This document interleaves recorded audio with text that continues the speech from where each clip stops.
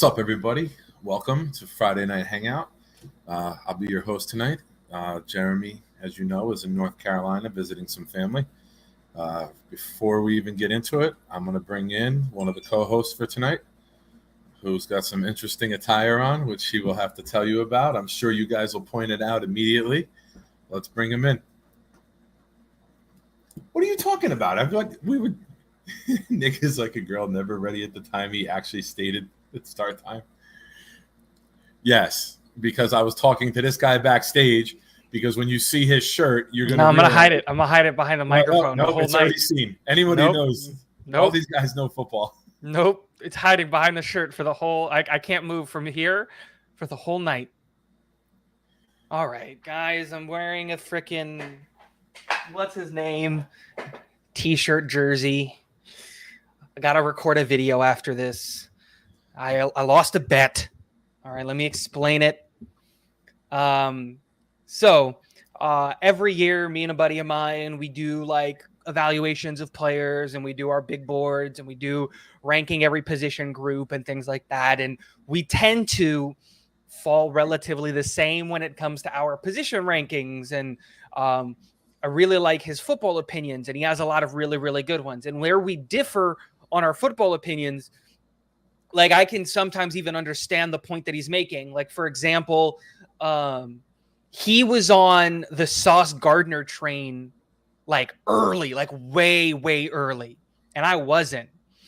And I was like, we got McDuffie, we got some of these other guys. And as the season went on, like he was like, no, like watch out, Sauce Gardner, watch out. And he was right. Well, one of the opinions that we both had wildly different on was the quarterback rankings. And he had Kenny Pickett as his number one quarterback, while I had Kenny Pickett as my number 4 quarterback. I didn't have a first round grade on Kenny Pickett. I had a second round grade on him. And we made a bet that Kenny Pickett was not only going to be the first quarterback taken, but that he would also be a first round quarterback. And so if both of those things were met, I was required to buy a Pickett jersey for whatever team he went to, a t-shirt jersey to whatever team he went to. And if Pickett wasn't the first quarterback taken in the first round, then he would have to get a Zach Wilson quarterback like t-shirt jersey. Well, as we all know, Kenny Pickett was the only quarterback taken in the first round. And unfortunately for me, he happened to go to the Steelers. I was really hoping it was like a Carolina or something, because I can rock a Carolina blue, but no, I got stuck with the Steelers t-shirt jersey. So all right. I love Carolina blue. I'm a huge North Carolina Tar Heel fan, and my son, his 8th grade dance is next week, and he just got a Carolina blue suit for the dance. So it looks, the Carolina blue, that like baby blue, is it's the best color. So good. It's the most beautiful color, man. I was really hoping that was gonna be it. Like, but yeah, nope, didn't happen. I love to Jets Fan United G, who made this comment. I was sitting here with 9 minutes to go at 9:51. I had the studio open. I got everything there. 10 o'clock, I'm ready to hit live. And Tigo pops in.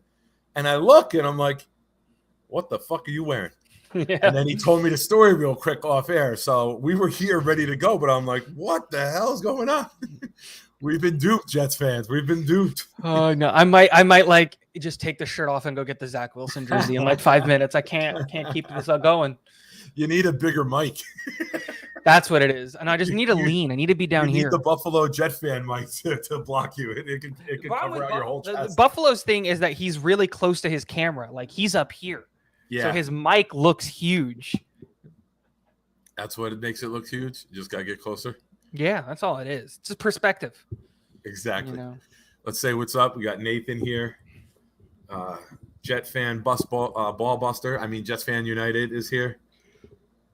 Who we got? We got Mess in the house. What's up, buddy? Welcome.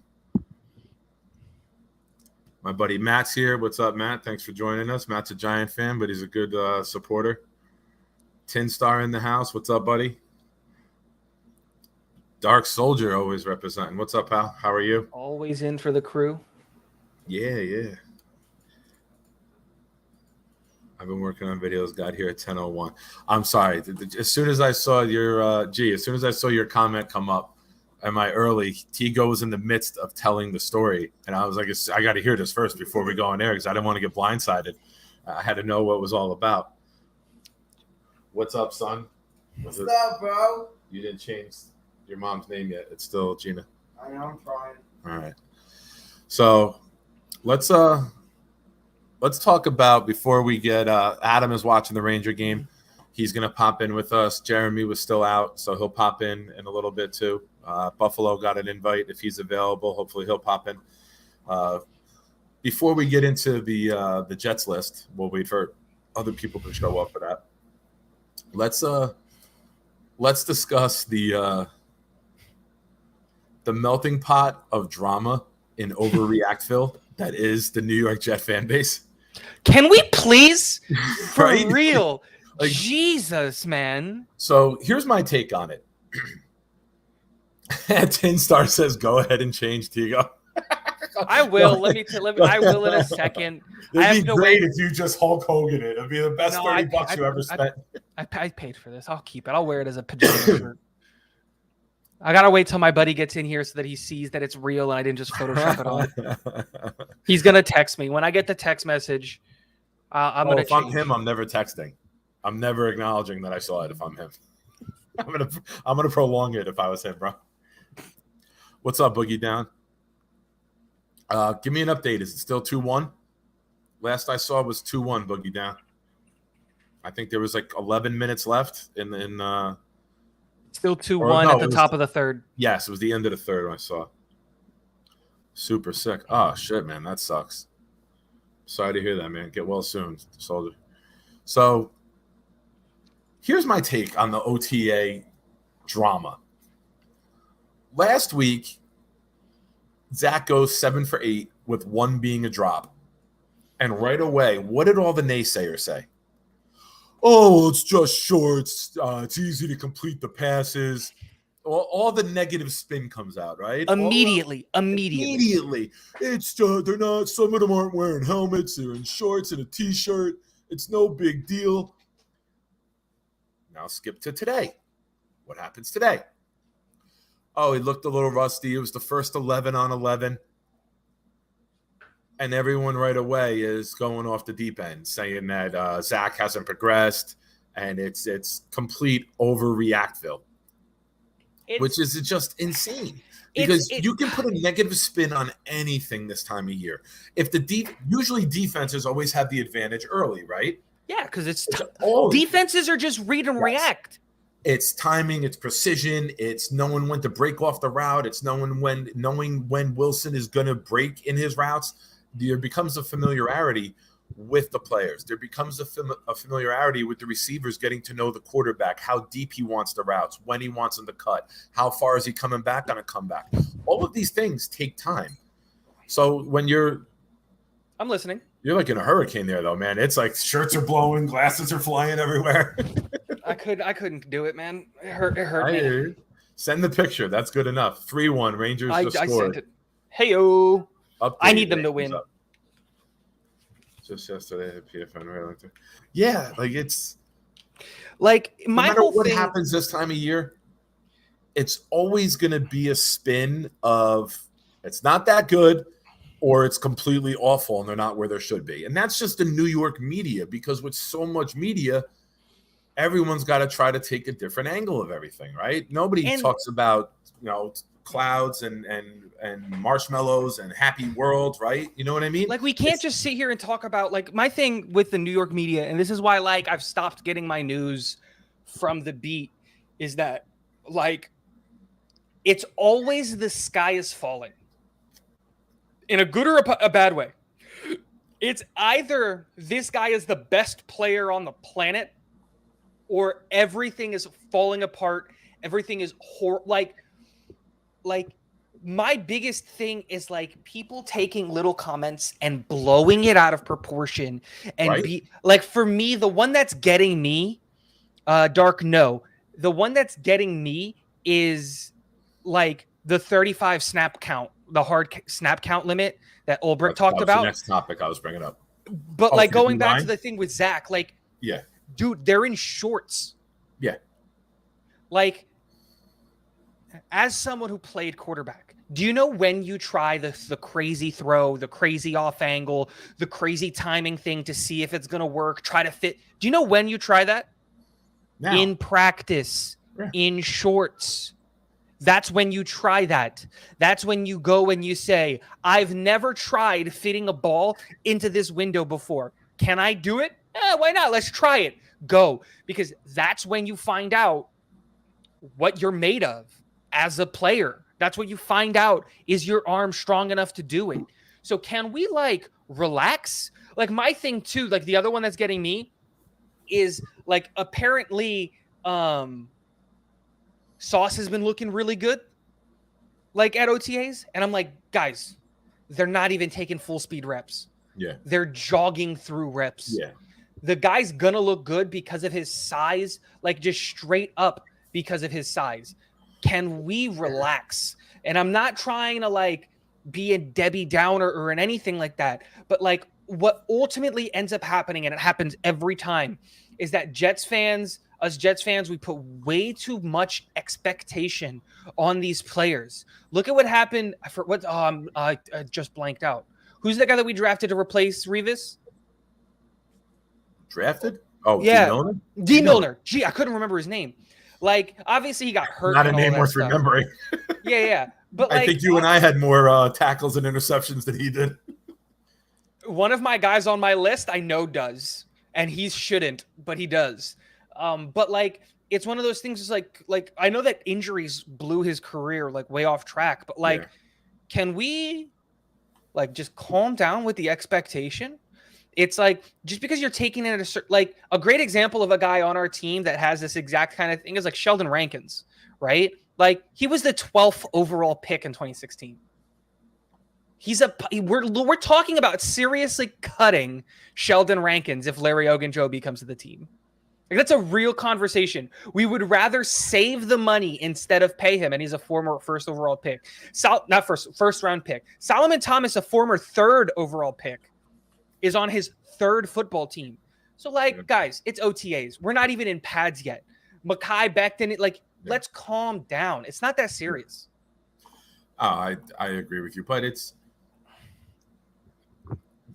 the Yankees and the Mets are both doing well. Yes. So very well. So what are you going to do? You gotta, the New York media's got to have the negative story, right? Like you can't have everything be good in New York. That doesn't work. Write about the fact that the Mets don't have their two aces. Like I'd rather that. I care. Like I'd rather it be like DeGrom's not back and the new Scherzer's out. Oh my gosh, is the pitching going to be able? Like I'd rather that article, because at least that article has some merit. They're in the middle of the season, but like just overreacting to the fact that like we're at camp. Ugh. Get Mo Bob saying Jeremy has Sauce posing for his plaque in Canton. I hope when Sauce gets there and they do the bust, he's got the gold chain that says Sauce on the You have to. I hope I'm alive for it. Like I hope I'm still here in 15, 20 years when he does go in. How long do you have to be out for you to get inducted? 5. You have to be out for 5? Yeah. So if he has a really long career, which would be 10 years, right? Let's just say, because 10 is a long career at a skill position, which I consider corners to be a skill position, right? If he has, so we have to wait 15 years.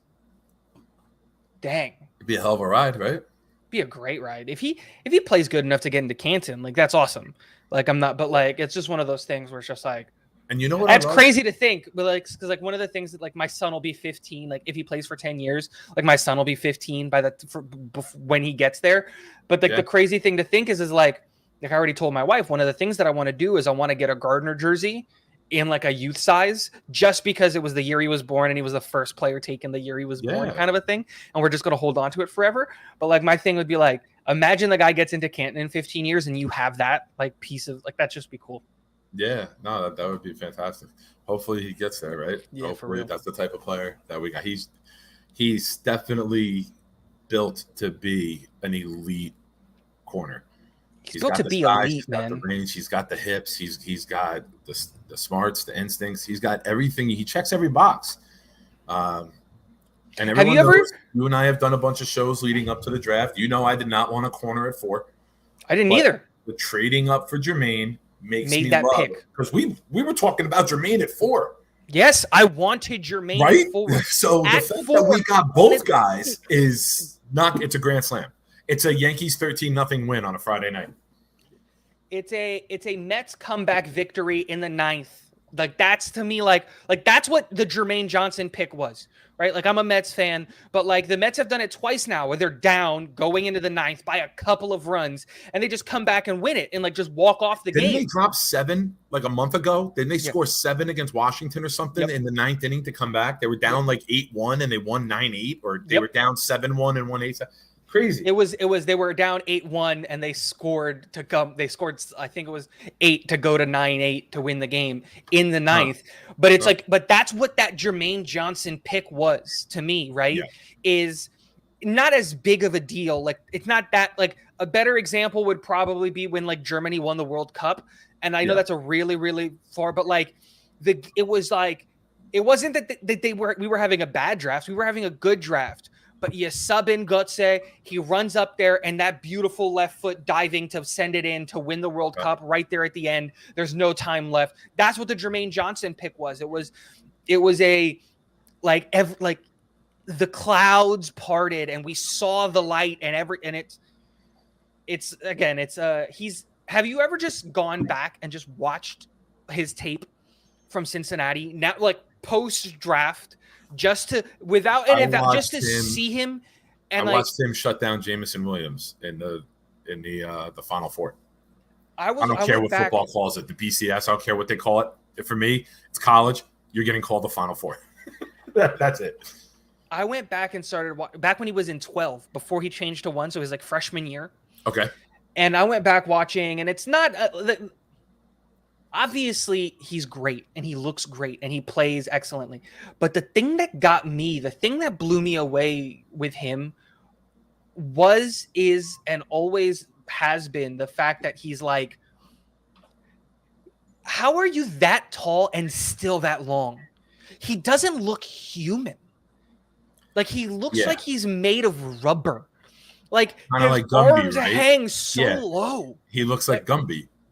Yes. Like he's got like but that's what makes him great is his length, because you can. Yes, it's one of those things. If you're like a Ray Mickens, Aaron Glenn type, you have to be so tight with your technique because there's DJ no Reed room for error. Same thing.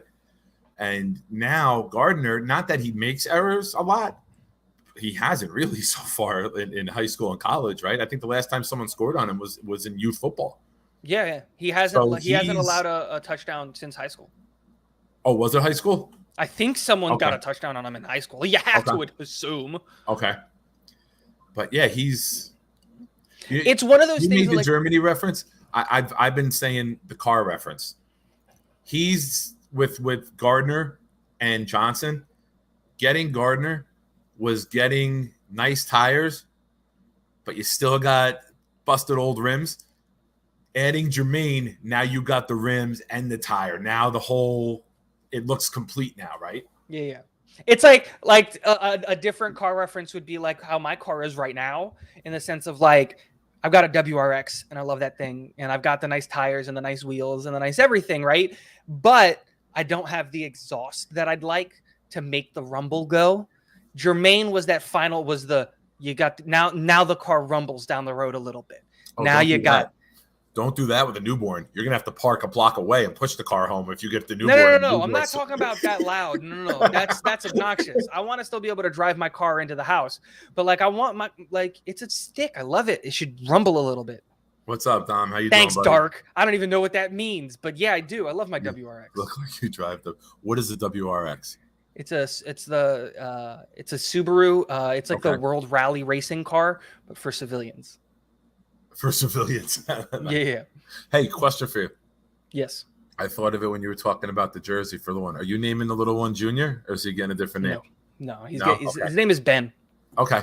Yeah. I was going to say, you get number 1 jersey for the Jets with Senior on it. He gets the number 2 jersey with Junior on it. I'm gonna do something. I'm gonna do something similar. Plus, they're 2 great numbers, right? We're hoping these are 2 legendary players. So the 1-2 Senior Junior would be that fantastic. I'm gonna do something kind of along those lines. of that with my dad, where I'm gonna get him a custom one jersey that says I forget the joke. I have it written down. My wife are gonna do, but it's essentially like the first, the sequel, the something along those lines. The reboot, all So it'll that be stuff. 1, 2, 3, and then the kid will have the third jersey, Nice. kind of a thing. But Hey, yeah. Buffalo, check your email, man. I sent you an invite if you're able to get on. If you're allowed to spend Friday night with your mistress, the microphone, feel free to hop in.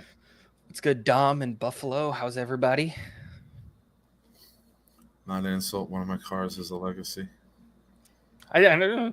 Whenever I hear legacy, though, I immediately think of Animal House. I immediately think of whenever I hear he's a legacy or it's a legacy, I immediately go to watching Animal House when I was a kid in the living room with my father and saw nudity for the first time. I'll never forget my first nudity movie was Animal House. What was yours? What? What was the first time you saw boobs in a movie? Adam Sandler. Which one? Oh. No, I don't have many. He just got introduced to them like this year. So like now I've been able to watch adult movies with him. We watched Wedding Crashers. We've watched a bunch of, and I totally forgot about Wedding Crashers with the montage where they drop on the bed and they're all like topless. And then like, you know the meme where the dog is like looking and the dog's looking out of the corner of its eye? Yeah. Like that was both of us when it happened. We both kind of looked at each other and like neither one of you knew if it was okay. We didn't for this to be acknowledge it, happening. but like we acknowledged it. So it was like, so now I'm like, at the end of the movie, I'm like, guess we could start watching cool movies together. We watched Road Trip. We're watching like all the old like raunchy comedies together, and I'm introducing them to them. Can't make those movies nowadays. No. What did I just watch the other day? Hall Pass. I watched Hall Pass with the fake Chow. Oh my God. That's the greatest thing ever. I try to reference that at least once a week. So the other topic, you almost got into it. The 35 snaps? Why is everyone overreacting to this? Like, this is what this system is built off of, right? This is what the 49ers do. If you watch the playoff game against the Cowboys, it wasn't even 5 minutes into the game, and Romo and Nance said the 49ers have already rotated 9 defensive linemen in, and it was the second possession with the Cowboys. That's why they're able to dominate in the trenches and stay fresh while the offensive linemen are dealing with fresh guy after fresh guy the entire game. This system believes that the strength of the D-line is in the freshness come late in the game and the ability to rotate body after body. Like if you're a boxer, you got to fight 12 rounds, and every 2 rounds they're throwing a fresh new guy at you. Can you imagine boxing 12 rounds and you have to fight the same guy? Like it's like the same guy, but a like new one guy version fights of him. the first, the fourth, the seventh, the 11th. Like he gets a whole round off. You fight 3 guys, but it's just you for 12 rounds, and you get your rest between rounds. But now you gotta like. My thing with this whole situation, and I'll play devil's advocate, and I understand, like Buffalo Jet fan made a beautiful video on it, trying to argue why it's a bad idea. And my thing is all of the arguments and all of the things that he said were really well thought out. What other team does this? Does Jeff Ulbrich and Robert Saleh know something that the rest of the league doesn't? Blah blah blah. And he made a lot of good points. But I think the one point was that's a good one. That's a great comment. That's a great comment. But my argument always came back to you're looking at last year and only last year. Go look at Bosa's first year. Right? When they drafted him, go look at his rookie year. You talking about the 49ers? Yeah, for the 49ers. Okay. He was on a snap count. Winning that game, man, late in the season cost us Bosa. I like Quinnen, but man, if we had the number 2 pick that year, Bosa would be a Jet right now. You really think we would have taken Bosa? Yes. I still think Quinnen is on this team. With the need that we had, I love Quinnen pick. I do too, but McCagnon was the type of guy to take Quinnen over Bosa. And the only reason is could because see him doing technically that. speaking, right, going into that draft, Quinnen Williams was the best player in that draft. He was like, for example, you remember how Kyle Hamilton was considered the best safety in this draft, but because of position, he went all the way to 14, even though people, I never thought of this of him. I always thought he was about middle of the first round, anywhere from 13 to 19. That's his range. That's where I thought he should go. Okay. Safety shouldn't go that high, and I didn't think he was a unicorn of a player. But that's besides the point. Everybody said that, who thought that about, what's his name? Thought Hamilton was like, look, he's so good, but he's not going to go number one because he's a safety. He should go number one. He's the best player at his position in this draft. But the same conversations, but actually with proof behind it, because Quinnen was actually incredible at his position. My thing was like, Quinnen was so good at defensive interior, and we still had a need for defensive interior because all we had was we Leonard needed the Williams holding at line, the time. right? At that point, Really, we needed everybody. I think that he would have gone, let me take the guy with the high ceiling over the guy with the low floor, and we would have still taken Quinnen. Wow. I thought we were going to get Bosa because I thought the 49ers were going to take Quinnen. I could have, I was like, I'm just going to, we got Bosa. We got Bosa. That's it. Yeah. I thought that was going to happen because I thought San Francisco was going to take Quinnen because that's how good Quinnen was. But no, they did the right thing. They took Bosa, and here they are. But going back to what I was saying, like Bosa, he was on a snap count. And my argument is who on the defensive line, who has played so well that you can legitimately look at them and say, having them out on the field for 80%, they've earned the right to take 80% of the snaps. Because I don't look at a single guy on that defensive line. I don't want my D lineman playing that much in this scheme. Rotation and freshness is the most important part of it because the D line is the offensive or the defensive equivalent of running back by committee. That's how this system runs it. Yep. They're going to have guys who are in on run stuffing downs. They're going to have guys who are passing downs. They're going to have packages where Quinnen, JFM, Johnson, and Lawson on pass rushing downs are the four guys going at it.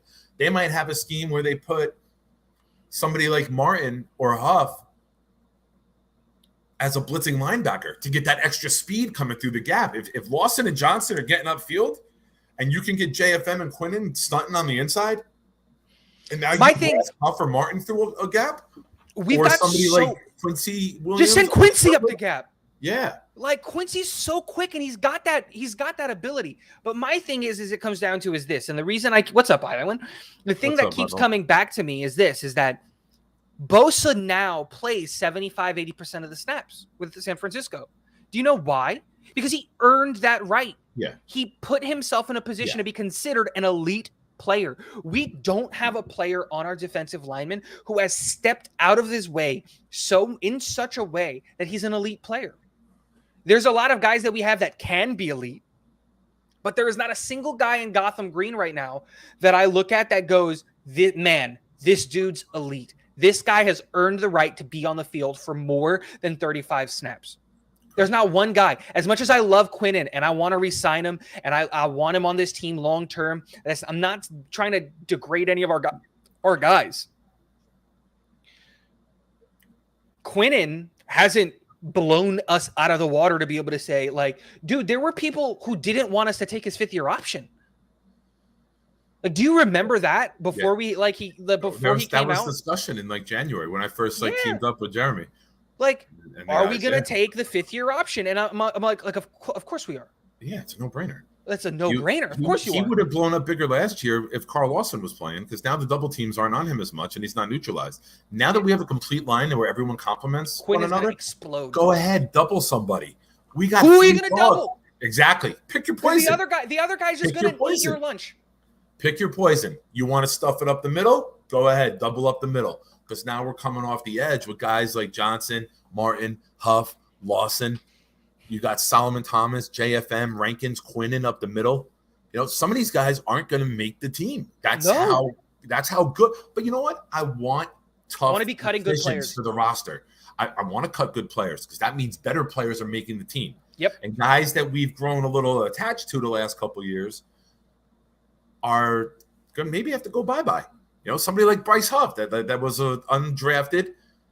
He might not make the team now. You know, if Martin comes on good, and you Martin's got going to guys on blow the up. inside, Martin's the most if we underrated sign player on that defense right now. Ajibaji, I forget Larry Ogunjobi. If we sign him, we need more strength in the interior. We need more size in the middle. So you might have to get rid of somebody like Huff or Martin. You know what I said. I made a video on it. Obviously, we heard the news that came out that we've offered final take it or leave it contracts to both Larry Ogunjobi and Quan Alexander. And in my video, I focused a little bit more on the fact that it sounded like from what Leger was, his vibe that he was getting was that it was one or the other kind of a thing. We were either going to get Quan or Larry Ogunjobi, but not both. And I made the point in my video, which is like, if it's me, I want Larry. I don't want Quan if it means like, I'm not saying I don't want Quan. If Quan and Larry come to the team, awesome. But like my thing is like on a 53-man roster, normally you carry 9 defensive linemen. Yeah. I think we carry 10 because we're going to carry 1 less linebacker. Because normally a team carries 8 linebackers. We only have 7 signed to the team. Yeah. So I think we carry an extra defensive lineman. And because of how much I think we're going to be running a lot of NASCAR fronts this year, so that's 4 edge rushers on the line this year, because we have so many good edges that we're going to carry 6 edge linemen. And my thing is like, you get in that 3rd and 23, you're going to put 4 guys out there in case they try to do a screen pass. You're going to put 4 guys who can run, that can get down and chase. Yeah. You're going to run a front of like Jacob Martin, Bryce Huff, Carl Lawson, and Jermaine Johnson, just because those guys are slim and fast. And so like my thing is you do those things, you have that happen. And what happens is you like, I'll actually go into that 10-star in a second. But like my thing is like you go into it and you say, screw it. We're just going to rush and so when you look at the interior of the defensive line, I like the first three names that come into that, which is Jonathan Franklin Myers, Quinnen Williams, and Solomon Thomas. I like those 3.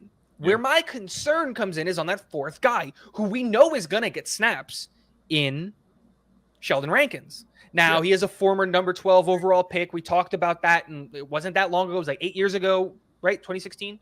No, 6 years ago. 6 years ago. 6 years ago, he was a first-round pick. He's still, like, he had that potential to be there. So it's not like I'm like if we don't get Larry Ogunjobi, I'm fine with Sheldon Rankins, right? I'm not mad at it. But and I like Rankins like Quinnen. The fact that the edge rushers are going to be more of a presence, it's only going to help the interior. Yeah. Complementary football again, right? Something we haven't had. The cornerbacks helping the pass rush helping the secondary, the offense helping the defense. We haven't had complementary football. We've had games where we've won with Darnold a couple years ago, 34-31, 3 straight games I think we won. We beat the Giants, the Raiders, and the Redskins at the time by the same score in like 3 straight weeks. We scored 34 points each. That was like the last time I remember good, consistent football. That was on the offensive side of the ball. Multiple games. But the defense was still giving up a lot of points. They were still giving up 30-something. So it wasn't like it was a 34-13 game where both sides clicked and it was complimentary football. It's almost like you won a shootout, basically, right? Yeah. So no one was playing defense. Very much complimentary football. There was no time on our defensive history where the line was helping one another out. And that's the thing. So Tinstar, to go into it. And you got to go back to the sack exchange, and you got to go back to Jonathan Abraham and Sean Ellis and those guys. Yeah, you got to go way back to see complimentary football on the defensive line. Yeah. But Tinstar, to answer this question, so the league average last year was 63 defensive snaps per game. Where were we at? We were averaging 68. Okay. Now, we actually shot up. Better ball control. It's going to bring that down. Now, the reason we were at 68, we were actually pretty average when it came to our defensive snaps per game. But the real problem that happened was our last 3 games, we averaged 72 snaps. And the last game, we had 79 defensive snaps, which is crazy, right? Which is an absolute unheard of. Yeah. But again, that's the outlier of a game. on average, if we can get to league average, which is 62 or 63 defensive snaps per game, now you're looking at, let's just say you split the snaps right down the middle. It's 50-50. And my thing is like, do we really need Carl Lawson, Jermaine Johnson, Jonathan Franklin Myers, and Quinnen Williams on 1st and 10 on the opposing team's 25-yard line after kickoff? Do you really need that? Well, let me add something right now, not to interrupt you, but this show has been a little bit too calm so far. So what do you do? Normally he says to me, I'm going to start off the first hour. Things get dry. I'll bring you in to spice it up. So things have been calm. Things have been rational here. So fuck that. Let's throw that out the window and let's bring the chaos. What's up, buddy? How you doing? What's up? Let's bring the fucking chaos, baby. The North Carolina chaotic one is in the house. Atari rules. Nice. Which What's Atari? up, everybody? What's Which up, Jeff Atari? World? There was multiple Ataris. Which one were you? 7600? Nah, I was the 2600, baby. Joystick, paddle, kaboom, adventure, all that. Missile command, all that stuff. Nice. Pong. How's the trip so far? I had Pong when I was like 7 years old. My house. It was a whole device, a whole big unit, and it had one game, Pong. You were two little lines on opposite sides and the ball going back and forth. It was almost like what was that game? Brick Breaker? Where it would go up, come down, and you had I forget the name of the game. My favorite game on Atari was Food Fight. Did you ever play Food Fight? No, I got to check it out. Food Fight was like you're trying to go across the board, and you get to like certain spots, and then it just shoots food out, and you're throwing banana cream pies or like pizza or burgers at like the other side of the board. But it was. Don't laugh at us, Tigo. It was the 80s, man. We didn't have. No, I have. I have. It's up there. I have. You have an Atari? I have an NES, an N64. I've got it all. And Nice. to answer Gitmo Bob's kind of thing that he brought up, Gitmo, that's not what he was saying. That's the problem that I think people took was like, imagine Aaron Donald on the bench of the last drive because he reached his snap count. Aaron Donald earned the right to be on the field for more than 35 snaps. That's the difference. Aaron Donald has earned the right to say when I'm coming out of the game. Aaron Donald chooses the snaps that he wants to play because Aaron Donald has Aaron Donald all over the league. He's been considered the best player in the NFL for multiple years by other NFL players. We don't have that on the defensive line right now. The separation between, let's say, Carl Lawson and Jermaine Johnson on the edge or like Jacob Martin, we don't know what that gap is because we haven't seen either one of these guys in Gotham Green. I think that's the point of the snap count is one, let's have as many guys as fresh as possible on the field as possible. I could flip this conversation to the other way, Gitmo, and say, imagine Aaron Donald on that last drive of the Super Bowl gassed because he had to play 70 snaps of defense, 80 snaps of defensive ball throughout the entire year consistently. Yeah. They don't the Rams don't play. The Rams had like the second or third fewest defensive snaps in the league. They were one of the only teams I think that averaged like 60 almost exactly snaps, which is unheard of. So I think that's my point. Well, let me tell you something. The thing that's going to help. The players are not going to be when the players vote for the best defensive player in the NFL next year. You bet there's going to be a new name, and it doesn't matter if he plays a snap. It doesn't matter if he gets a sack or not. But if the other players are deciding, it's going to be Michael Clemens. We didn't even just mention the fear. Just the fear. Hey, but seriously. Seriously, guys, let's be realistic here about what we're talking about, okay? First of all, a game has a flow. It has a very obvious flow to it. They're not going to, in the final drive of a game, say, oh, Carl Lawson has 35 snaps, so we're not going to put him in right now. What they're talking about is a formula of balancing the rotation and doing the average, which in their mind will be about 35 snaps per player maximum.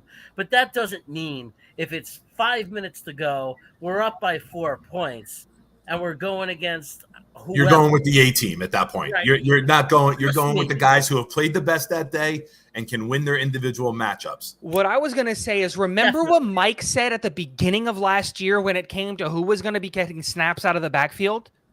Because all the conversation, wow, Michael Carter's looking really good, and you got Tevin Coleman, and everyone still believed in Ty Johnson, and we still had LaMichael Pirine, and he was a question mark, and everyone.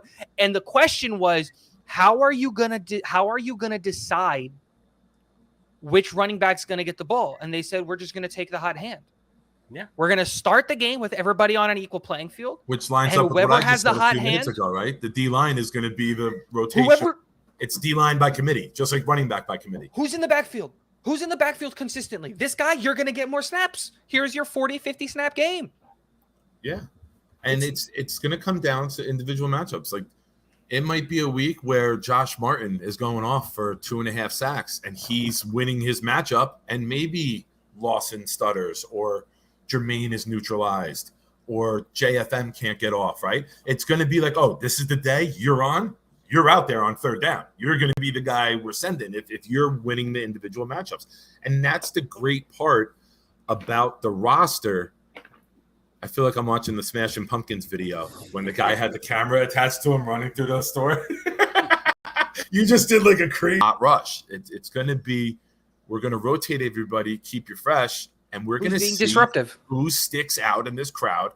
And they're going to have, you have 9 defensive linemen. You could have, dozens of different looks and fronts. Yeah. The flexibility, the ability of all these guys is going to really help us. And it's a bonus to have this.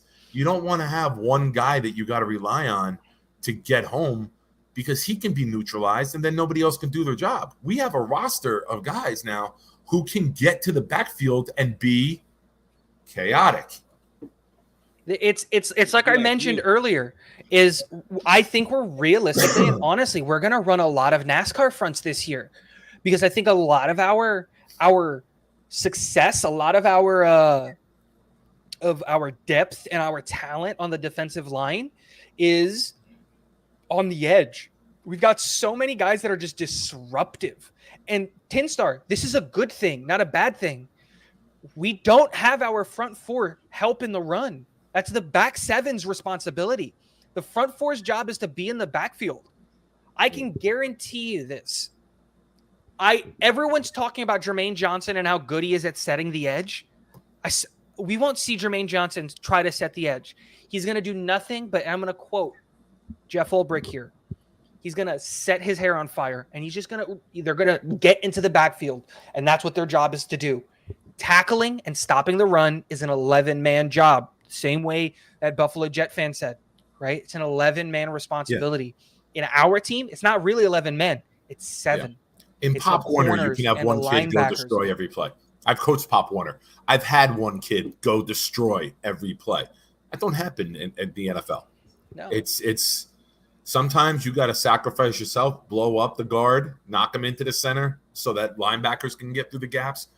The scheme, it's not just always go make the tackle. Sometimes it's, like you said, D-line on a rundown, their job might to just be absorb the blockers and let everybody else flow to the ball. No, but what I'm saying is we won't do that.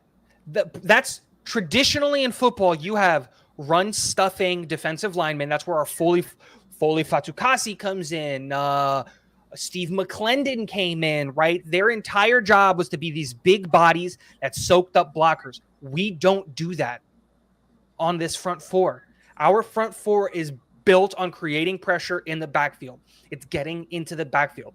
Go back and listen to what Jeff Ulbrich said, like word for word what he said.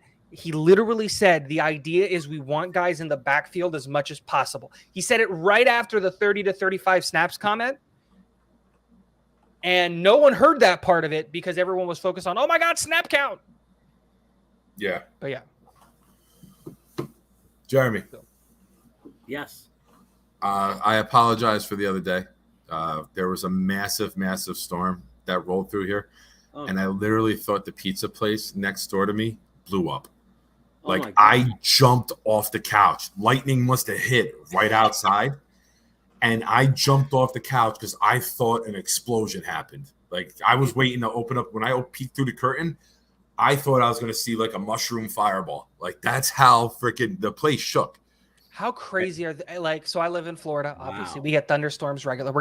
We're supposed to see thunderstorms starting tonight at midnight, and it's supposed to not stop until like Monday.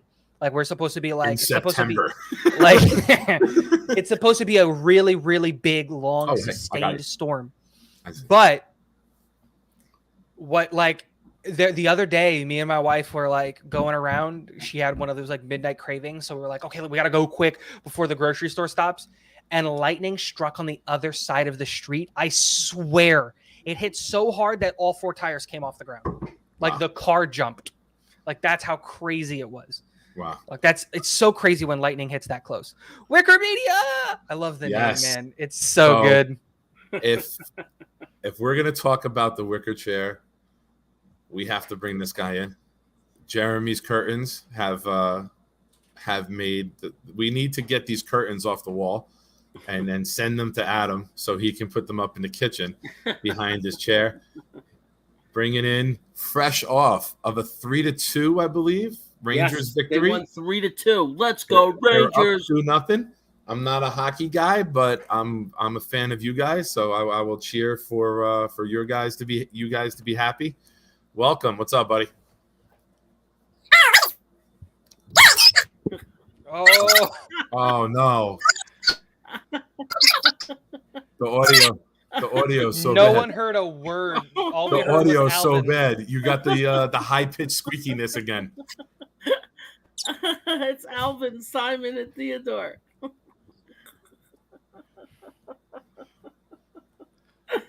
He's realizing it, that we're not kidding. Oh, I think he rebooted.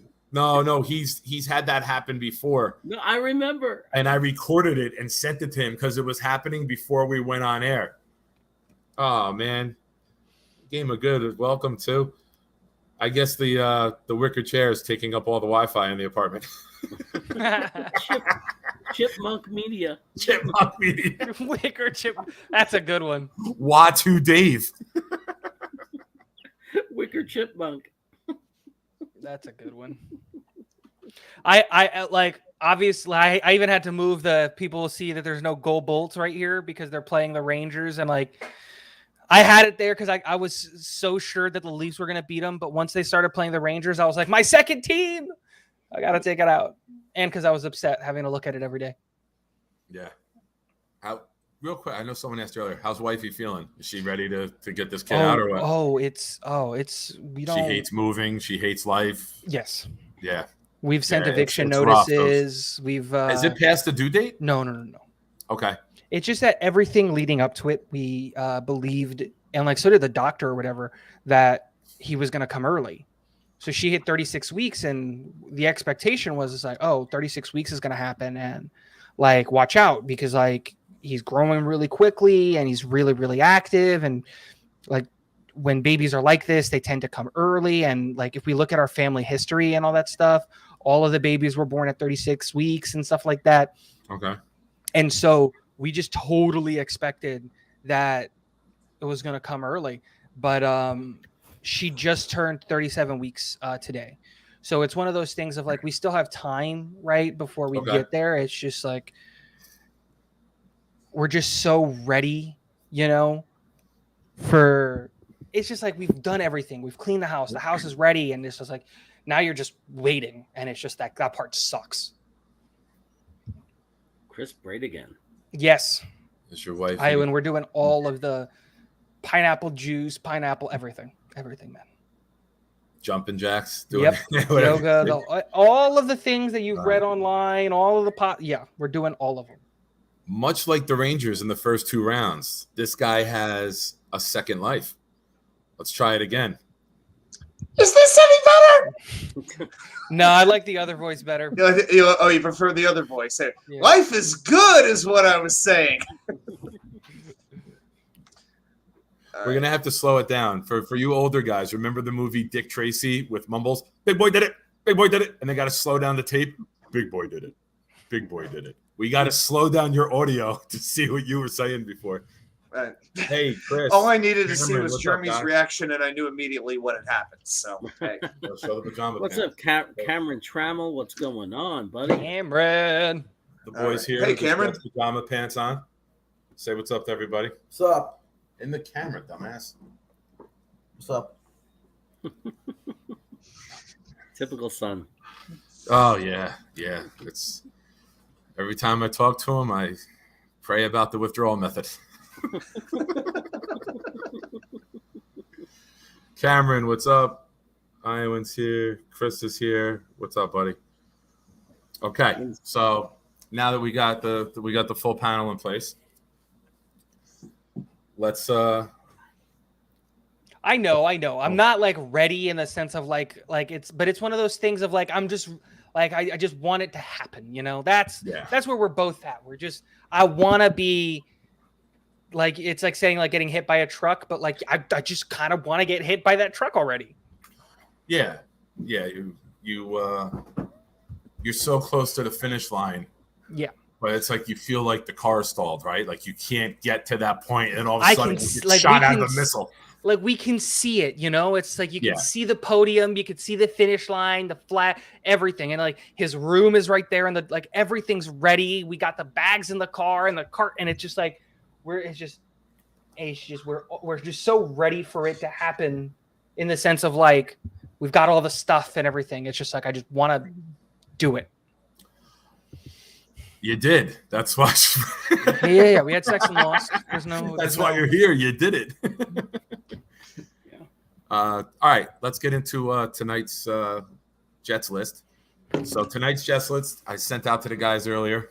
We're going to talk about maybe some guys who, I mean, for all of us and the guys in the chat, they're not forgotten players, but maybe guys who, when you hear the name, you'll be like, oh, yeah, it's not the star of the team, but, you know, maybe a guy who had a good role on a team that might be forgotten long-term. What is that, a peppermint patty pretzel? No, it's a. You're going to die if you eat that whole thing. It's a The pretzel it's a- from Wawa. I love Wawa. those things. Oh, those are the best. Did you microwave it? Nice. Philly style. No, Did you microwave it? no. Should I? No. Yeah. Go get it warm. No. Not toasty. too much. If you got an air fryer, air fry it. But I Yeah. always like a hot pretzel over a room temperature pretzel. Or the toaster oven to get some crispiness on it. That works Okay. too. Air fryer too, right? If you fryer, microwave yeah. it too much, it'll get that like that cardboard. Rubber side is overdone. weird. Yeah, throw it in the oven, toaster oven. I don't know if mom and dad got the air fryer. Yeah. It's everyone's sleeping. Maybe I'll just do 10 seconds in the microwave. 15 seconds, something like It's like a Pop-Tart though. 9 seconds is not enough. 10 seconds is too much. that. I know. Hey, here's the key for those of you who have microwaves, because not every place has microwaves anymore. You don't always have to use max power on them. You know, sometimes you go halfway power, makes it a whole lot better. Wow. The fun fact is, I don't have a microwave. and I'll I take air fry if everything. There you go. if Nick Air fryer is my knew, microwave. if Nick had polls on his channel, which he doesn't yet, I would say to do a poll. How many people actually know how to change the power settings on their microwave? Because I have no idea how to. I just hit the buttons and then Is you it- find whatever works. Yeah, it says power level. That's kind of No, what I let it go Doesn't. with. I'll go Mine take a does. picture and Yeah. text it to you later. Yeah. Like, Like Oh, you're got that. microwaving like a piece of bread, it goes from like room temperature to like lava or like pure dough in like 6 seconds. yeah. It's unbelievable. So I yeah, I still go like haven't hour grown back 5 layers works. from my tongue from putting the Pop-Tart in the microwave. The strawberry frosted Pop-Tart I almost lost lips, roof of my mouth, and tongue to freaking putting that in there for like 10 seconds. My friend, yeah, go ahead.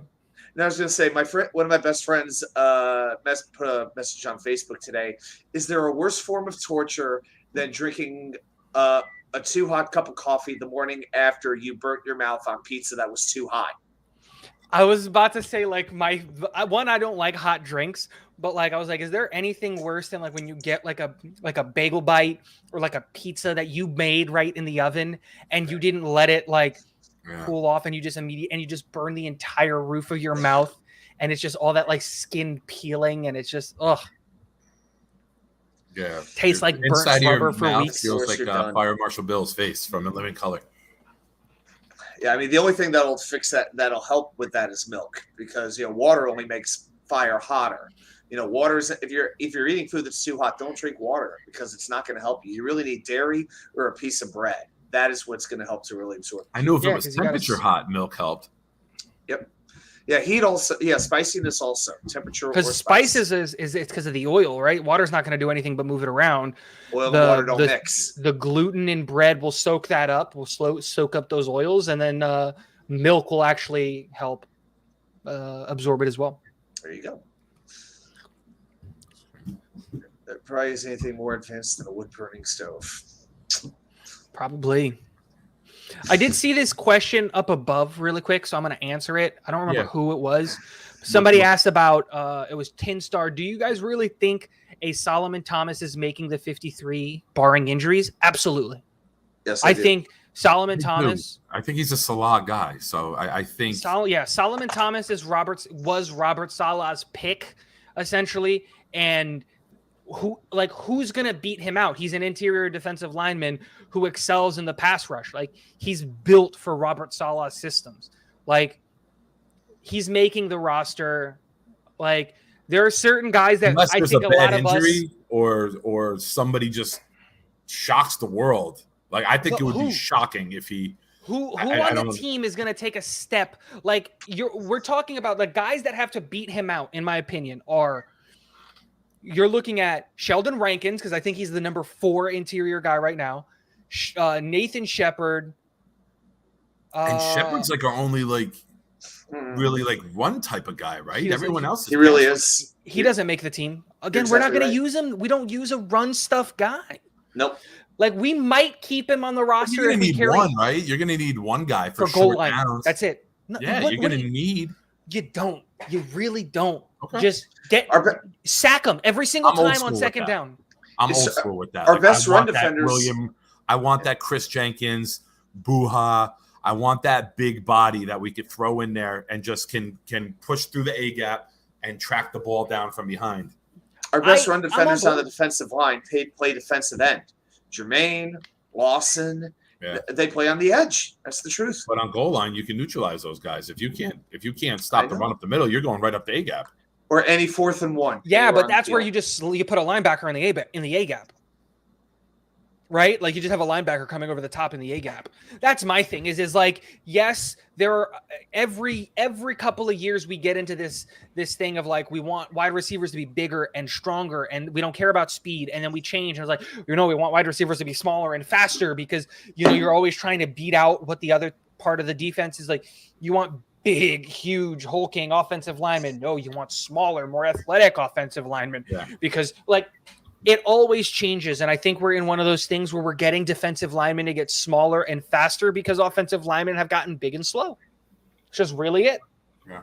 It's easy to get when you're drafting guys like Falele, who's 6'8", 390 to play right tackle on a football team. You know what I mean? Like, I don't need strength going through him. I just need someone who's faster because there's no way that guy can move. I've done that, Dark Soldier. If you get the one that's too frozen, I've definitely put some ice cream in the microwave to soften it up so I could scoop it out. Otherwise, you're scooping it and it's going up and hitting the ceiling when it finally breaks and shoots out of the box. Well, guys, let me catch up with the chat and then we'll get into the list. Cameron, if you want to go back, we did like a whole 15, 20 minutes on Larry and Quan. Yeah, Cameron did that earlier. What'd you do? Did you microwave it a little bit, Joe? It's better, isn't it? I hope to wait a minute. If I was able to create a poll, the poll that I would create is mustard. What? All right. What was created first, Atari or those curtains? Those curtains. 1982 was the year. Couches. They closed. Yeah, they closed those curtains so they could play Pong. He's going to be on the 53. He was about to Mad Dog that pretzel. Hey, you never answered me in the text before. Jeremy, what toppings were on the pizza? The picture of the pizza that you sent us. You said You margarita. told me about the margarita, but I don't think you ever answered the toppings. No, the pie I sent you, that last one was just a margarita. Those were pieces of, okay. That was basil on top. Okay. The one Adam and I had half margarita, half sausage and hot cabrillo peppers. Was it? Calabrian chili peppers. Ooh, delicious. Yeah, a little heat. It's good stuff. Okay, so here's what we're gonna do. I figure instead of letting just one of us go and go through the entire list, we'll go one at a time because I'm sure we're all gonna have some that cancel each other out. So instead of somebody getting their whole list destroyed, so what we're doing now for those new, we're gonna do like forgotten players or underrated players or guys who had a small role on a team, but you knew that guy was important to the big scheme of things. Obviously, we don't have any Super Bowl victories, so we're not going to have those huge role players in the big moments. But we'll have some good names that we can bring up. Some of them we may have even brought up already when we did our favorite players in the past, you know? So, there are some guys that didn't make the list. Like a great example of this was like we talked about like Lavernius Coles and Jericho Cotchery because of like those were underrated guys in the league that were just kind of good on the Jets that I really, really liked. But we already talked about those guys. So I got new ones. And I want to go first because I've got a great one.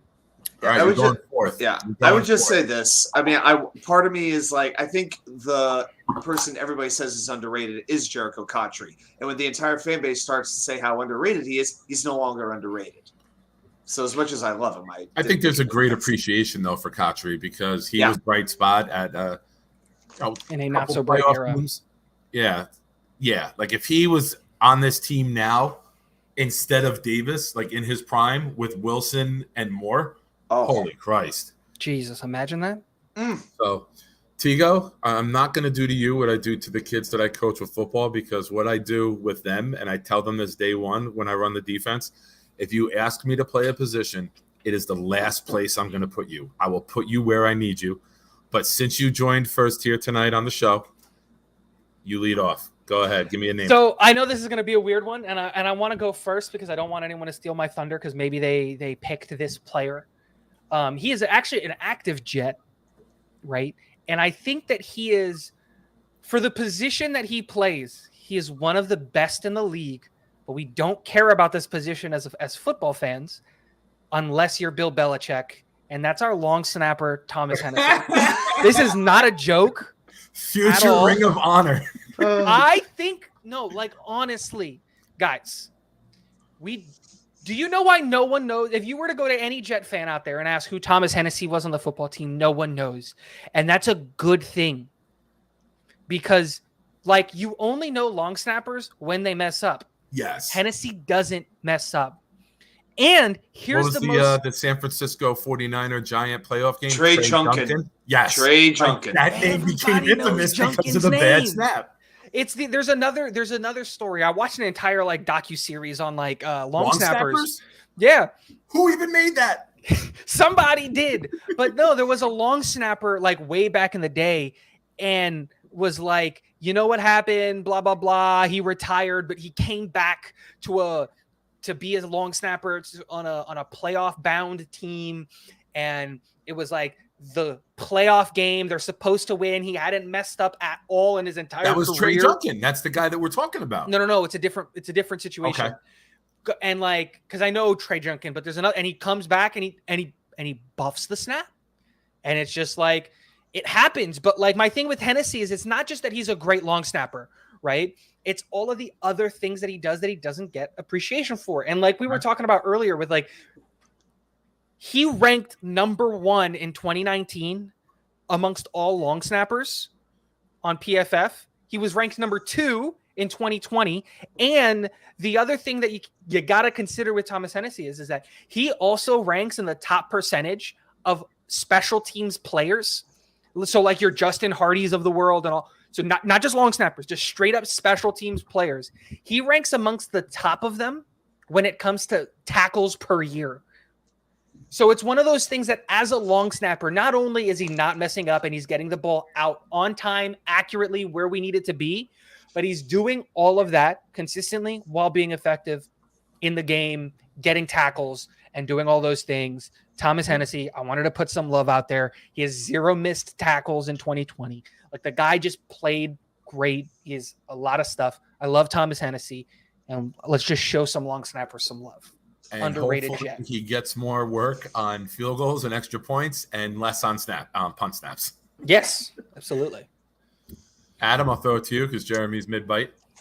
Okay, well, I didn't have any long snappers on my list. Your list is a sham. No, I know it's. Did anybody have James Dearth? Is there? Do we have a dearth of long snappers? Jet Fan United brought up Tanner Purdom. Tanner Purdom, yeah. Dearth was there for a while too. There's was back in the Parcells days, right? Parcells and Edwards. I think Dearth came in late '90s, if I'm not mistaken. It was Dearth and came Purdom through the Herman years and maybe into Mangini. He was there a while. Well, I mean, he was the fourth tight end and the long snapper.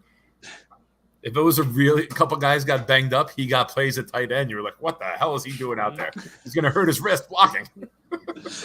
There's 2 safeties the Jets didn't have very good longevity with, center and long snapper. We've learned something tonight. Yeah. Okay. All right. I'm trying to figure out. Who's your leadoff hitter? Oh, man. Who's the guy that I started big, man? You could save that for the end, though, because I didn't think anyone else was going to say that. Now you might get some other guys taken. I'm trying to think. Okay, I'm trying to think like one guy. I'm actually going to. Okay, I'm going to go with one guy who I think might get taken, and I'm going to go with a running back / fullback. I'm going with Richie Anderson. Oh, I thought you were going to take my running back. I can mark him off the list. I'm down to He's 6. not mine. I'm good. 10 years as a Jet, played from 93 to 02, saw the best times, saw the worst times. Think Bilal Powell, but more of a receiving threat. So he actually had 400 catches in his career, and he ran the ball 318 times. He had like 92 one year, didn't he? It was crazy. I mean, he was crazy. 14 receiving touchdowns compared to 4 rushing touchdowns. Jesus Christ. That guy was a wide receiver out of the backfield. He was. Made the Pro Bowl in 2000. Total yards on Blew the ground. The roof off of the old stadium in the Colts playoff game. With that first drive. In the beginning. I was getting there. Mawai, 50 yards downfield. It was amazing.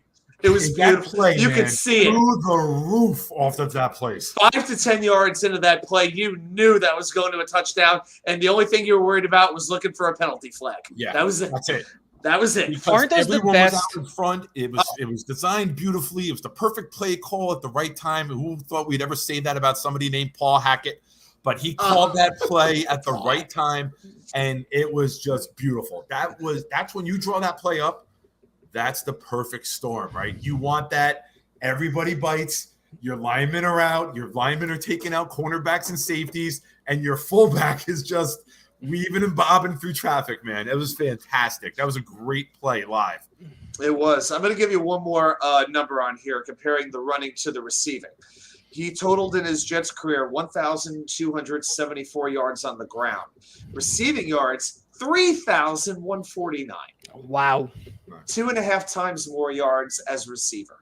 Right. He was like that first. I know we used him as a blocker for Curtis a lot, but he was just as effective in that play action pass game. Get him out to the flat, dump it off, hit him with a screen pass. He was a running back playing fullback, right? He could have been a running back, like with his skill set. He's the kind of player you don't really appreciate until you don't have him anymore. I think that's a good way to sum him up. Yeah. And he was a player who he was in the right time, because now he's not good enough to be a running back. And now fullbacks have basically been regarded to your third tight end just to save a roster spot, right? That's basically it. Because with the athleticism of the offensive linemen, you're relying on them to pull and move and get out now instead of relying on a fullback to crash through a hole.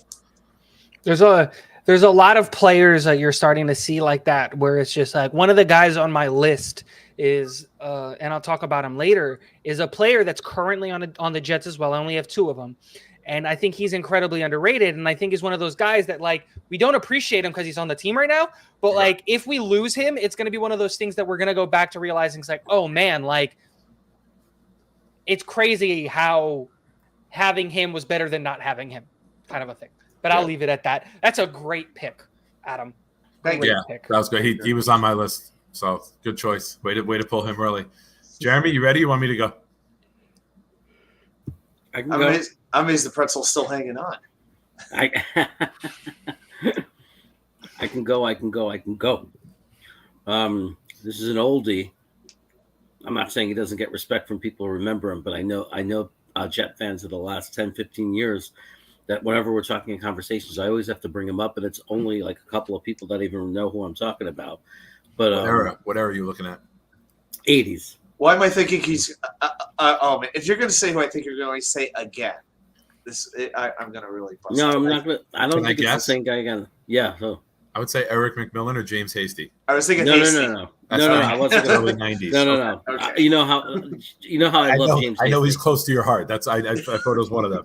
No, this guy was actually like a bigger impact player. Okay. He was, but we don't say his name a lot because everybody remembers the Sack Exchange and they talk about Klecko and Gastineau. Probably not enough about Marty Lyons, and they talk about those guys. But Lance Mell, Like it. Lance Mell was just the first great linebacker that I ever watched as a Jets fan. Like to watch a great linebacker, it was Lance Mell. He was a tackling machine. He was all over the place. And he was one of those keys why you could rush the passer and go all out for the passer, because if they ran up the middle or ran through that, Lance Mell was there to clog it up. Nice. All right. Iowan came in with a great one.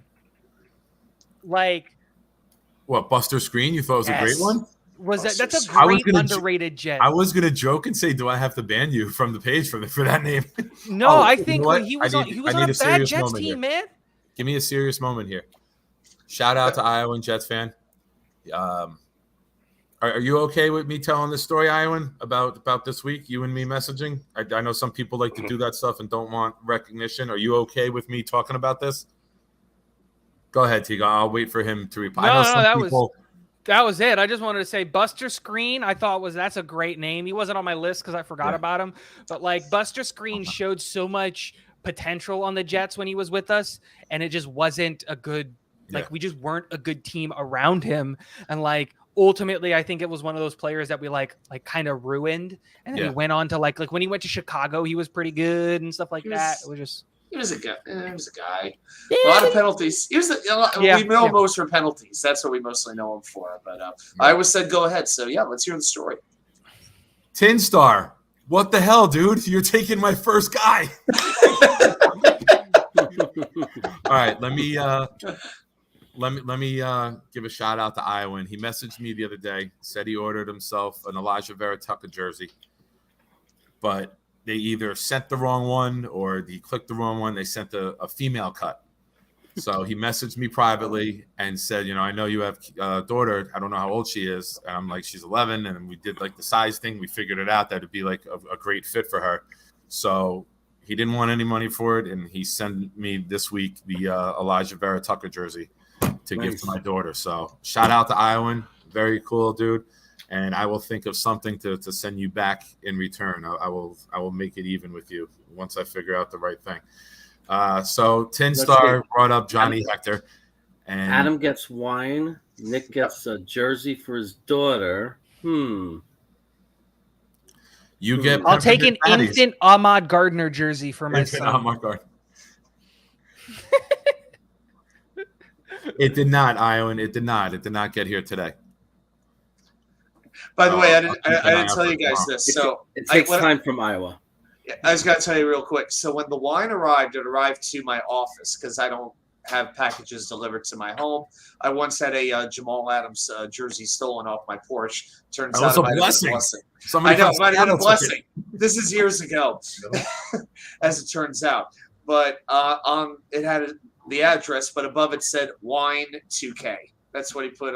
He actually put that on the mailing label. So, that's a good one. And you still have the job getting alcohol shipped to work. Good for you. Well, we said it was tools. Wink, wink. All right. So, Tin Star, don't worry, man. I like that we're on the same page. I'm gonna go with it anyway because you guys didn't take the name. I know the chat's gonna throw out some of our names, but if we don't take it, we'll throw it out there. Thanks, buddy. Give me 1 second. I'm gonna say turn you on. So, in the '80s, I thought late '80s, early '90s, I thought the coolest thing in the world was Jets goal line, Johnny Hector getting the ball and just jumping. Johnny Hector could jump. To me, at that age, could jump like Spud Webb. Like I thought Johnny Hector could clear the goalpost if he jumped from the 2-yard line. That's as a kid seeing the running back jump over the top, and that was like the first guy that I ever really saw that to, and that was like a larger than life thing for a 7-8-year-old kid at the time to see him jump over all these massive defensive linemen. I thought Johnny Hector was I know it wasn't a great winning era when he played, but somebody who, 10 Star brought it up too, so it shows more than me. Like it was a cool player and a down time. I know we had a couple little playoff runs here or there, but then we had like a 12-year drought. I think from '86 to now '88. I forget. We made 69. We made 69. We didn't make it again until '82. And then '86 we made 85, '86 we made it, or I think '84, '85, '86 because the Mud Bowl. '82 is the Mud Bowl. Yeah. Oh, did we make it in '81 against the Bills? We lost the home game against the Bills. '82 was when we went to the AFC Championship game, beat Cincy and beat the Raiders before Richard Todd. Then that's back to back was '81 and '82. That was when Richard Todd had a Ryan Fitzpatrick game. Yes, he kept finding the open linebacker. That's right. Yeah, wide open. They hit him right in the chest. So, yeah, Johnny Hector to me was a really cool. Freeman McNeil got all the love. He was the workhorse. But then when it got down there, Johnny Hector was the guy to go up over the top. So, good call, Tin Star. Tigo, you know what? We'll go snake draft. We'll go different order this time. Adam, you started up. Okay. Let's see. Let's find another player who I think might get taken. Here's a guy who I think the Jets fan has completely forgotten about, and I think the main reason is he wasn't a Jet very long. But he did spend the first 3 years of his career with the Jets, and he wound up having a pretty good 8-9 year career overall. And I think getting rid of this guy, yes, you can. James Farrier. Incorrect. All right. That's the guy that we had, and then he went to Pittsburgh and became like all-pro. See, you know what? This actually helps because you're proving my point that much more. The guy I have in mind is Dwight Lowry. All right. Dwight Lowry. Dwight Lowry. When was the last time anybody spoke about him? Didn't he have a Didn't he have a 2-interception game against like a top quarterback? Yeah. He actually had 7 interceptions in 43 games as a Jet. He actually had 2 pick-6 touchdowns in 1 year, 5 forced fumbles, 92 tackles, made the all-rookie team. He was a 4th-round pick, and then we traded him for what turned out to be an undisclosed draft pick to Jacksonville because we had to get down to the 53. We weren't going to be able to guarantee him a starting spot. Why? Because we had to start Eric Smith at safety, who was a special teams player, nothing more, nothing less. Wow. It was just a brutal mistake that was made by Mike Tannenbaum. As much as I love Rex, I got to throw him in that mix too. Rex probably wanted to play Eric Smith. They didn't appreciate Dwight Lowry. They traded him after that second AFC Championship game, and yeah, that was it.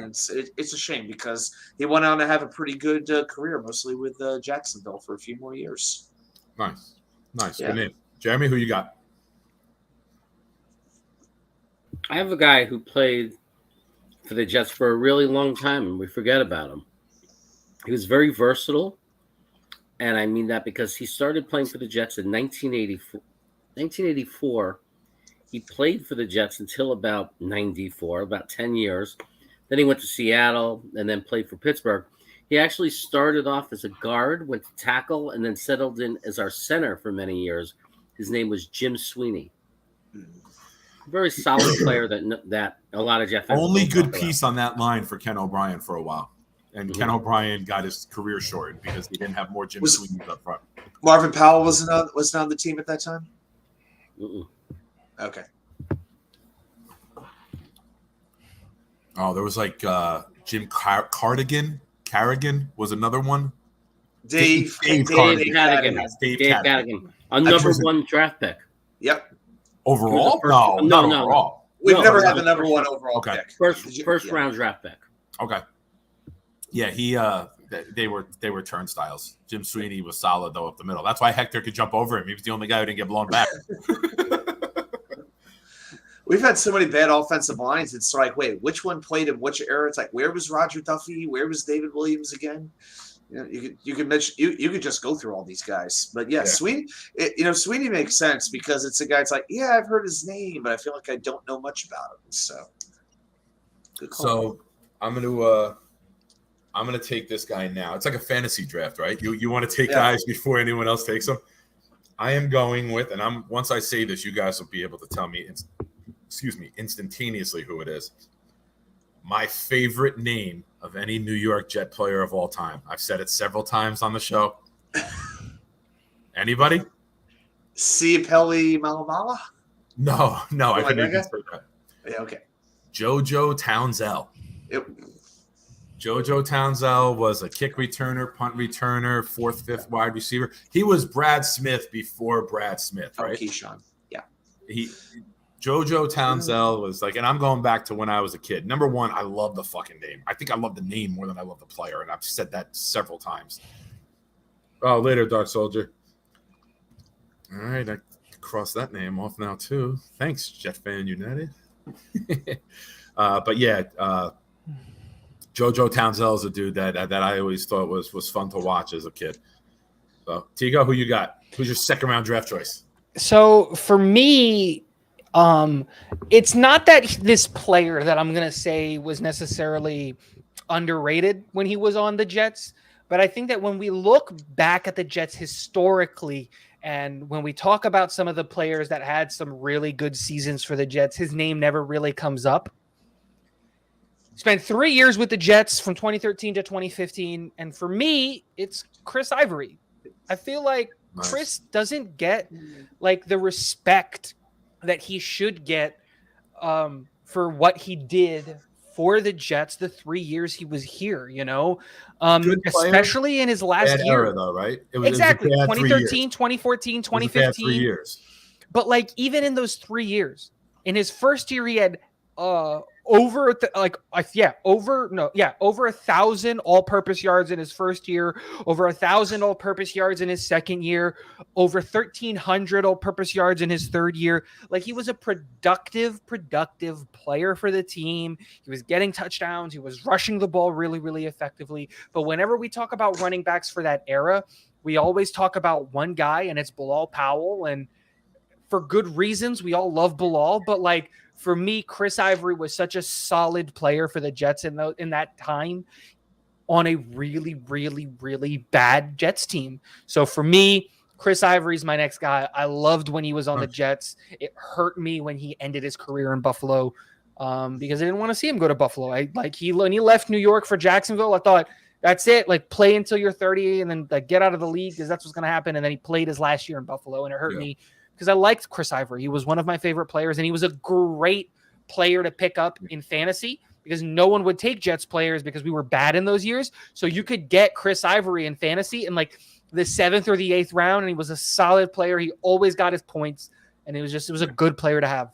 My kids loved Chris Ivory because in that time when he was there, they were just starting to play Madden, and I wouldn't let them play Madden on their own. So we would play 2 players on the same team. They would be the running back, and I would point on the screen like, you're running right here, kids. Run right through this hole and just go straight. And I'd be the quarterback and hand it off, and they would run. And their first player that they loved was Chris Ivory because they were using him in Madden all the time, and that's always who they were. It was him or Powell. So good name. Round 3. Jeremy, start us off. Okay, this is a guy that I really liked. I don't think we utilized him right, and he never reached. That narrows it down to about 500 guys. No, he didn't. He actually had a really good season for us. He was a wide receiver. He did have 1,000-yard season for us. Then he went on and actually had a season with 1,584 yards for Arizona. and had another 1,000-yard season for them. But Super Tecmo Bowl, he was a stud. Yeah, he played 5 years for us from 1990 to 1994. He had a 987 year, an 843 year, and then 1 year where he went over 1,000 yards, and that was wide receiver Rob Moore. Yeah. Yep. If you had Super Tecmo Bowl on Super Nintendo, Boomer Esiason to Rob Moore on the deep post was unstoppable. You run more on the deep post or on the fly, and you ran Johnny Mitchell on a deep post. You scored no matter who you threw it to. Yeah. And the Jets got him, I believe, in the supplemental draft. They forfeited a first round pick to take Rob Moore, right? Yeah. So he's gone. So all right, I'm done with the offensive players. I'm gonna throw a defensive. I think all of my players are offensive players. Really? No, I'm wrong. I've got 3 defensive players. I was going to say I took 2 offensive players and 5 defensive players. I had 8 guys. 2 have been taken. Okay. So I had 4 each. I have again, all of my guys are relatively recent players. Yeah. Again, you got to go with what you know. Yeah, I didn't go 80s. Yeah, that's just a little bit before my time. So I went 90s. All right, I'm going to get rid of my last offensive player then before somebody else takes him, since you guys are on an offensive streak. The year was 1998. It was late December in Buffalo.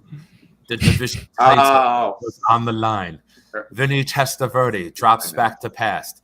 Who's streaking along the top of the screen from 70-something yards? None other than Dedrick Ward. Third receiver behind Keyshawn and Cribette, who caught the game-winning touchdown and won the division and locked us into the 2 seed to get the first-round bye. So Dedrick Ward provided one of those fantastic Jet moments for me, because I was 20 years old. I was finally being an adult, having beverages, watching the game, being out watching it now instead of just sitting on the carpet in front of the TV at home. Because when you were a kid, you didn't sit up in a chair. You were down like this right in front of the TV. Oh yeah, back in the day, we didn't have HD. You had to sit real close to the TV for you young guys out there. Tigo, you probably grown up at HD the majority of your life. You don't. Well, yes, a majority. I grew up on standard definition. Come on. You don't know what it's like having to plug the remote control into the TV. Okay? Yeah. You don't. I thought that the Cosby on Thursday nights. I thought the Cosby Show and Cheers was a radio program, because I was standing behind the TV holding the rabbit ears for my father to make the picture clear. I didn't see Ted Danson's hair until the finale. I did have to tinfoil antennas at my grandma's house a few times. Yeah, my father was like, "You must be made of metal. As soon as you're the only one of the family that can touch the thing, and the picture goes crystal clear." Back then, I grew up in Woodbridge, New Jersey, so with the analog TV, you had Channel 2, which was New York CBS. But then, if you had someone talented like me with rabbit ear maneuvering, you could pick up Channel 3 and Philadelphia's CBS, and you could pick up a Philadelphia game too. So I was a wizard for my father. I was MVP. If you had the talent I love the way that you put it. It was talent. It wasn't just dumb luck. It was talent.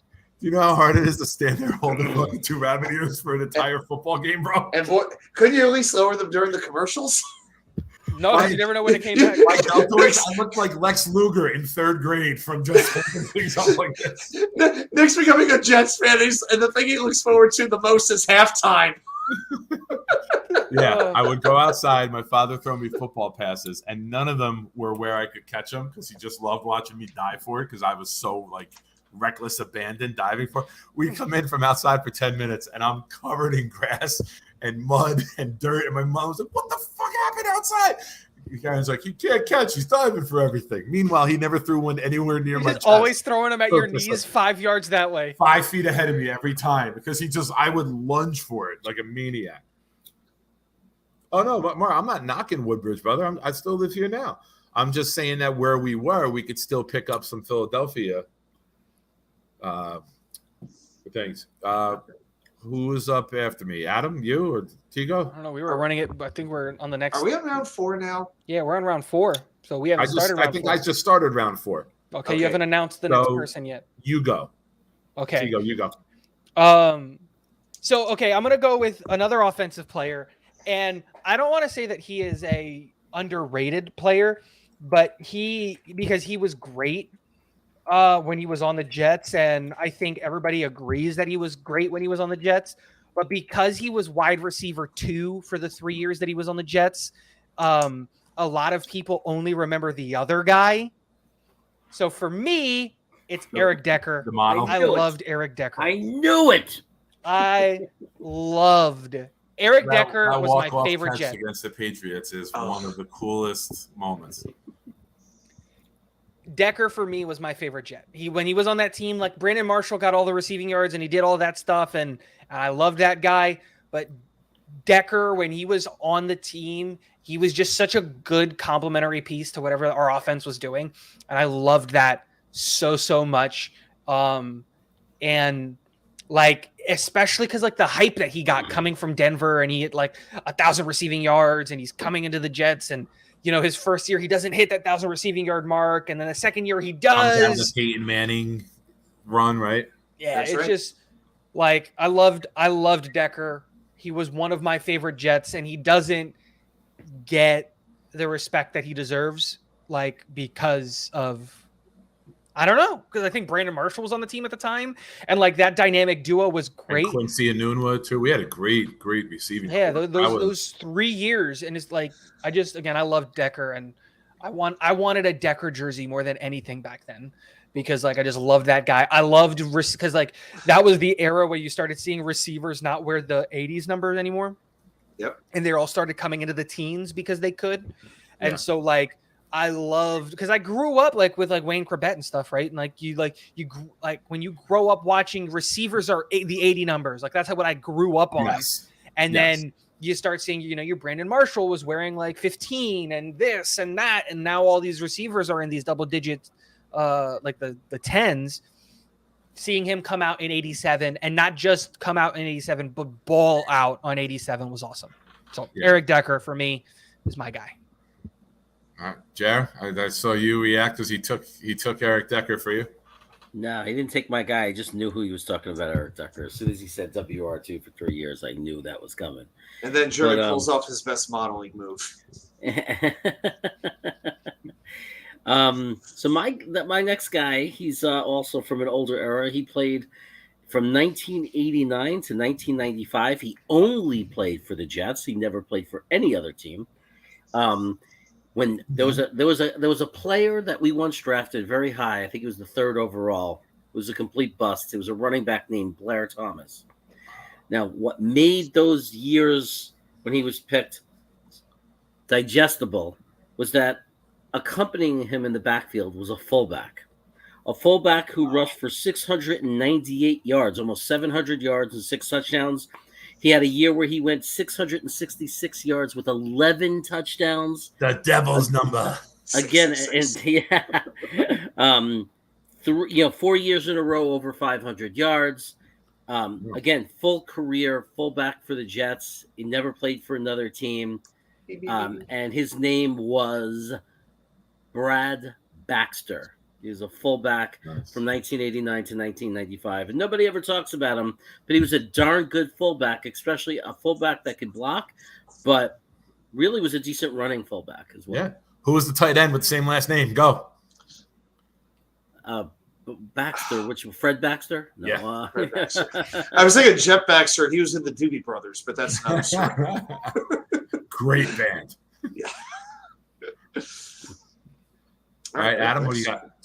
I'm going to go defense on this one, and I'm going to pick a guy who was with the Jets for 8 years. I believe his entire career was spent with the Jets. I'm just going to give you he had a 3-year stretch that I thought was really impressive. In that 3-year stretch, he had 195 tackles. This is as a defensive tackle.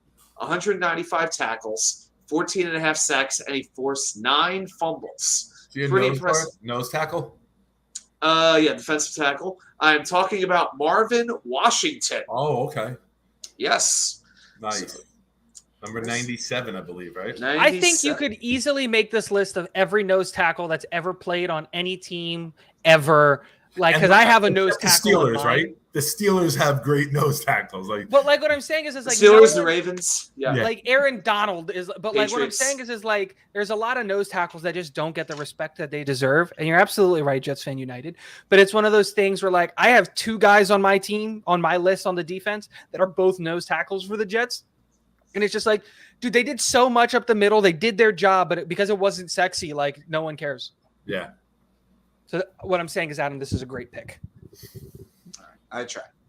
Nice. All right, Tigo, start us off with the next round. So I guess I'll go into one of mine, and again, he did the dirty work up the middle for a long time, you know, and he wasn't the sexiest player, and he didn't do the best job. He wasn't even the considered, but for a long time, I thought that he was really, really underrated when he came to the Jets. I started his career in Pittsburgh and actually came to the Jets late.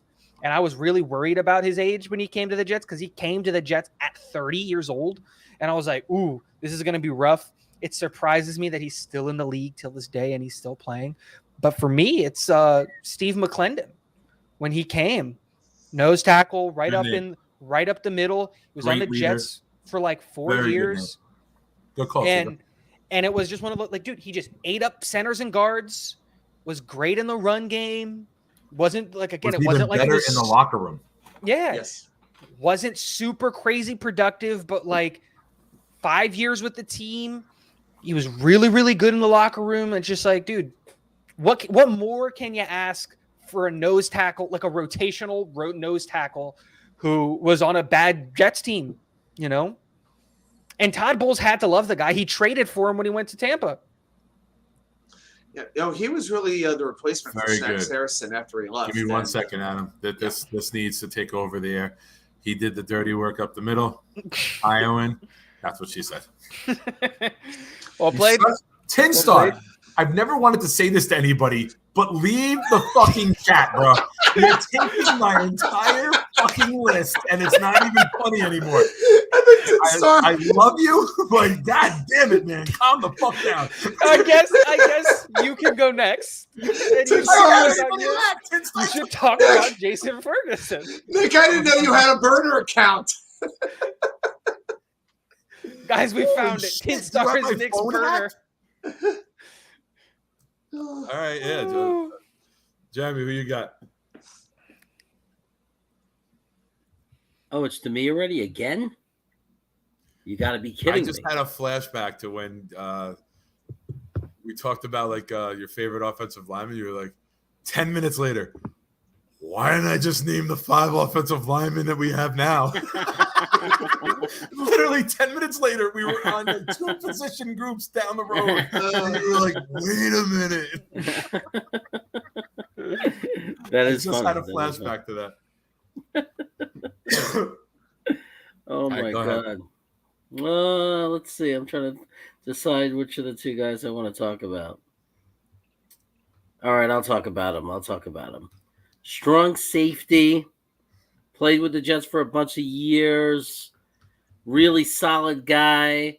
Had a year where he had like 5 or 6 interceptions. His name was Brian Washington. Wow, you went old. That's deep. Well, he played for the Jets in 1990, and he played until 94. It's amazing we were so bad those years because we actually had some good players. He had 2 years in a row where he had 6 interceptions per year. I mean, right now, did we have any defensive back that came even close to 6 And he played with interceptions? Eric McMillan, who was getting more than 5 a year too. So our safeties were picking things off. Yeah. Eric McMillan is a top 5 favorite Jet defender of mine all time. They should have brought Eric McMillan in to teach Jamal Adams how to cover. Yeah. The other things I want. The other things. Can you teach Jamal Adams how to cover? Come on. The other thing I want to know. Me how to run like Usain Bolt. Usain Bolt can come in and be like, run real fast. I'm like, I'm trying. The other thing I want to note about these players I've been naming and some of you guys have been naming that we don't see anymore nowadays is that these are guys who, when you look at how many games they played per season, it's like 15, 16, 16, 15, 16, 15. Absolutely. It's incredible, the durability of these players. And it availability, makes you realize, yeah. Because you know why? Because muscle heads. There's so many muscle heads now that's actually detrimental to you, right? Like it's better to be like baseball players, Stanton and and Judge are so big that they're not built for the marathon, right? They tear more muscles because they have more muscle to tear, right? So you increase your their range of mobility is so limited now that like because you have so much, like there's a point to where it's just like there's too much going on, right? It's like one of the big fears I have with like Carl Lawson is like that guy's such a gym junkie. Like when you watch, like he looks like he's chiseled out of marble, and it's just like at what point do you get to a point to where like if you look at your joints for too long, it's just gonna snap, kind of a thing, you know? Yeah. And also keep in mind, we didn't have the medical advances then that we do now, like concussion protocol. Oh yeah, you had an ACL. Like you were out for like a year and a half. Exactly. You were in a splint, like in a leg brace, not bending it for 5-6 months back then. A buddy of mine tore his ACL in '93 in high school. He was when Lance Mel blew out his knee, his career was over. Yeah, there was no coming back from it. So, yeah. Who's up? I'm up. I've only done 3, so I think I'm closing out the 4th round. Okay. Okay. My next player, I'm going to go offense on this one, and I'm going to go with a player who was with us for about 7 years, from 2002 to 2008. Never really became a great player, but he was steadily productive for a long period of time. The Jets tried to replace this guy several times. He always seemed to hold off the competition, including one very ill-fated trade for the immortal Doug Jolly. I'm talking about Chris, the touchdown maker, Baker. Nice. I was going to say, let me guess. And I was going to say Baker, but you didn't. I was giving a bunch away there. Yeah. But he played 99 games in 7 years, 145 catches, 1,500 yards, 12 touchdowns. What finally got him was when they brought in Dustin Keller in 2008. But he was steadily good for a long time.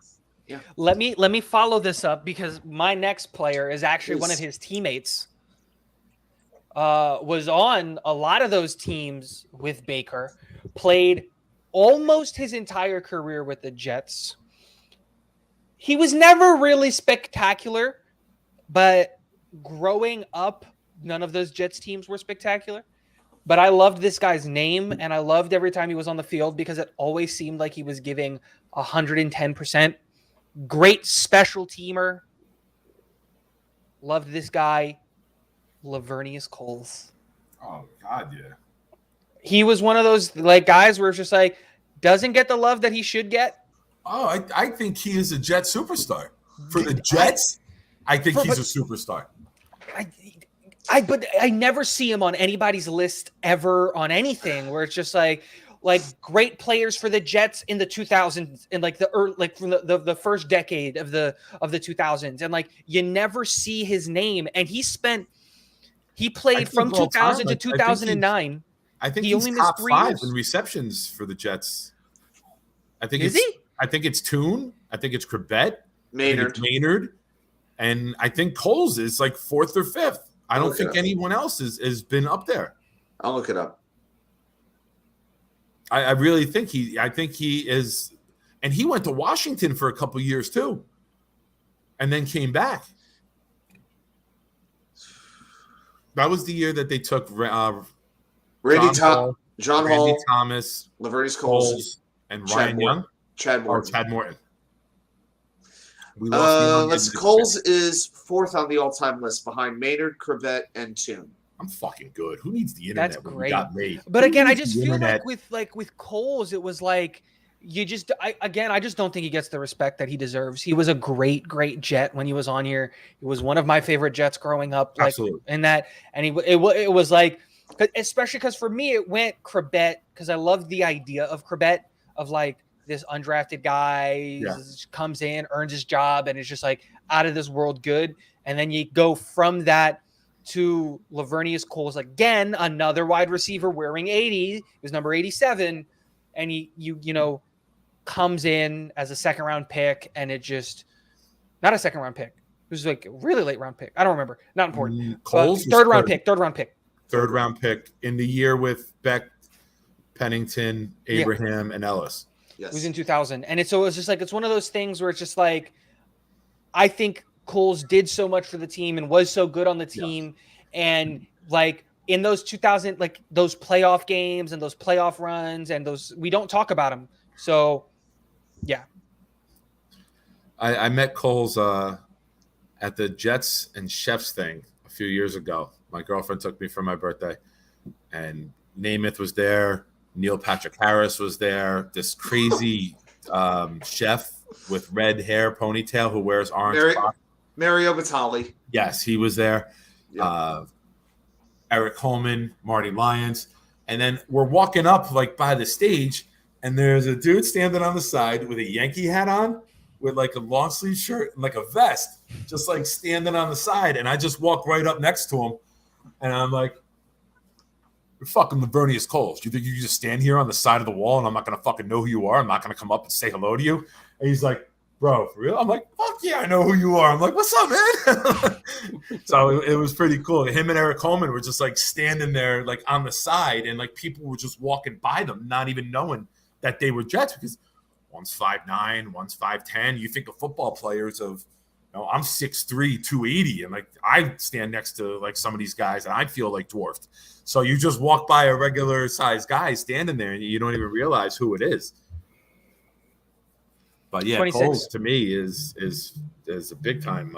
Again, I always looked at it as like someone who he doesn't get the respect. Like, not that he was underrated, like in the sense of like his performance, but it's just like he's underrated amongst Jets fans, because I don't think Jets fans never great in the about league, him. but great as a Jet. I think it's the perfect way. Yeah, to exactly. I completely agree with that.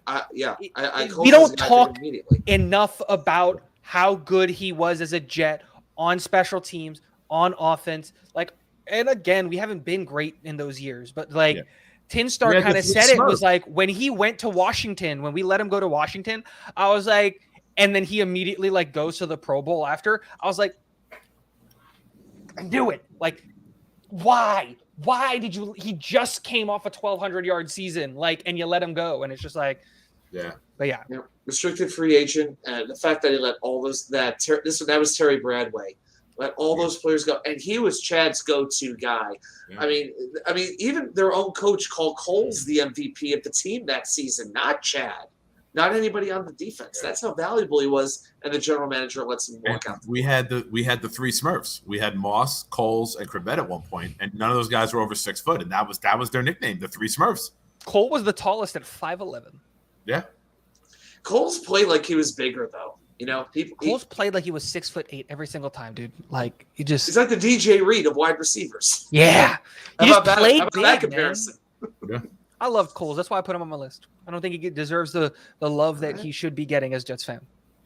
I'm gonna throw out a guy, and I know Tin Star took my Jason Ferguson, and I really really love Ferguson because I love that guy who undersized in the middle. And was able to dominate because he had that low center of gravity and was able to get the advantage on the offensive linemen and drive right through them. But I'm going to skip Jason Ferguson since he was already thrown out there. I'm going to go with a guy who we brought in as a free agent in the Herman Edwards years into the linebacking group. And was a very solid player for us. You know who I'm talking about? Go ahead. Is it Eric Barton? It's Eric Barton. Yeah, I think Eric Barton was very underrated. What he did in that scheme, in that 4-3 scheme, and playing that off-ball linebacker spot, I thought he was very, very good with what we did. And that was when I started to really – that Bill Parcells era, that Herm era, is when I really started to – like, I was in my young 20s, and I started to fall in love with defensive players and what they do and the guys who did the dirty work. And they didn't get the praise – but they were the cog that makes the wheel go. You know what I mean? Jason Ferguson at nose tackle, Brian Thomas on the edge. Guys who were just there and consistent and showed up every week. The old adage, they brought their lunch pail to work. And blue collar players. Dirty work. Yeah, those are the guys that always stood out to me. And I think if you watch those games with Eric Barton, those playoff games, Eric Barton was a very, very solid, underrated player for us in that time. That's another guy who unfairly gets remembered for a penalty that he took in that playoff game against the Chargers. Now, the Jets were able to overcome it, but when you say Eric Barton, what do most Jets fans think of? They think of, I want to say it was, pass interference in the end zone? I'm pretty sure that was the penalty with like a couple minutes. and it gave the Chargers. And it happened on 4th down. It gave the Chargers. That was like a 14-hour drinking day. I got to rewatch that game. that game. That was when we were in our prime, and we started drinking like 8 o'clock in the morning for Jets playoff games, even if we weren't at them. All right, Jeremy, who you got? I got something to say first. I just have to say this because it's kind of an exciting thing. I don't know what's going on with my channel or why it's happening, but I just wanted to say I mysteriously have I'm 2 subscribers away from 700. Oh, get him there. Good for you. Get him there. I don't know how it happened or why. I think everybody in the chat is subscribed already. Go make I'm burners. Just saying it's kind of a crazy thing. It's kind of a crazy thing, but I'm just saying because I started the day at 677, so I don't know what's going on. It's the curtains. Hey, I started the day at 38. I'm up to 40. It's the little things. So right, I'm gonna talk about somebody who I don't know why we don't mention. He played a lot of games for us. I know he started off a New York Giant, but from 1996 to 2002, he was our left tackle. His name was Jumbo Elliott. He was there that long? Yeah. 96 to 2002. And you want to listen to this. When he came over, he was right. He moved over to right tackle, right? Didn't Fabini play left? He may have at the very end. He may have played some right. I think so. He started out at left tackle for us for the first 4 years, and he had 2 of the seasons that he was with us. He played all 16 games. He played 15 games, 14 games. He was reliable and durable as well. Yeah. Yeah. And obviously, you got to mention the eligible tackle play. That as solid as he was as a tackle, his touchdown catch in the Monday Night Miracle is what he's best known for, right? And his freaking bug eyes looking up at the replay. Couldn't believe that he caught it. Yeah. Nice. Adam, what you got? Okay, so I'm going to close out the 5th round here, and I'm going to take a guy who was not pretty much on anybody's radar when he was drafted quite a few years ago. He was a 7th round pick. He only played 4 years in the NFL. All of them were with the Jets. Played 50 games. Definitely, had some injury issues. He had an Achilles tear one season that really limited his career. He's a Jet. They've all had Achilles tears. That's true. Well, it used to be hamstrings. Now the Achilles. That made the list bigger. Yeah, the Achilles tear made the list bigger. The Achilles made the comeback this year. Yes. Yeah. Iowan, let me give me 1 second. Iowan, this comment is for you. We need the Jets players' Achilles to be made out of the wicker that the chair is made out of, and they will withstand the test of time. Right along with George Washington's teeth. Okay. So I told you, but because I told Jeremy and Nick this, but I went back to the Mother's Day show, the marathon that we had, because I'm trying to put an intro together, because I have to have an intro that describes the chair, because new people will be like, what's with this name? And there's so many you have to just go steal the chair. It's absolutely priceless, and there's so many zingers, so we're working on editing and isolating some video to make an intro. And Tigo, trust me, you will be featured prominently. Okay. Yes. When we all get big enough, we need someone to do a 30 for 30 on that show that night. You have to save the show then. YouTube might get rid of it. We have to. 5 hours and 12 minutes. Yeah. And of my cheeks nonsense. still hurt from laughing that night. I have not laughed that hard in a Does that night ever just randomly when you're just like, yes. It just comes back to you? Because to me it comes back and I just I go back. It's still funny. My coworker was like, Adam, what are you laughing at? I'm like, bro, you wouldn't get it.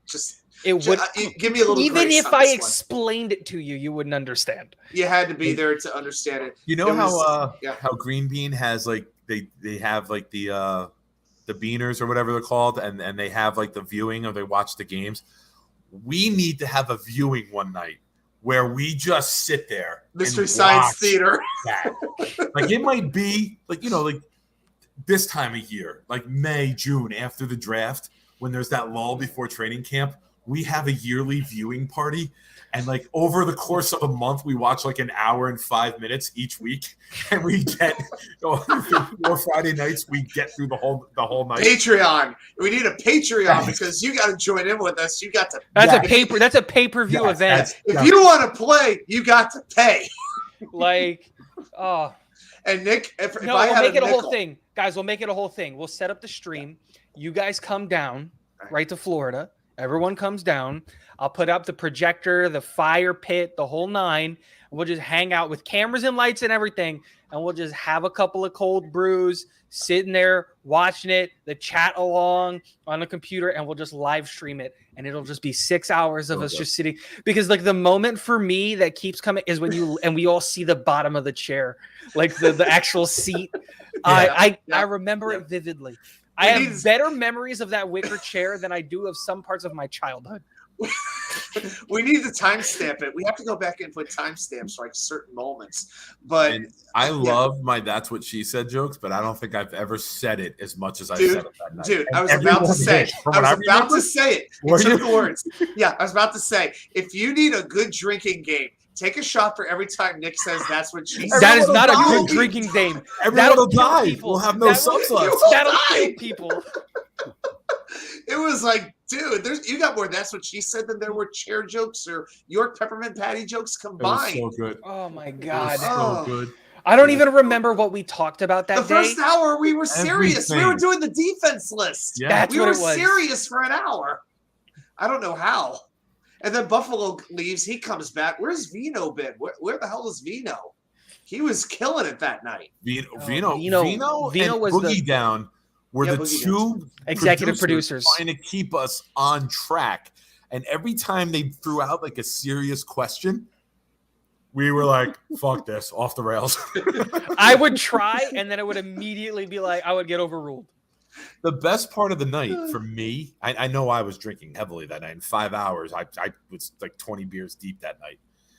I remember Buffalo Jet fan being in the show. Yep. And had to go. Yep. And showed up like 2 hours later and goes, WTF, this is still going on? I actually said timestamps. I said timestamps to my friend Louie, who's in the Virginia Jets fans group. I said, okay, here are the best quips about the chair. Put something together. Here are the logos I've created. Guys, seriously, I created logos of the chair with the background removed with each New York team logo on the chair. That is what this has come to. I didn't even see this comment, but I feel that a couple minutes ago when at 11:55, 5 minutes ago, Cameron put this comment. I didn't see it till now. But I feel that when he commented that, we all kind of kicked into another gear without saying a word about it. I didn't see this comment at all. Hey, guys, is it okay if I name my player? Oh, yeah, I guess we're doing that, right? Calm down, Boogie Down and Vino. What are you trying to do? Produce the show? Let it roll. Go ahead. I didn't even name the player. We somehow got hung up on that. But okay, so 3.5 years, 50 games. He battled Gronk really well, and he had a very famous pick six of the overrated deflating cheater in New England with a nice little roll in for the pick six touchdown. It's Antonio Allen. No, Antonio, not Santonio. I said it's Antonio. Oh, Allen. okay. It's Antonio. It came out that way. Okay. Yeah. The I should have said that in my chipmunk voice. It's Antonio. That's All right. Antonio Allen's will close the 5th round of the Forgotten Jets draft here. Diego, you got any more? So I'm gonna bring it a little bit to a guy that we just lost this year, and I think it's a player that if let's say we don't bring in Larry Ogunjobi, I think we're gonna miss him a lot, and that is Folorunso Fatukasi. I think the stuff that he did for that defense. Whoa. And the way that he played and all that stuff, again, it's just one of those things that he's one of those players that when he's here, he doesn't get the respect or the love that he deserves. But when he's gone and you no longer have that guy who's doing like Foley was the perfect guy, like what you were talking about, Nick, earlier, of like he's just a big body up the middle on 3rd and 1, grunt, right? Goal line. He allows everyone else around them to himself as he's the grunt who takes all the. That guy's gonna take two. He's gonna take the guard in the center with him wherever he wants. That guy he's dumbbell pressing a center and a guard like every rep. And like, it's one of those things where I know that we're transitioning away from having those run defenders and those kinds of players. But Foley, for me, even though he doesn't necessarily fit the scheme, was on the team for a long time, played a lot of really good snaps. And that was it. That was just my whole thing is just like, I loved Foley and I loved what he could do. And he didn't get the love. I'm gonna add one of my guys here if you don't mind. Not a career Jet. We picked him up as a free agent, and the second he got to the team, our defense shot up to number 1 in the league. And the second year we had him, I believe, he got hurt. I'm gonna do both of my last two guys here together. Can I guess Can I guess the first one? Well, they both got injured at like the same time, and if we had both of them, we win the Super Bowl that year. One of them I'm positive I know. Okay. Jim Leonard. No. Wow. It sounds perfect. Came to the Jets, came number 1, got hurt. Chris Jenkins. Oh, okay. Absolutely. Chris Jenkins and Leon Washington are my last two. And they both got hurt the same year, I believe. And if we had both of them in Pittsburgh, we win that game. Because if we have Chris Jenkins in the middle of that defense, Pittsburgh does not put that 17 or whatever play drive it was to open the game up on us, where they were basically just kind of abusing us. They just ran the whole show. Yeah. If we have Chris Jenkins, we go and we win the Super Bowl that year. I will take that to the grave. I will die on that hill. I don't care what anyone says. If we have Leon Washington and Chris Jenkins in that game and for that season, we win the Super Bowl. There's no ifs, ands, or buts in my mind. When Jenkins went down and Leon went down, and Leon Washington is the last jersey that I've worn for a Jet game. I swore off jerseys after we traded Jonathan Vilma. My sister showed up to my house with her boyfriend at the time for my birthday, and it was the Mark Sanchez hot dog game in Oakland. And she gave me a Leon Washington jersey, and I put it on to be nice, and he snapped his fucking ankle early in the game. And literally, I took the jersey off and drunk, screaming at everybody. So I don't fucking wear these things. Why the fuck do you have to get me this? You know, look what you did. Look what you made me do. Look what you made me do. Nick. You did it, right? Nick. How many beers have been consumed before you did that, I wonder? Oh, back then, I was a 30-pack of Sunday drinker back then. Jesus. Dude, I can't even imagine. What were you drinking? What were you drinking at that point? Like Miller Lite. I was a Miller Lite guy. Okay, man. I was 100 pounds bigger. I'll send you a picture of me that popped up on my phone when I was 100 pounds bigger. And I showed my friend yesterday. We were out having pizza, and I was like, "Look, this is before you met me. I was 100 pounds heavier." He goes, "Jesus Christ, how are you alive?" He goes, "And how the fuck did you walk?" I don't know. I think the worst I ever did one night, I was at a piano bar. I think I did 9 Coors Lights. And I am not a Coors Light drinker, but that's what was being bought. Drink 10 to start. 10 is a pregame for me. Yeah. I was still feeling That's why I drink the 24-ounce one, so I don't have to get up and go to the fridge as often. Cut the trips to the fridge in half. Man, I can't. I can't drink like that. Yeah, I drink. You ever heard of Stone Brewery? I'll keep this quick. But have you heard of Stone Brewery? It's a famous one in California. They got a location in Richmond, San Diego. Yep, I've been there. Yeah. Yeah, we got a location in Richmond, about an hour away from where I live. And I went to Target before the Rangers Hurricanes game for Game 7, and I was just looking for some beer to take into the parking lot. I got a 6-pack of 16-ounce Fear the Movie Lions FML. It's a hazy double IPA, and I drank 3 of those in like 1 hour. And oh man, it tasted amazing. Okay. Yeah, Chris, I'm I'm a budget drinker, man. You get 24 ounce. You get 2 beers for $1.25 with PBRs. I get 20 beers for $12.50, and then it's a good night. $12.50. Well, I think it was $13.30 after tax today, but you get 20 beers for $12.50. That's a steal, man. Not bad. All right, so Nick, you finished it off. So I did. I finished my last. okay. Anybody? You guys got anyone left? I think we did a pretty good job of not stealing too many. I think Really Tin well. Star was the Ricky Henderson of the discussion tonight. He stole everything from me. At least.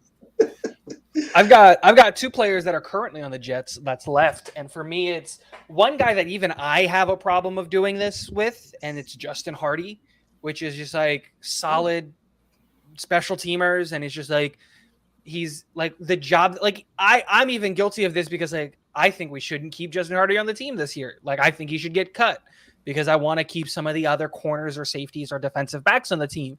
And I keep getting the argument all the time. It's like, no, Justin Hardy and what he does on special teams is too important. You're going to keep Hardy and you're going to cut Jeff Smith. That's what's going to happen is that if Mims evolves, Jeff Smith is going to get cut and Hardy will stay. But you got to carry 6 wide receivers. Wide receivers getting hurt and things like that. You're going to keep the 6th or 7th corner. That's my thing with it. But it's just like Justin Hardy is one of those guys that is just like he's gonna play on the team. He's probably going to be on this team, and he's no matter what's going to happen, you're going to get guys like me who are going to say like, I don't care what production he's bringing on special teams, and we brought him in to be just a special teams guy. Yeah.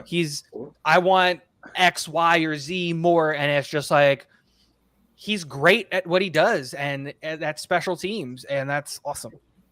And for me, the other guy to round out my list is real quick. Good night, offensive Nate. guy. Thanks for joining us, buddy. Have a good one, Nathan. Is Hey, Nathan. is Nick Bawden. Oh my I think God. he's his girlfriend. Holy shit. smoke show. MVP of the team. If you guys have not followed Nick Bawden, Bawden, on Instagram, He spelled it. and his girlfriend, California Girl with 2 L's Two at the L's. end of girl. Yes, Adam knows. Holy shit. Yo, you the real MVP, bro.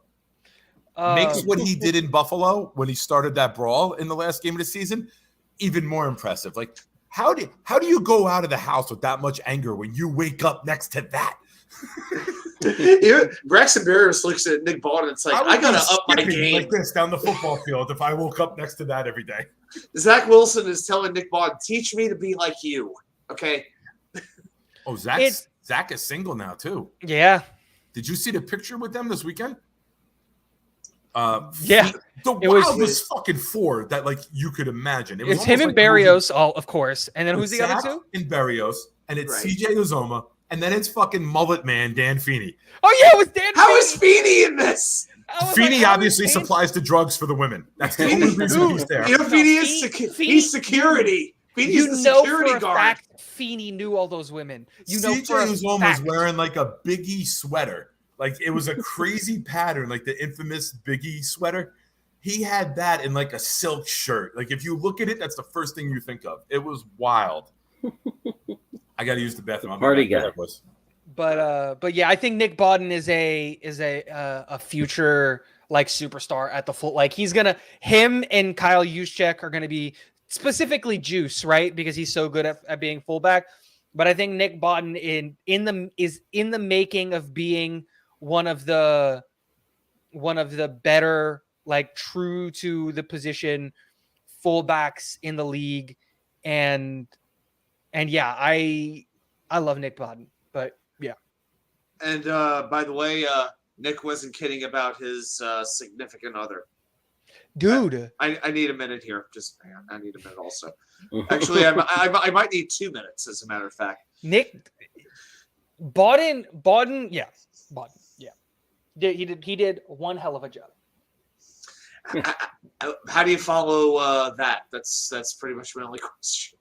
You don't. You're done. No, that's Yeah, you marry those. I keep looking at this. I'll be done before we're ever done with the show. But anyway. What's up, Buffalo? Oh, Buffalo's Wow. here. Buffalo's here. Oh my goodness. Yeah, we'll wait till Juan might have started over Quincy. Who plays the other in Jets Fan United? Who plays the other linebacker role in your scenario? Who's the other linebacker? Jamin? Don't they got to sign Quan first? I said in my videos, I was like, I'm not that high on bringing in Quan Alexander. This one is for Buffalo and Iowan. It's a race to see who can get to it first. Excuse me while I eat this pickle. Oh, Jet Fan United already had it there. It must have been something that he commented before I got here. Iowan put in just a minute. Everyone's up, looking up. Yeah. But Whitehead's the other safety. Yeah. Nick, by the way, don't worry. I just went ahead and followed Nick Bowden on Instagram. Best decision I made all day. You follow his girlfriend too. California girl with 2 L's. I don't know if I can handle that much of her on my feed. I would lose my entire day. My God, I got carpal tunnel the day that I saw her Instagram page. I think that was probably the least of your issues that day. The least of your Iowan, well played. Well played, Iowan. No, that's what I said. 2 minutes. I'm gonna need. It's supposed to be. That's what she said, Iowan. Why are you going off the rails here? After I praised you earlier and. Damn it. Well, Jeremy, we may have to run through our last couple of players here because I know. Yeah, we're on a roll here. That's what she said. He wrote, Whitehead lives and thrives in the box.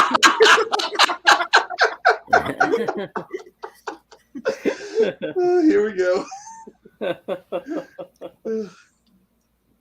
Go ahead. Hit me with your players, and then I got to. For those who want to hang out, I got a discussion we can get into after this. Yeah, I can hang for a bit. Okay. I got 2 players left, both on defense. You're up 2-0 in the Eastern Conference Finals, bro. You'll hang until the next game starts. That's how high on cloud 9 you are right now. Yeah, I've been up since 2 a.m. and 1 a.m. the last 2 nights. It's getting crazy, but thank God it's the weekend. And what did you crack before? I heard a can crack. What did you open? Yeah, I know you like your different your beers. I like a little bit of variety, but we got the Budweiser with the red, white, and blue with the Freedom logo on. Oh, all right. Going back to Old Faithful. I got Budweiser. I've got some of the Fear Movie Lions left. I've got some Back Bay Orange Crush, was a local Virginia brew. Great orange vanilla flavored beer. Great in the summertime. After I run out of the Budweiser, I'll probably go. I kind of go between Bud and Yingling Light at home. Are you a Sam Summer Ale guy? You know, I don't like anything lemon flavored. I don't like lemon at all. But for some reason, in the summer, that when it's a hot day and you're outside, I will pick up Sam Summer Ale, and that goes down so smooth. I prefer. That's what she said. Yes. I prefer the. Well done. It's too obvious. I prefer the orange to the lemons. We'll put that. Okay. No, your Blue Moon over Summer Ale. Blue Moon's okay. Oh my God, what's the other orange one that's pretty good? The other orange beer that's pretty popular. I can't think of it. But the Back Bay is my go-to. The Orange Crush. It's perfect. You've had that before, I think, on the show. Yeah, I might have. No, I don't think I would have. I only buy that in the summertime. I haven't had an Orange Crush on the show yet. But Yingling Light, I definitely enjoy Yingling. But when I go out, I'm drinking craft. If I'm having a beer out, it's most likely a IPA or a pale ale, that kind of a thing. Cameron, the best Gatorade flavor.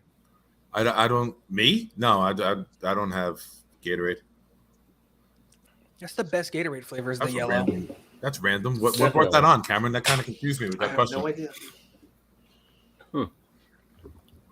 You're figuring out what happened to Jeremy Wednesday. I mean, that was unbelievable. I don't know what happened. I had lost power. So yeah, Jeremy lost more than just power. Oh, what happened? Dude, I saw there was a light outside my window. I was ignoring it. I was in DC. How did you see light through those curtains? I was in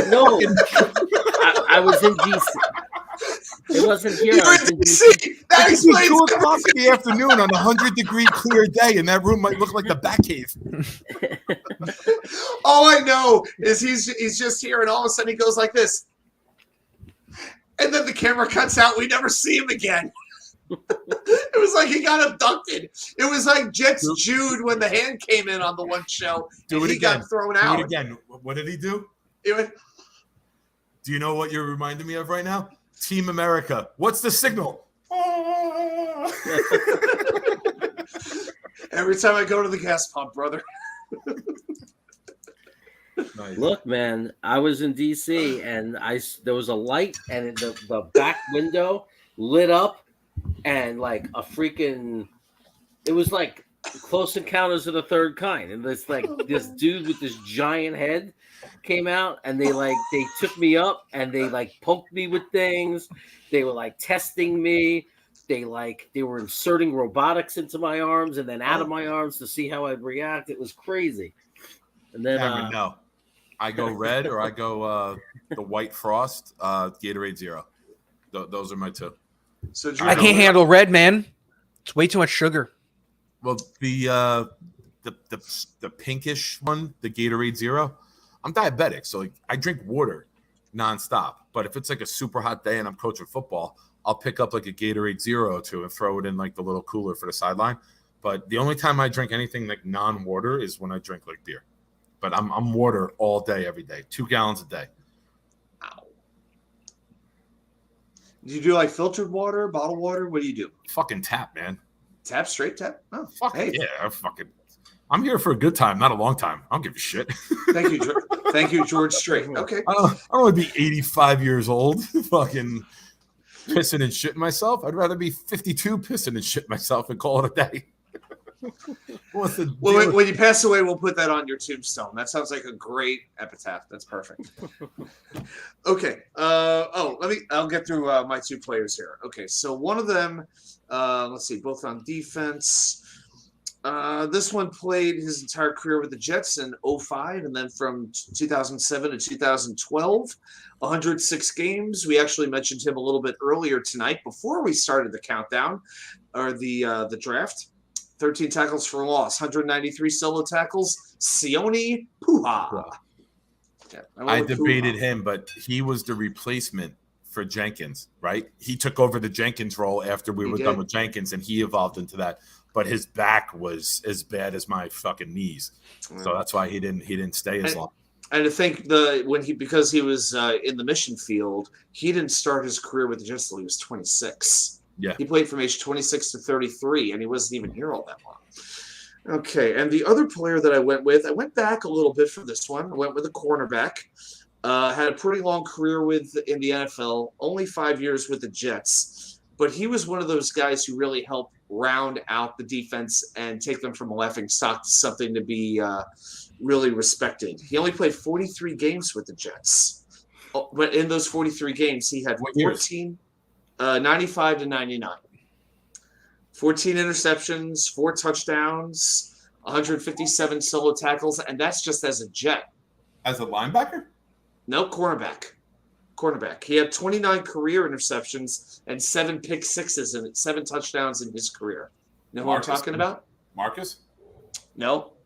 95 to 99? 95 to 99 as a Jet, yeah. So Otis bad Smith. years, and then Otis, my man Smith. That's right. Otis.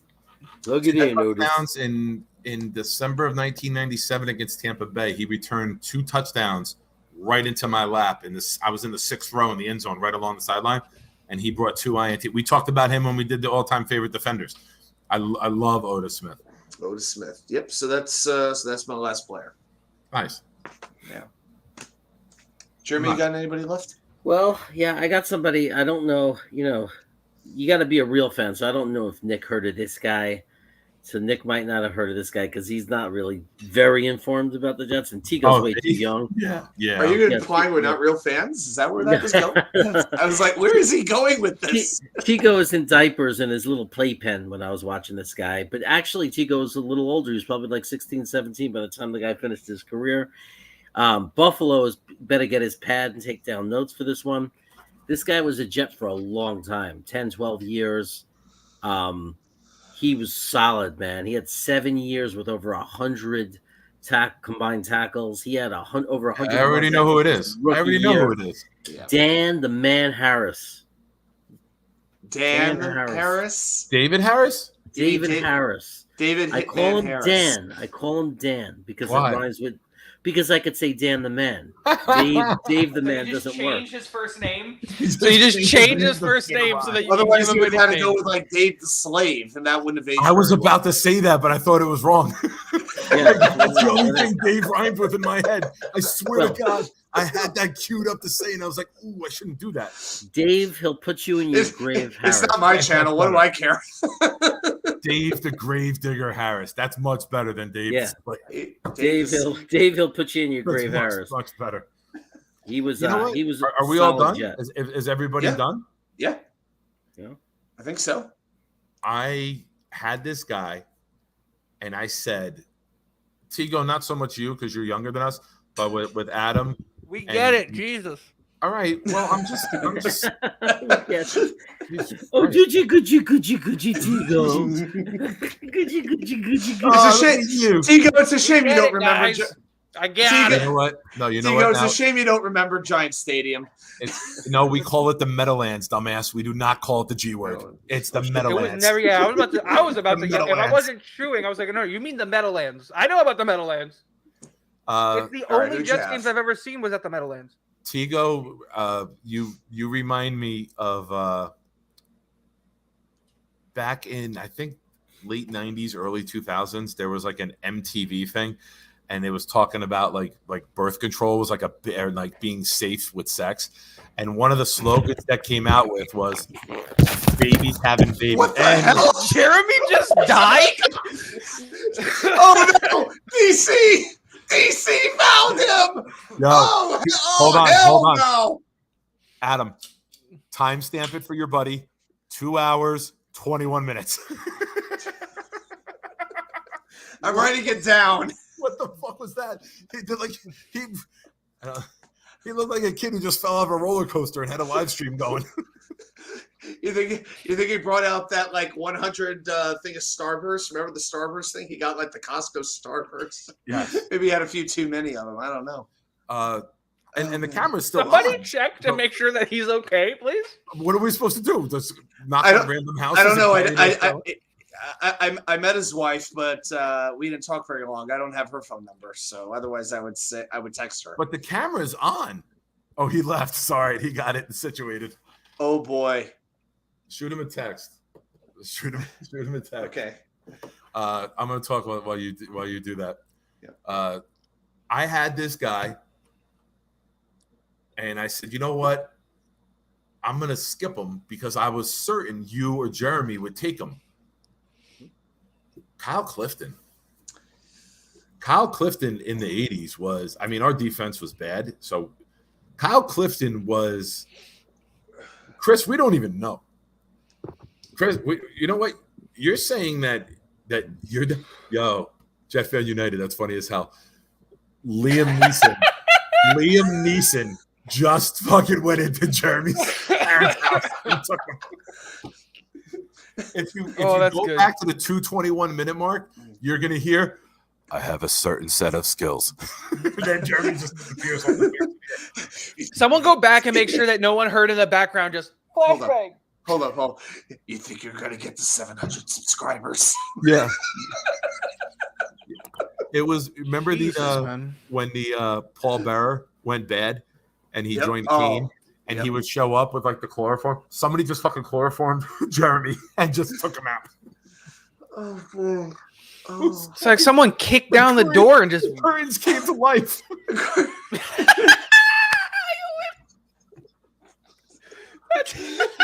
All I can say is this: Jeremy hasn't responded yet. Oh my god. This really Hold just on. happened. So this is going to be new technology on the Proud New York Jets fan show. Jeremy has to call in.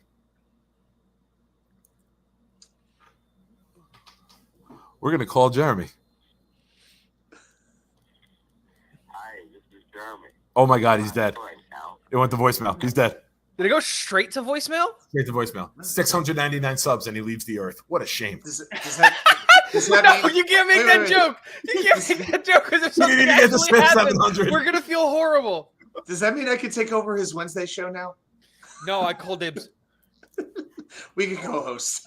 Yeah, why don't we all There we just go.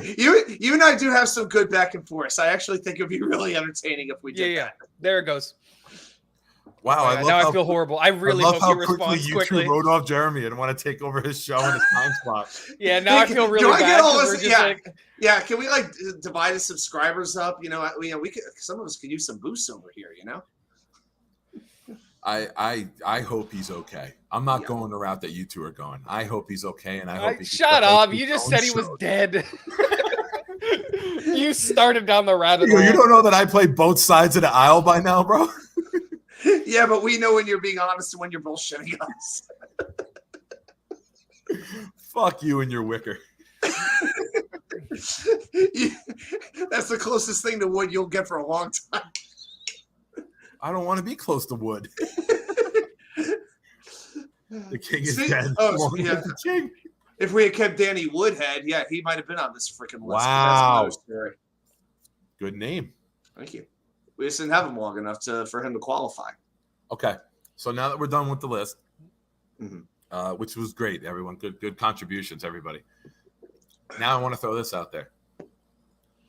How much do you love or hate Robert Salah saying Sauce Gardner has to earn the starting job?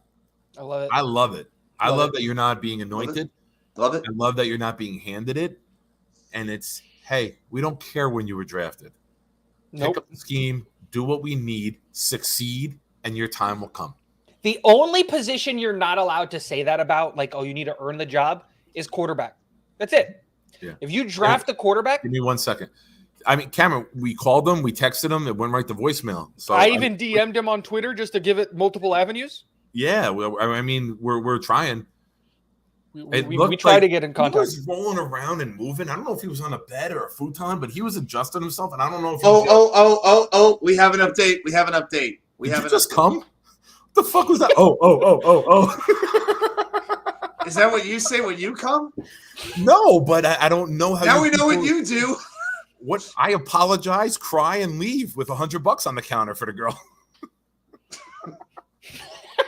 I apologize, cry, and leave. Only 100, you cheapskate. That's the tip. I couldn't even get the whole thing in. Oh my god! I almost crapped my pants on that one. That one caught me off guard. That's what she said. Destroyed the laptop. I had like 6 ounces. I took like massive sips. Like I can give you a 12-ounce beer in 3 sips. So I had 4 ounces of beer in my mouth, and he's like, I'm almost all over the computer. Oh, we God need to start. bless everybody who stays with us, and this is. I love you guys. You guys. Can you open up web pages on your like to show the stream? If I sent you something, Nick. Yeah. I'm gonna send you something, and we're gonna talk about it later. I want you to keep it hush hush. Email it to me. Yeah. You're gonna keep it a little I have hush Twitter hush on here too, I think. Okay. And then we're gonna bring it up as something we're gonna do. I just sent it to you to your email. We can bring it up later. Do you know how to share it? I fucked up the one day sharing it. I couldn't get the audio. Can I? I will. How do I do that? It's whatever. We can figure it out later. Let me see what I can do. Go ahead. What's this update? Is he dead? He's not dead? Oh yeah. What's the update? There is a death that has taken place. It is his battery. He said, all of that drama was his battery. Awful way. What an awful way to lead that on. Holy shit. He's like 60, so his parents are He's old. 51. Like there was a death. He's 51. I actually met his parents. But I'm like, you can't lead with that. Holy shit. I said there has been. Dark. Dude, if something like that had happened, I would have been. Oh, what? He's on his phone? He's not on the computer? Yeah. He said battery died. I saw the warning pop up at the last second. So he was able to text me. So my guess is he was using like a laptop or something like that. Whatever they use that, repels the glare. The curtains must be repelling the glare.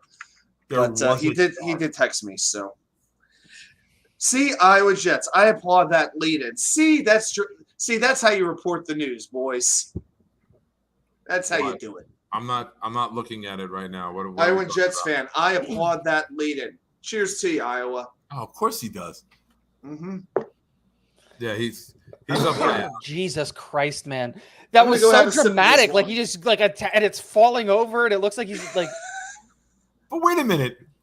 Does the fucking laptop blow up and flip over? Was it like Jack in the Box when the battery expired? The fucking thing just flipped because like it collapsed to the ground, or did he just like slam the thing? I'll get more details. We'll put it this way: if Liam Neeson was there, it probably would have happened that way. Yeah, is there like a teenage blonde hiding underneath the bed for like safety? Jesus, man. Crazy. Yeah, you just have to. Yeah, you just leave her $100 and then Taken. the test happens. But in Taken, his daughter was hiding underneath the bed before she got taken. That's right. This is before or after the cry? You never know when the cry is going to come. Just like me. Waka waka. She was getting pulled out.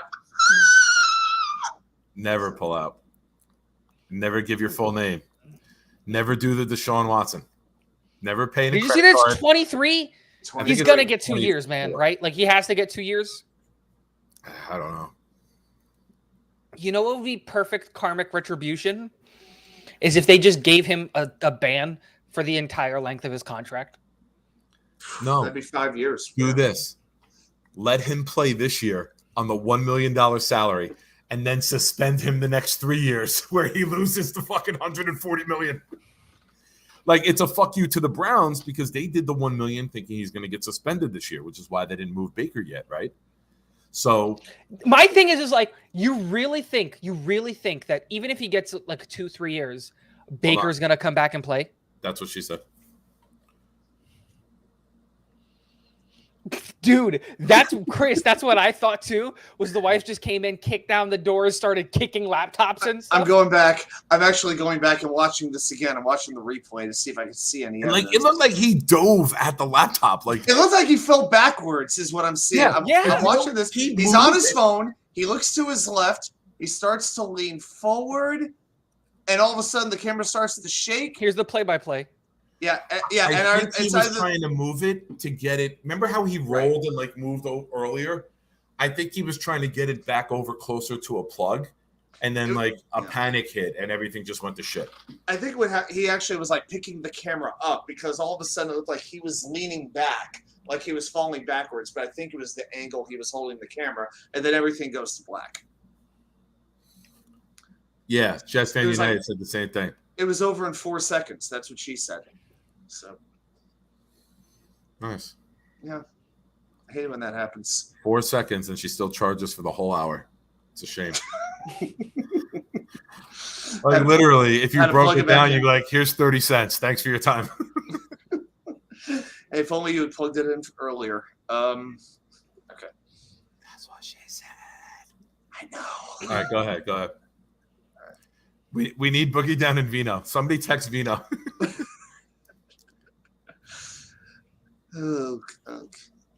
Oh yeah, we're talking about sauce, weren't we? Yeah, but back to what you were saying, Nick. Oh, love yeah. that Sauce said that Sauce has to fight for CB1, but I'm more surprised on why it wasn't Reed who had to fight for CB2 with Hall, with potentially moving Reed too. I don't think that the Jets have announced the depth chart yet. No. I think Well, of people course have not. projected. No, too soon. People have projected, right? But I think, and I love this about the team, I think it's open competition for every position, And I think the including real left thing- and right tackle, right? Like if those two guys are in a competition, why the hell is Bryce Hall getting dumped without a competition? My I think thing we'll sort that itself out. surprised me- When everything settles, it'll be Gardner and Reed, but they're going to go through the process, right? Joe Douglas is very big on the process, right? This is part of it. I think the thing that surprised me with this whole like competition versus not having a competition was the guard position. Like they didn't come out and say Elijah Vera Tucker and Laken Tomlinson are going to have to fight for the left guard spot. They straight up just said, no. Laken's going to be on the right. Laken's going to be on the left. Elijah's going to be on the right, and the tackles are going to fight for their jobs. But honestly, I don't think it's DJ Reed fighting for CB2. I think, honestly, DJ Reed was brought in to be cornerback 1. He is right now the best cornerback on this team. If anybody's competing with anybody, it's Hall and Gardner are competing for CB2. That's in my eyes what they're Really? competing for. Yeah, I wouldn't. Interesting. I like it. First Go of ahead. all, we don't really have a CB1 and a CB2. We have a cornerback on the left side and a quarterback on the right side. Correct. Hey, Ricky Henderson, thank you for showing up tonight. You led the league in steals.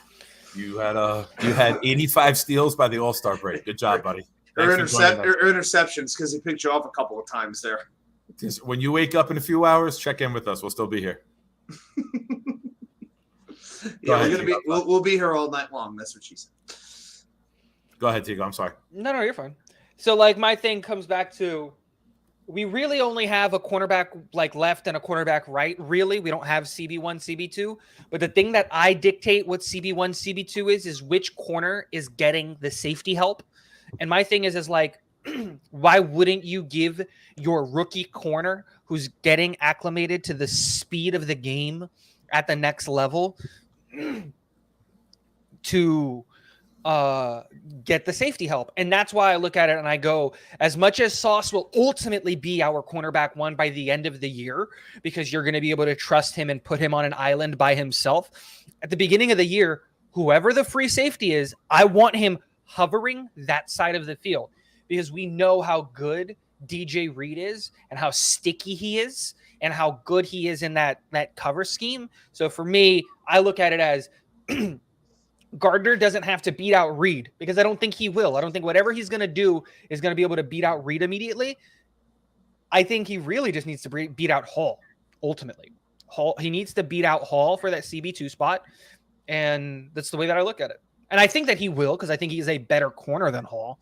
But it's just one of those things where I think the real competition isn't with Reed, but it's with Hall. I really hate the idea of having Sauce or Hall on the field, but not both. I'm not saying you're wrong. I just hate the idea of one of those two guys, playing like half the snaps, the other guy playing like the other half of the snaps, or one guy spending most of the time on the bench. It doesn't sit well with me that we're making the best use of our personnel if we do that. I really believe it's just where does he in play? the opening game against Baltimore, you're going to see Reed and Gardner on the outside, and I think you're going to see Hall, who's a great tackler, good size. I think you're going to see him maybe shadow Andrews.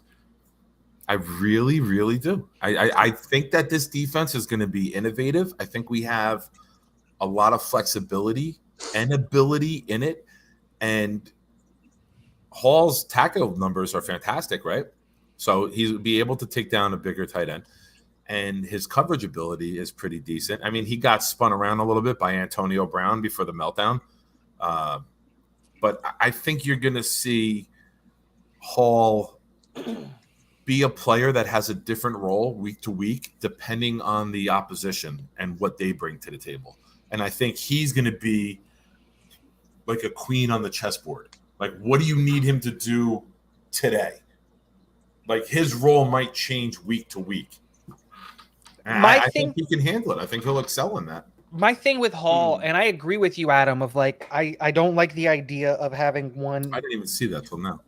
Like one or the other on the field. But like, my thing is like, with how good Pinnock looked at safety, I think he's our starting free safety by the end of the year. By the beginning of the year. Agreed. I'm sorry. By week 1, Pinnock is our free safety next to Whitehead. I truly think that. Just for the record, though, he played what? How many games as safety? 2 or 3 games? 3 at the most. Yeah. And don't write off very small Parks. Sample size. Do not write off Parks. Parks is going to have a major role with this secondary. He was already voted like the leader of either the safeties or the cornerback room with the secondary room. He was one of the captains. He of the was secondary voted room. as the leader of it already, and he was there for like 5 weeks at the end of last year. That's how much they respect him and they like him. Parks and Pinnock are 2 guys who could catapult into very, very good players for us in this scheme. I think the scheme will, and their talent, their abilities, and their traits and what they bring to the defense, I think the coaching staff is going to absolutely fucking love them. And they're going to be 2 of the guys that shoot up, not superstars, but game-changing players. You know what I mean? No, Iowan. This was on the floor. I picked that up and then I put this on my mouth. 2 separate moves. That's what she said. I knew it. I was just letting you have I was that trying one. to let you guys go with that one. But like my thing is when I look at Hall and I go, I don't think you brought DJ Reed in to play in the slot. So you're not going to play him as a slot paying corner. $13 million for a slot, right? You're not going to pay $13 million for a slot corner, and especially after as well as Michael Carter did last year. Thank you very much. I was getting there. Exactly. My thing is like you for sure brought him to be an outside corner, right? You don't draft a guy number 4 overall to not play him on the outside. So Sauce win, and I think he's a better corner just generally on the outside. Michael Carter II played better than who? So Sauce well. Better than who? I missed that lead in. I said you don't draft a guy number 4 overall but to play outside, and I think he's a better corner than everybody. Everybody. Okay. All of the people that are listed as cornerbacks on the team. Okay. I think he's the best one there right now. I thought I missed you saying a name. I thought you were doing a one-on-one comparison. I'm sorry. I think DJ Reed is number 1 right now because we brought him in and we paid him this money. But like my thing goes like this, right? So they're your 2 outside corners. Michael Carter was so good in the slot last year, and he played such a big role in the slot that last year. Remember, guys, he was supposed to back up Javelin Guidry, and he came in and won that job week 1. He was incredible. He was graded for the first, I think, 6 weeks. I think it was like the number 3. Like he was like a top 5 slot corner in the league. We were talking about him being the biggest steal of the draft, getting him in like the 4th or the 5th round whenever we got him. 5th round, yeah. Like who's the guy from the Broncos? Chris Brown? Chris Davis? Chris Harris. Yeah. I could see Michael Carter developing into an elite, not a Pro Bowl type of guy, but a guy who in his position, one of the tops in the league in nickel. Because that's a tough position to play with those shifty guys. I think Michael Carter. I'm not fucking with Michael Carter in the slot. But that's what I'm saying, right? So we've got our 3 corners right now. Somebody's going to the bench. Where does Hall play? Like, let's assume. I'm telling you, he's gonna evolve into. I think he has to bump in to be a linebacker. If you want to play snaps, I think he's got to learn how to play the will. In the 4-2-5 on passing downs. He's going to come in and cover the tight end who's going to try to sneak out, and you're going to have Mosley to chase down the running back. Hall's going to cover the tight end. You're going to have the 3. You're going to have Carter, Reed, and Gardner on receivers. And I really think that's going to be – and you'll have Whitehead playing a little bit more towards the line. And how scary is that? Because now you've got cover guys covering everybody. So that allows what? The pass rush to get home. Because everybody can cover complementary football, right? Something I keep saying we haven't seen in a while. Yeah. The secondary is going to feed the front. The front's going to feed the back, and they're both going to eat. There's going to be interceptions because we're going to be jumping routes because we know they're getting home. It's not going to be covering for 5 seconds and guys 35 yards downfield after doing his 4th fucking move to get open because nobody can get near the quarterback. And Josh Allen has all day to throw. He can have a tea party back there. And it's just like, but like my thing comes back to, so like those are the 3 corners, right? Because at most we're going to play 3 corners, even in a 4-2-5. The back 5 has to consist of 2 safeties. Right. Jordan Whitehead has the strong safety spot on lock. There's not a single person on this team in the safety position that I want playing that I say like for sure needs to play in any of the safety positions other than Jordan Whitehead. The other position, I could care less who plays there. But as long as one of the 2 safeties is Jordan Whitehead, I'm happy, right? Like, but I'm paid him to do it. But so Jordan Whitehead, like, he's not a chump in coverage either. He's gonna play on the field. You want him not only because a lot of people have pigeonholed him as this box safety, right? Because that's what he's gonna play for us. He's really, really elite in the box, and he's breaking tackles and doing all those things. In the box, he's great at coming up from deep. Reading a play, absolutely, sniping it out, and making it. But that's what I'm saying. At the line, yes. He's 7-8 yards deep, knows what you're going to run, and snipes it and takes it out. The box is huge. Remember, I'm not saying he's on the line, but he is a box safety, right? He does play closer to the linebackers than he does to the other safety. But what I'm saying is like you have that. So the other safety position is up in the air. And in my eyes, that's a spot for that's Jason Pinnock's spot to lose, in my opinion. I liked what I saw from Jason Pinnock a lot. From those, again, very limited sample size. But I liked what I saw from Jason Pinnock a lot on that team. And my thing is Jason Pinnock brings something that currently we just don't have in the safety room, which is size. You know, at 6 foot, 205 pounds, I think he's the biggest safety that we have. Yeah. Like signed to the team. Because I think everybody else is under 6 foot. I think Ashton Davis is the only other guy who's 6 foot. I was going to say, I thought Davis was 6 feet. Okay. Davis is 6 foot, but I think he's 15 pounds lighter. I think he's playing at like 195, 190. Yeah. So it's one of those things where you look at it and you, no. Davis is playing heavy too. Let me look it up. Davis is 6'1", 200. Okay. But like what I'm saying is like, I don't want Davis in coverage. That on your screensaver? How did you get that so fast? That did seem fast. I have the depth chart open all the time. Okay. You always have the depth chart open. Okay. When I'm doing a Jets show, listen. Let me look. Talking about Jets, I have it ready. You can ask any player. I can tell you their size, height, when they were drafted, the whole nine. But that's my thing, and I look at it and I go, to me, when I look at the safety room and specifically the other safety position, is Hall going to be able to beat out LaMarcus Joyner, who looks pretty good? Is he going to be able to beat out Elijah Riley, Ashton Davis, Jason Pinnock? And I just don't like, my thing is, it's like, I would love to figure out a way to have all of these guys on the field at the same time. I just don't know how you do it.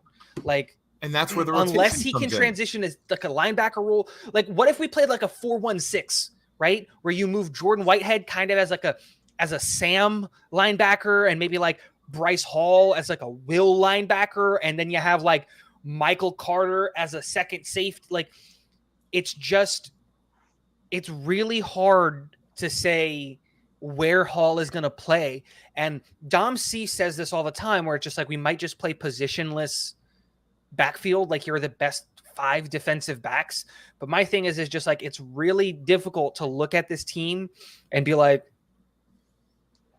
I just don't know where he plays or how he plays. He might just be, unfortunately, delegated to a rotational role to give DJ Reed and or rotation. Like, it's not offensive linemen. Offensive linemen don't come off the field unless they're injured. Right. The defense is going to have a rotation. Passing downs. Let's say it's 3rd and 13. I could see Pinnock and Parks playing deep. Gardner, Hall, Carter, Reed covering. Mosley in the middle. 4 guys going after the quarterback. That's a pretty talented second. That's something we haven't seen. I'm not putting it on the Revis Cromartie level because those two were elite corners, but I think the culmination of the entire secondary could be better than what that was, because those two were just erasers. You know, Cromartie was a number 1 corner playing a number 2 corner, which just made him so much better because he wasn't going against the ones. Mm-hmm. But when you look at that with Parks and Pinnock deep, like, you take Whitehead off on 3rd down. Like, all right, it's 3rd and 14. Come off the field. You're good. We're going to put speedier guys, taller, rangier guys in the back in case the corners get beat. Maybe we press now on 3rd down, right? We play zone a lot, but on 3rd downs, we're going to press. Salah says it all the time. We need corners that are going to win when we go up into man-to-man situations. So, again, I think that's a very potential to be a very, like Cameron said right here, it's fucking nasty. But like another player that I want to see going on the field, because I liked what he did, is like Brandon Eccles. But it's just like, dude, we've gotten so good. We got so good at the cornerback room that like my concern now becomes is, where are these snaps gonna go? Because like, I don't want to take snaps away from Jordan Whitehead or DJ Reed or Sauce Gardner, but like, you've got to fit in. Michael Carter II, Bryce Hall, Brandon Eccles, Jason Pinnock, Ashton Davis. Like, where are these guys going to ultimately end up playing? We talk about this. Like, it's a great problem to have. We haven't had this issue where we don't know where we're going to play our good players in a long time. I ultimately look at Bryce Hall, and I think he might move inside. I think he might try to play linebacker.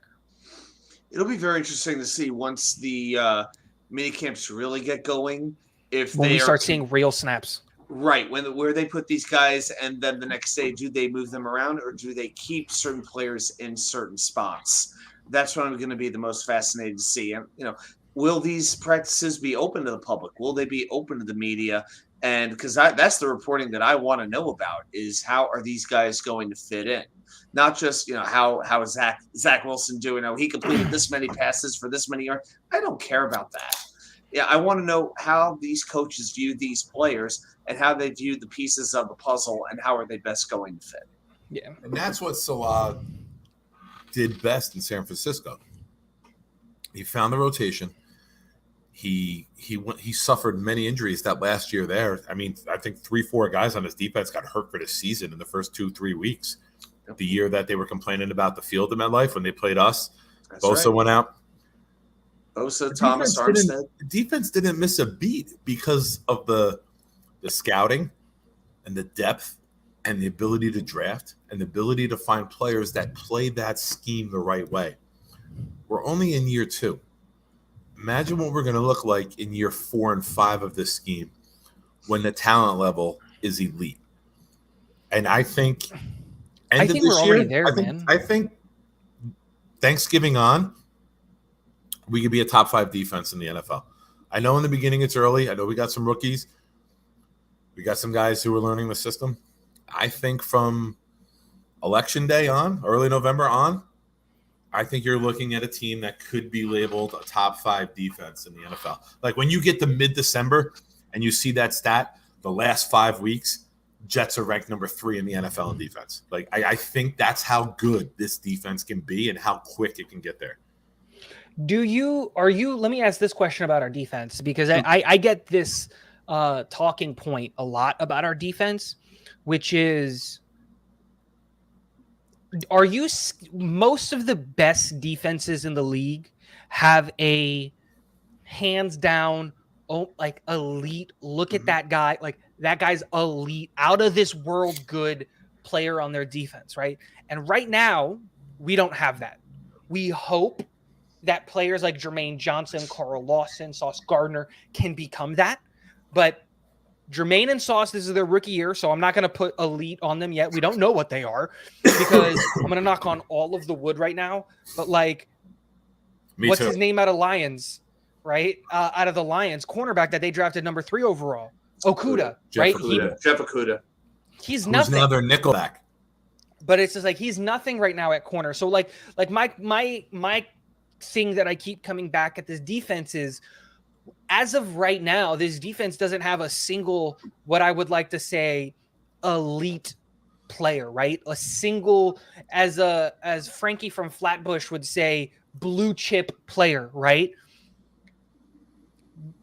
But what we do have is a lot of, like, a great example of this is like the way that I look at like the Steelers wide receiver room is like the Steelers don't have a number 1 wide receiver, but they've got 3 or 4 number 2 wide receivers. Yeah.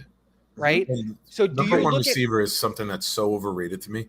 It's because I you want agree. guys who complement one another more than you want the elite guy. What Calvin Johnson is one of the greatest number 1 receivers of all time.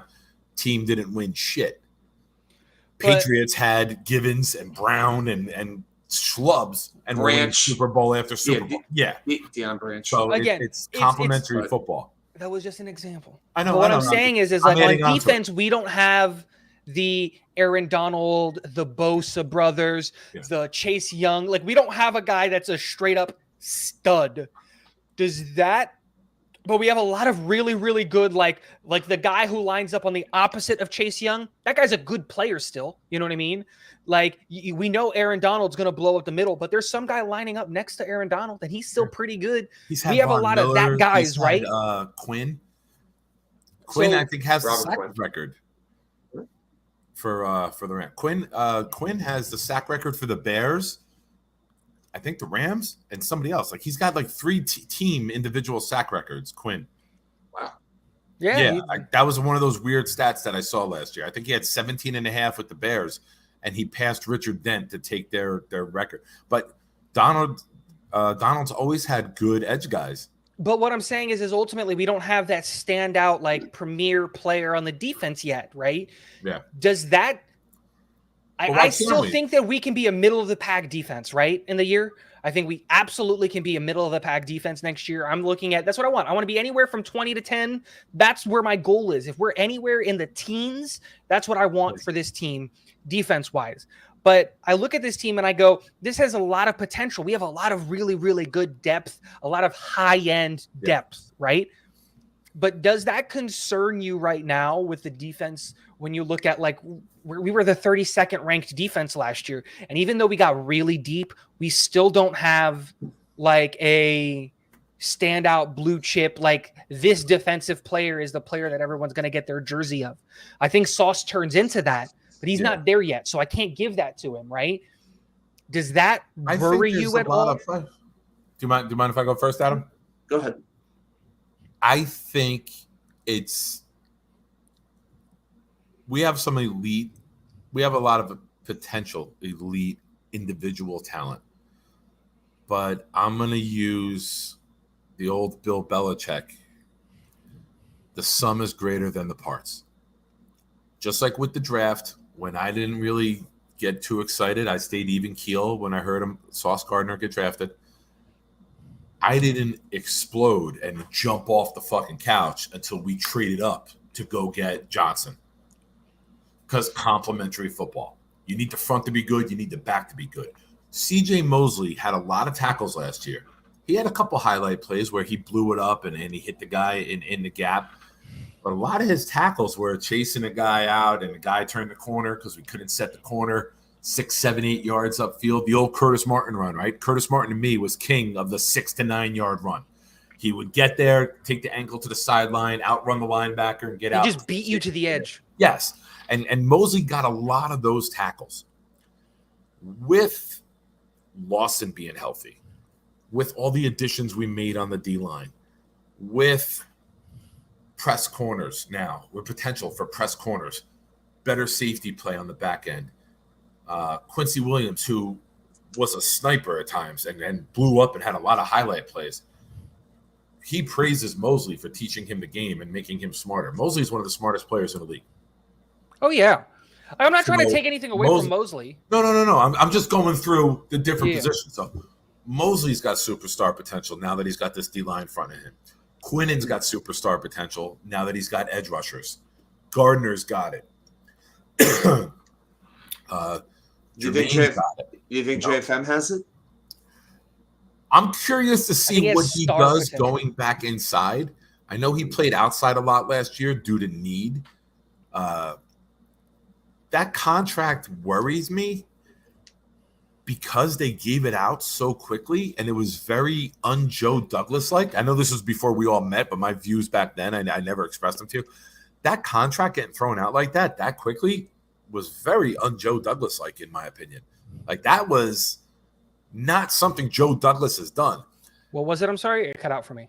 The JFM contract. JFM signed him. Oh, yeah, out of nowhere.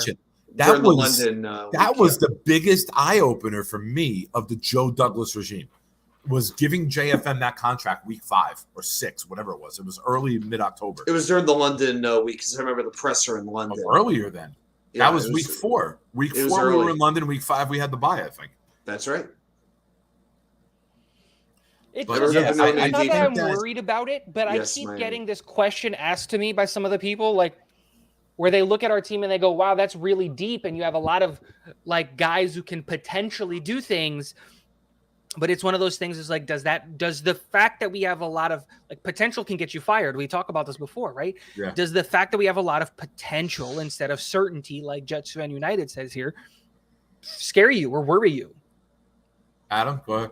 And potential is just a word for shit you haven't achieved yet, right? Yes, exactly. Shit you should be able to achieve but haven't yet. Yeah. And so like that's my thing is like there's a lot of potential on this team, but we haven't seen it. But that's why we're paying these coaches to bring it all together. Adam, go ahead. What do you think?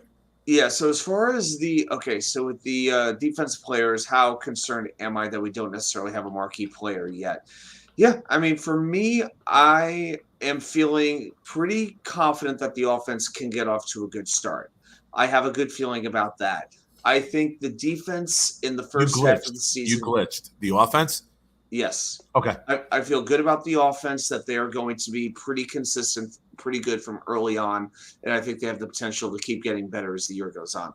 The defense, I don't feel overly confident about what kind of a start they're going to get off to. I think Carl Lawson's health is one of the biggest things, and how quick Jermaine Johnson can make an impact. I think those are going to be two absolutely pivotal factors here, because we know the first half of the schedule looks a lot more challenging than the second half of the schedule. And depending on how this defense plays, that could make a difference if we win, say, 2 games in the first 9 or 5. So to me, I'm very interested to see. This is going to really tell me a lot about Jeff Ulbrich and Robert Saleh as well when we really think about it. Yeah. Is how quickly can this defense come together with so many new starters? And that's my concern. Is you said it perfectly, which is I think we have marquee star players on the offense. People that we can look at that are going to be marquee star players. And I look at players like, and I'm not even going to talk about the rookie class, because I think you can immediately put Breece Hall in that conversation.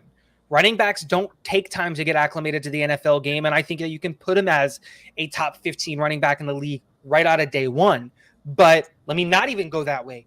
But like Elijah Moore is a stud, and we know that he's a stud.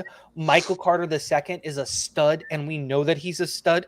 And like those are 2 guys that are gonna eat no matter what, right? So it's like Zach Wilson is gonna take that step. This offensive line is gonna take that step. And so there are things that I look at with this team, and I go, like on the offensive side of the ball, where I look at, no, we've got our blue chip players. Like Laken Tomlinson is a blue chip guard. When push comes to shove, when everything comes down to it, if you can't protect the quarterback, you know what you do? You hand the ball off to Michael Carter and you tell him to run behind Laken Tomlinson. I would have said his number, but I don't know what number he is. So it's just like, he was 75 in San Fran, but Tucker's here. No, 74. 74 is retired. He's not retired yet. Mangold's not retired. Mangold's number is retired. He's not retired. It's not retired. It may not have been given given out. It hasn't been used since he retired. Right. It hasn't been We did officially. this. Just like Dennis. You did this. I know. I'm doing it just again. like Dennis Bird.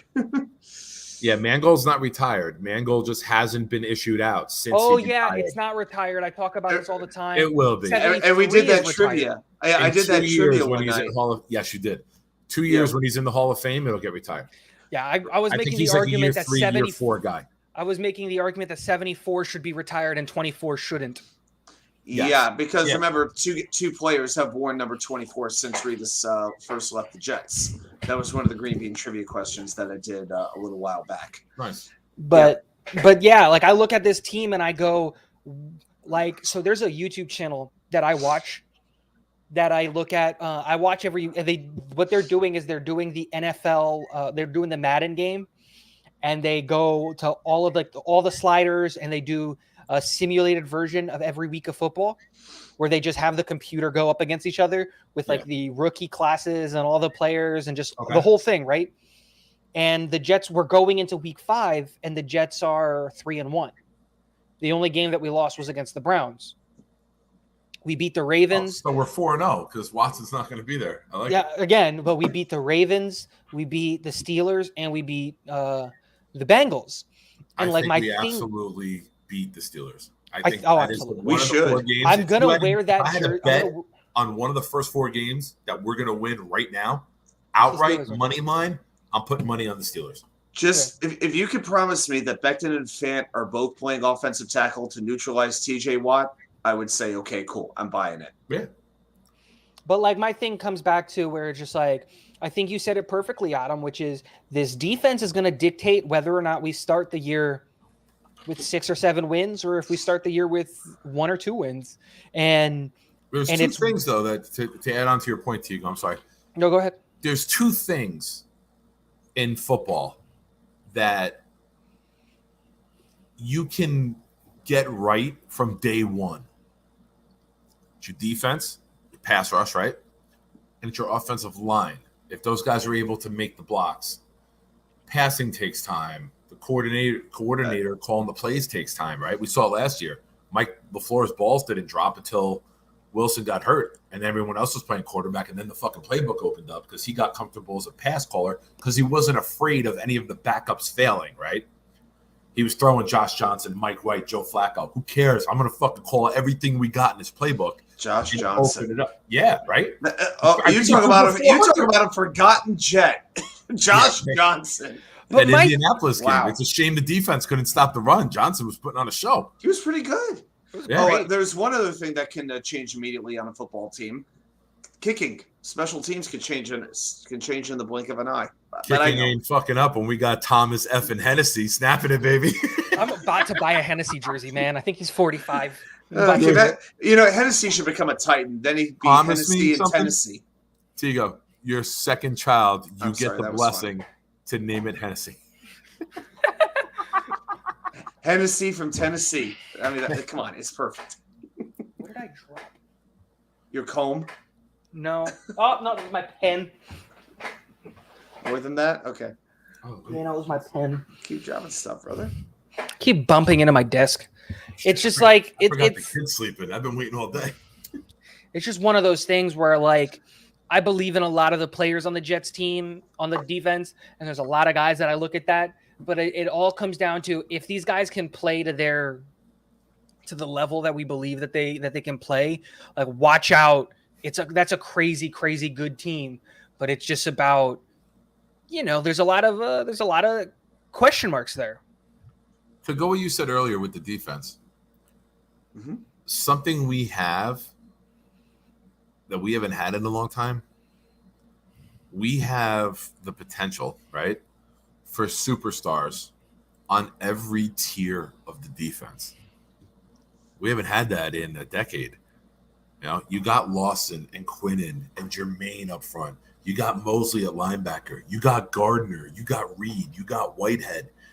You have guys who are all going to, again, I keep saying it. I know it sounds like I don't have anything else to say, but it's, as someone who coaches, it's huge. Complementary football. You have got, when you're good on every level that you're good at helps the other levels get better. And we're going to see that. We're going to see coverage sacks.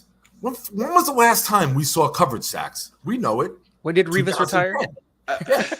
No, before that. His first stint here.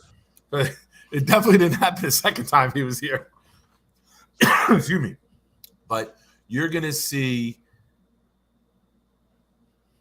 Mosley blowing up. You're going to see Quincy blowing up plays. Sherwood, Nasruddin, they're going to be able to fly and run and get there because the defensive line is going to be so good that everyone else behind them is going to be able to play as to their best, right? You're not covering a guy for 6 seconds. Josh Allen isn't running around and doing whatever he wants to do and then running past everybody. He's going to have dogs like Huff, Martin, Johnson, Lawson tracking him down. He's not going to have anywhere to go because guys downfield are going to be covered, and the speed of the front is going to be able to get there to neutralize all of the things that he likes to freelance, right? So I think the defense, especially with the offense being a ground and pound ball control type of offense, is going to keep the defense fresh, is going to keep the defense. I'm saying top 12. Call me crazy. I'm never the guy that in my last 10, 12 years, since the 2 Rex years where we went to the championships, I've been very even keel. I'm not 15-win guy, 14-win guy. I'm very realistic. Last year, I was that guy. Last year, I was over the top. I was like 16 wins. Oh, what? 16. We lose to Denver. That's it. Wow. That was before all the injuries, guys. Teddy Bridgewater in Denver was the one loss you saw. Were you counting like scrimmages and preseason games? No. Like, were you counting the? I was so all in on Zach. Did you do what my son does? Were you playing Madden and you went into every player's profile and adapted them to be 99s? No, you made Ashton Davis I look was like so Ronnie bought in. Le'Veon Bell was 6'8", 245 pounds with 99 speed once my son and his friend got a hold of him. And I played my buddy one day, and it literally looked like me playing against flag football players with Le'Veon Bell. I'm like, what the fuck did you do to him? He goes, Oh yeah, we made him, Dalvin Cook, and Mostert giants. No, I was so bought in last year. Like I was like, Zach's the guy. He's gonna have the best rookie year we've ever had ever out of a quarterback. I just believed in the player so much, and I knew I was blowing it out of my ass a little bit. But I just like my thing is I love this team, and I think that we can seriously compete this year. And the biggest question mark for me is the defense, and it's the only place that Chris, I know I'm crazy. Last year it was. I was just so excited about Zach Wilson. Zach Wilson was my number one player on my big board last year. And when we traded away Sam and all that stuff, and I knew that we were going to get Zach because I didn't think Jacksonville had the balls to not go Trevor Lawrence. And I knew that we were going to get Zach Wilson. I was so like, I had a full on hard on for the Jets last year. So does Iowa. Oh boy. Again, I do like, dude, it gets, yeah, I think so too, man. Like it's just, but again, the defense is the one thing that scares me. Not because of anything other than the fact of like, I'm with you absolutely. Last year we had the 32nd ranked defense, and I know that we're drastically different this year. Drastically. Well, we were the 32nd ranked defense because Lawson was hurt. I agree. Because the offensive line wasn't good, because all the receivers went down, because we couldn't sustain drives. So the defense was out there playing for longer than they were supposed to. And we were number like 3 on the amount football of can be snaps positive, taken. and complementary football can be negative. And we're And playing the last most year, vanilla with the defense. injuries on the offense, it domino affected into the defense. They were out there for too long.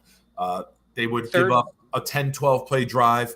Offense would go 3 and out, 10, 12 play drive, 3 and out again, 8 play drive, because they're tired. And they were down 14-0 with 7 minutes into the fucking game. Again, I agree. It's just, again, my biggest concern is how much turnover we have on the defense. And not turnover. That's the wrong word. But we do have a lot of new faces on the defense that we don't know. Right? Turnover's the right word. Hopefully that leads to more turnovers.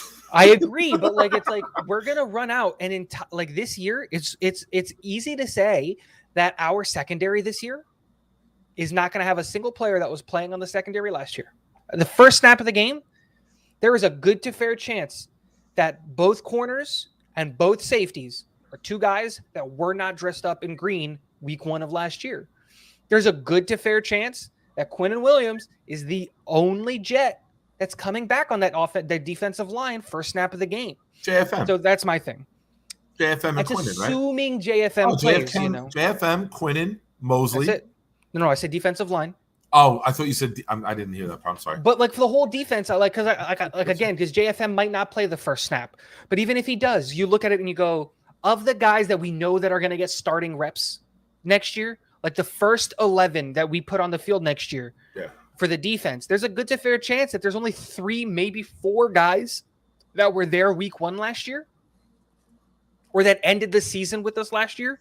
Like it legitimately might be the only 4 guys that were with the team that are there now that are playing are going to be JFM, Q, CJ, and his brother. And like both of the Williams brothers. Well, I think CJ, Sherwood or Nozzledine were out there to start, so they might be out there this year. Who knows? I'm just absolutely. It's just one of those things where it's just like it's a lot of turnover on that defense, and which is good. I get concerned that they might not gel as quickly. And our beginning of our schedule is brutal, man. Yeah. I just really believe in this defense late, but my concern is that by the time that the defense gels, it's too late in the season. I think the defense can be good early. Because 2 things. I hope so. The unknown. Yeah, I agree. I wanted the Patriots in week 1. Adam, me and Jeremy did a show one night on Wednesday.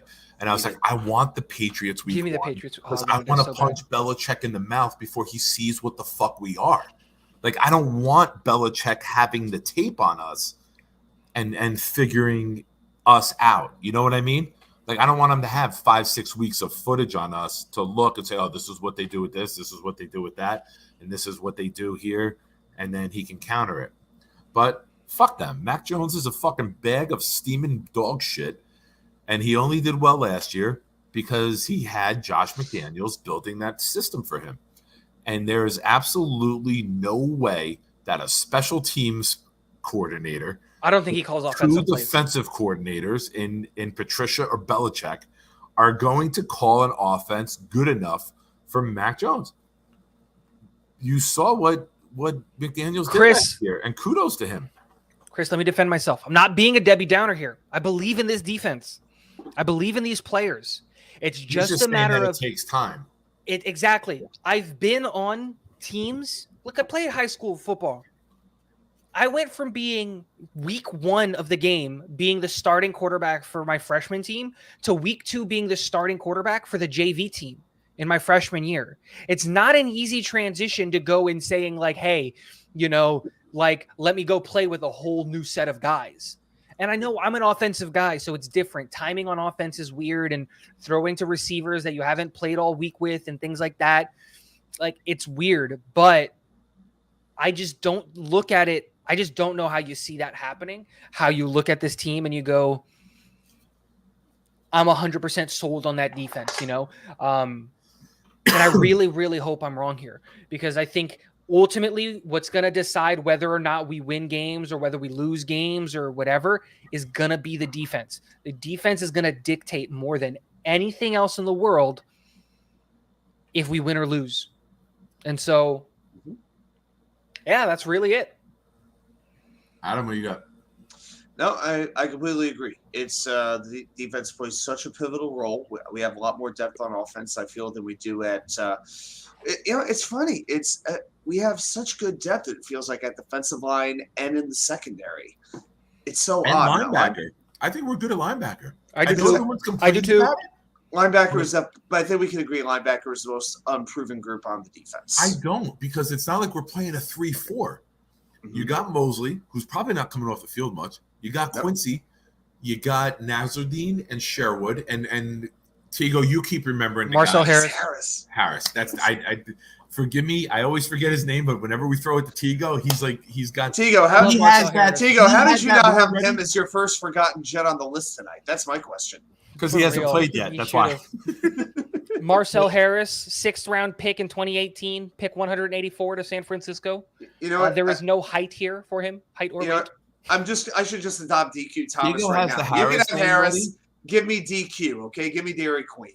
So Tigo has the Harris name ready, just like he has Ashton Davis's size and height ready. 6'1", 205. But not Lakin Tomlinson. But not Lakin Tomlinson's number. Well, they don't have the numbers listed here. Okay. Because I don't think they're official until they go to training camp. Everything's up for bid. Everything's up for auction, basically, Yeah, because it's listed. He has them listed at 75. Because guys may get cut from now to training camp. Some posts. Maybe we'll change our numbers the night before game 1, the way Carolina did to us to try to screw with Zach Wilson. Remember that? They were changing their. Remember they were changing a bunch of uniform numbers. So, yeah. Let me ask you a question real quick with this comment. Jet Fan United. Joe Judge, the OC. Are you saying that's official? Did that get announced? Not to my knowledge. I think it's just I think that's that's what I'm asking. Is that a projection or is that an announcement? That's a projection. Yeah.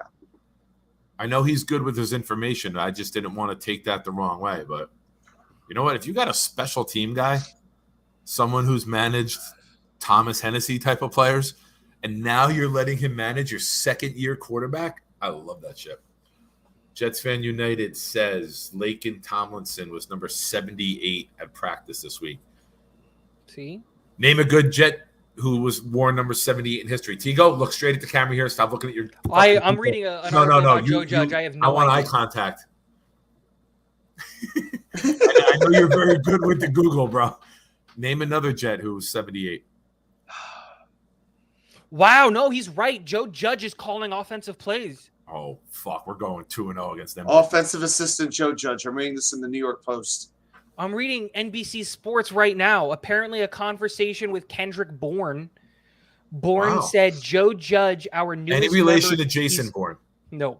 He's doing a great job, really. It's just new terminology, new words. Football is football. So it's about learning the new words, getting the old words out, and applying my abilities to the new system. Wow.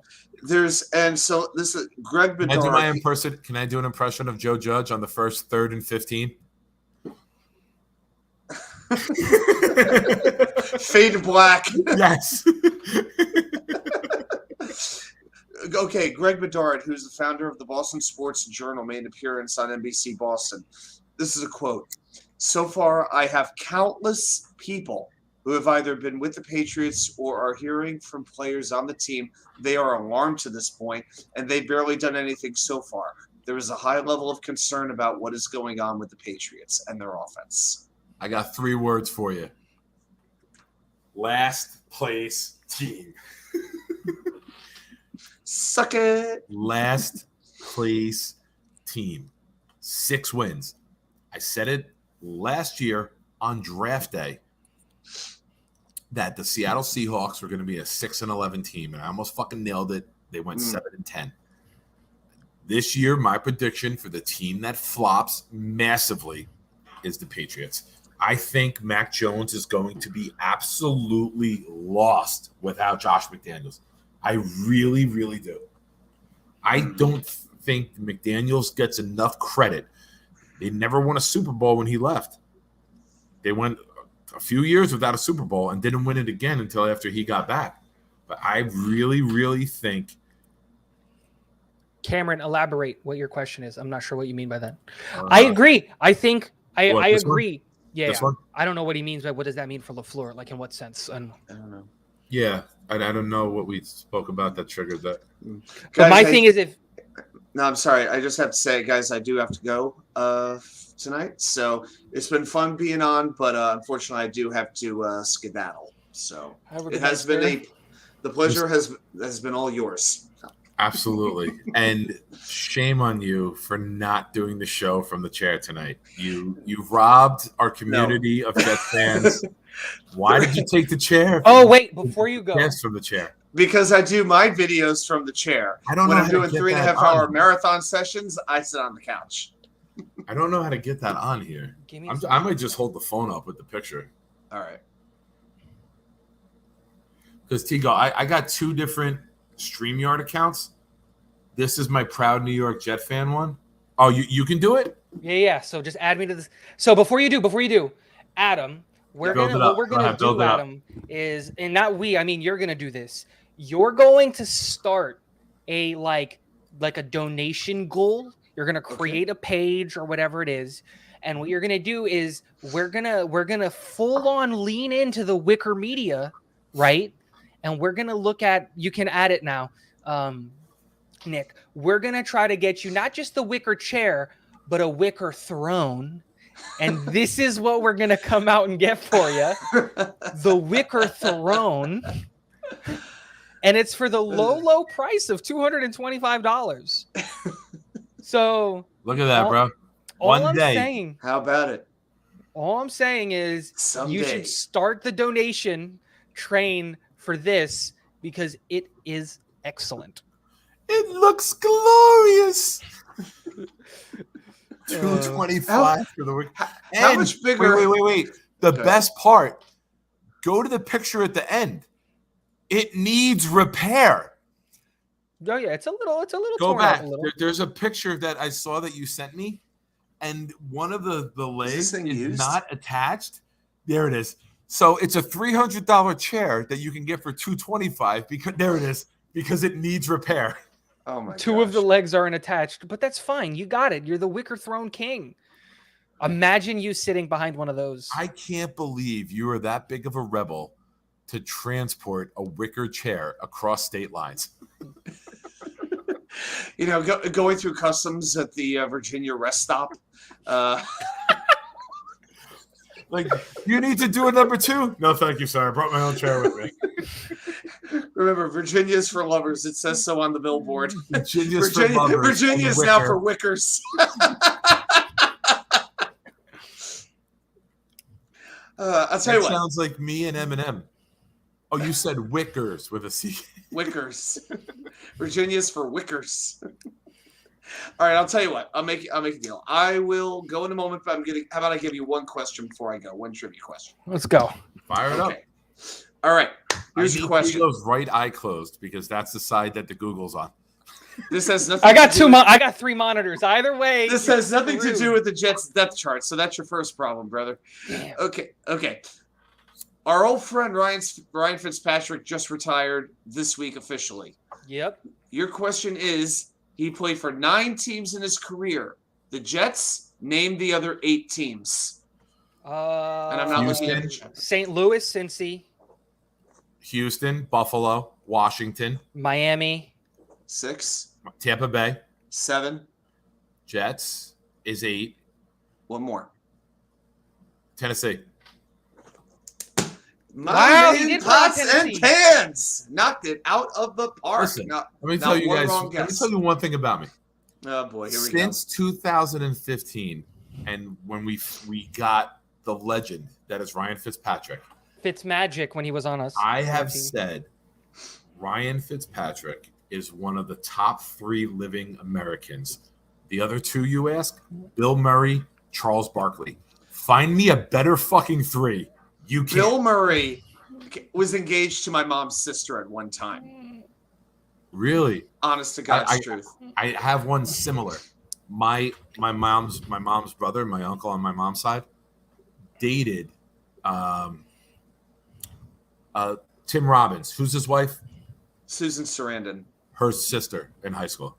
Oh, okay. She grew up in Edison, I believe, and went to Bishop Bar, which was St. Thomas Aquinas. Oh, Bishop then. Bar. I And now remember it's Bishop back to Bar. St. Thomas Aquinas, which was one of the weirdest fucking things in the history of high schools.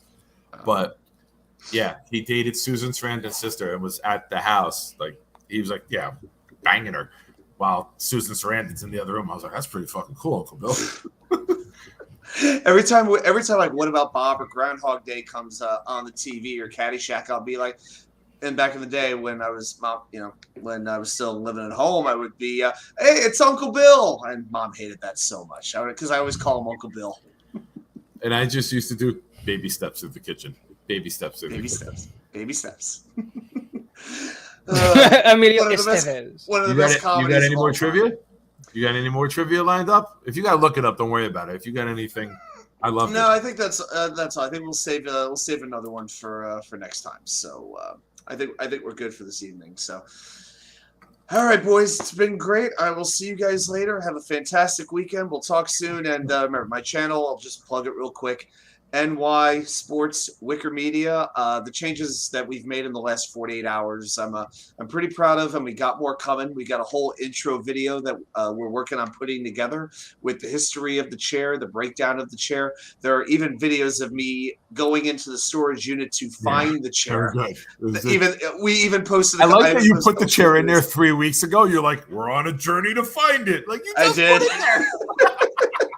I did. Literally, I'm yelling at my phone while watching. I'm like, what do you mean you want to find it? What did you do? Like, you made it look like you didn't know where it was. Exactly. You get to the gate, and it's like the first fucking thing right there. Do me a favor, or do yourself a favor. Yeah. Take your YouTube link and put it in the comments for everybody. So those that aren't following that page yet can do it. Yeah, I got to. Okay, let me. Yeah, I'm still. Do you want to hang or you got to go? No, I'm good. I'll just sit. We are only 3.5 hours in. We got an hour and 17 to go to pass the record. I wish I could just. Yeah, I wish I could just copy and paste. Actually, yeah, I'll just type it up here in the. Yeah, go ahead, man. On my laptop. I just want to make sure everybody who's here, follows you. I know I'm small potatoes. I'm only like at 139, I think, but. Whatever I could do to help you, as much as you've helped me, I'd love to. So, man, I appreciate it. Here. I appreciate it. I'm sure you'll get big bumps when you get on the with Green Bean Jeremy show. Hey, you know what? The first 100 subscribers are always the hardest to get, right? It's just about the grind. You just got to beat out the YouTube algorithm. That's it. Is you just upload consistently and frequently, and you'll beat out the YouTube algorithm. That's it. Let me throw this out there real quick while Adam, you're doing your thing. What's the next topic? This is the part of the show where we throw it to the chat. The chat is responsible for topics. The chat has to produce the show. We are now. 3.5 hours We will discuss it. We've gone through all the topics that I didn't think we would have time to get to. Does Carson Wentz beat out Sam Howell in Washington? No, because Sam Howell is my number one quarterback. I will show you my potatoes right now, and they are not small. But if anybody knows potatoes, oh no, that's Idaho. God damn it! I almost messed up. Okay, all right. I put the name of the channel in there and the link. So yeah, and I'm also I'm gonna keep my blog going. At this point, I might write some more articles too, and that's in the description of my videos too. So we'll get all of this figured out and ironed out. But you know, we got the logo in place. We got some thumbnails in place. I recorded 2 videos in the last 2 days. One Rangers related. Today I did one on the Nick. You'll appreciate this. I did one on some of the most embarrassing injuries in Mets history. Mets history? Oh yeah. I did that after the Lindor hand in the hotel door. I felt that would be a pretty good topic. Don't tell me. Do not tell me. Kevin Mitchell? Kevin Mitchell. Bobby O'Neill. Who was the firework accident in the locker room? Vince Coleman. Vince Coleman. Okay.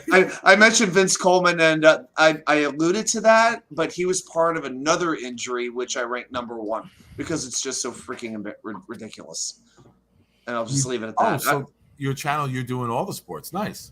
Yeah, that's the thing. I didn't want to be just Jets focused because we got so many great Jets content providers. I felt I had to do something a little bit different to sort of stand out. Right? Yeah. And, you know, we'll see what works. We'll see what doesn't work, and we'll adjust as we go. But the focus right now is Mets, Jets, Rangers. But if something happens with the Knicks, the Yankees, or the Giants or something like that, you know what? We'll make it work. And, yeah. It's, that's I will do you mind say hanging this. out with him? Hang out with him for 2 minutes. Do you mind if I use the bathroom? All right. Hang with Tigo. You guys talk about something. I'll be right back. If you gotta go, go. But I gotta go. Yeah, I gotta hit the road, guys. I'm sorry. No, you can go. I'll carry it solo. You have a good night, my good sir. We have faith in you. All right, have a good night, everybody. I will say this about Adam. Adam, one, if you aren't subscribed, go subscribe. I think everyone who's in here is subscribed. But one of the things I do like about Adam's channel is how measured his opinions are. A lot of us Jets fans and just Jets YouTubers tend to be very hot take machines, is I guess the best way to say it. Not that we're trying to make hot takes, but we tend to kind of go to one of the no one really has a measured just here's what we believe kind of take or whatever. We tend to just kind of go really hard on for a great example of this is the 35 snap count. You either love it or you hate it, and there's not very many people that are just oh, it's a measured take, it's okay or it's not okay or whatever.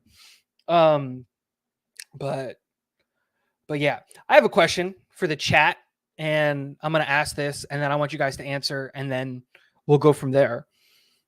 I was going through and making my 53-man roster, and I'm working on a video where I'm going to go through my way too soon 53-man roster prediction. And I have a question for you guys. I have to keep a tackle on the team, right? I want to keep 4 tackles on the 53-man roster. And so my 3 tackles that are on the team, no matter what, are George Fant, Mekhi Becton, and Max Mitchell. Now, that being said, which guy do you keep and which guy do you send to the practice squad between Connor McDermott or Chuma Edoga? Do you keep McDermott or do you keep Edoga? I could not for the life of me separate these 2 guys. For me, Edoga won out on age, but I had that question. I'll ask you, Nick, since you just got here. I heard a little bit of it. I was working on my way too early 53-man roster predictions, right? And I wanted to keep 4 tackles on my 53-man roster. And for me, the 3 tackles that made it were Mekhi Becton, George Fant, and Max Mitchell. And then I had to decide between McDermott and Edoga. And I could not separate those guys. So which one? McDermott for position flexibility, where he can be that tight end type to go out and catch that play. Honestly, right? That's what this staff likes. Like that's going to factor in. But we needed that last year because we didn't have tight ends. Now we got 3 tight ends. But now we got a power running game too, where that can be even more valuable. Yeah, but we've also got Nick Bawden at fullback. We bring in Mitchell and McDermott, and we run these power like goal line plays where we're not using tight ends, we're using our third and fourth tackle. And then you run that one fake one time.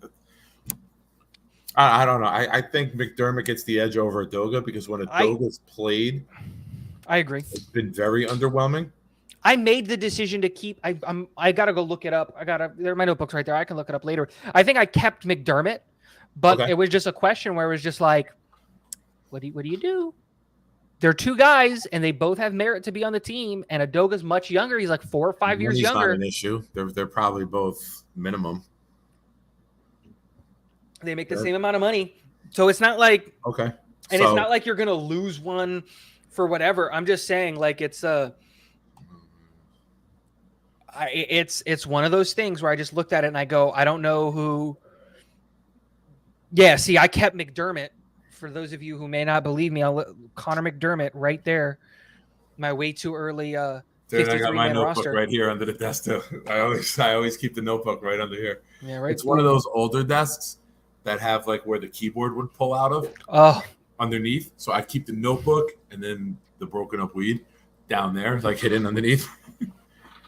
I'm going back to the chat. Did we get any good topics, or did you just throw that out? I threw that out.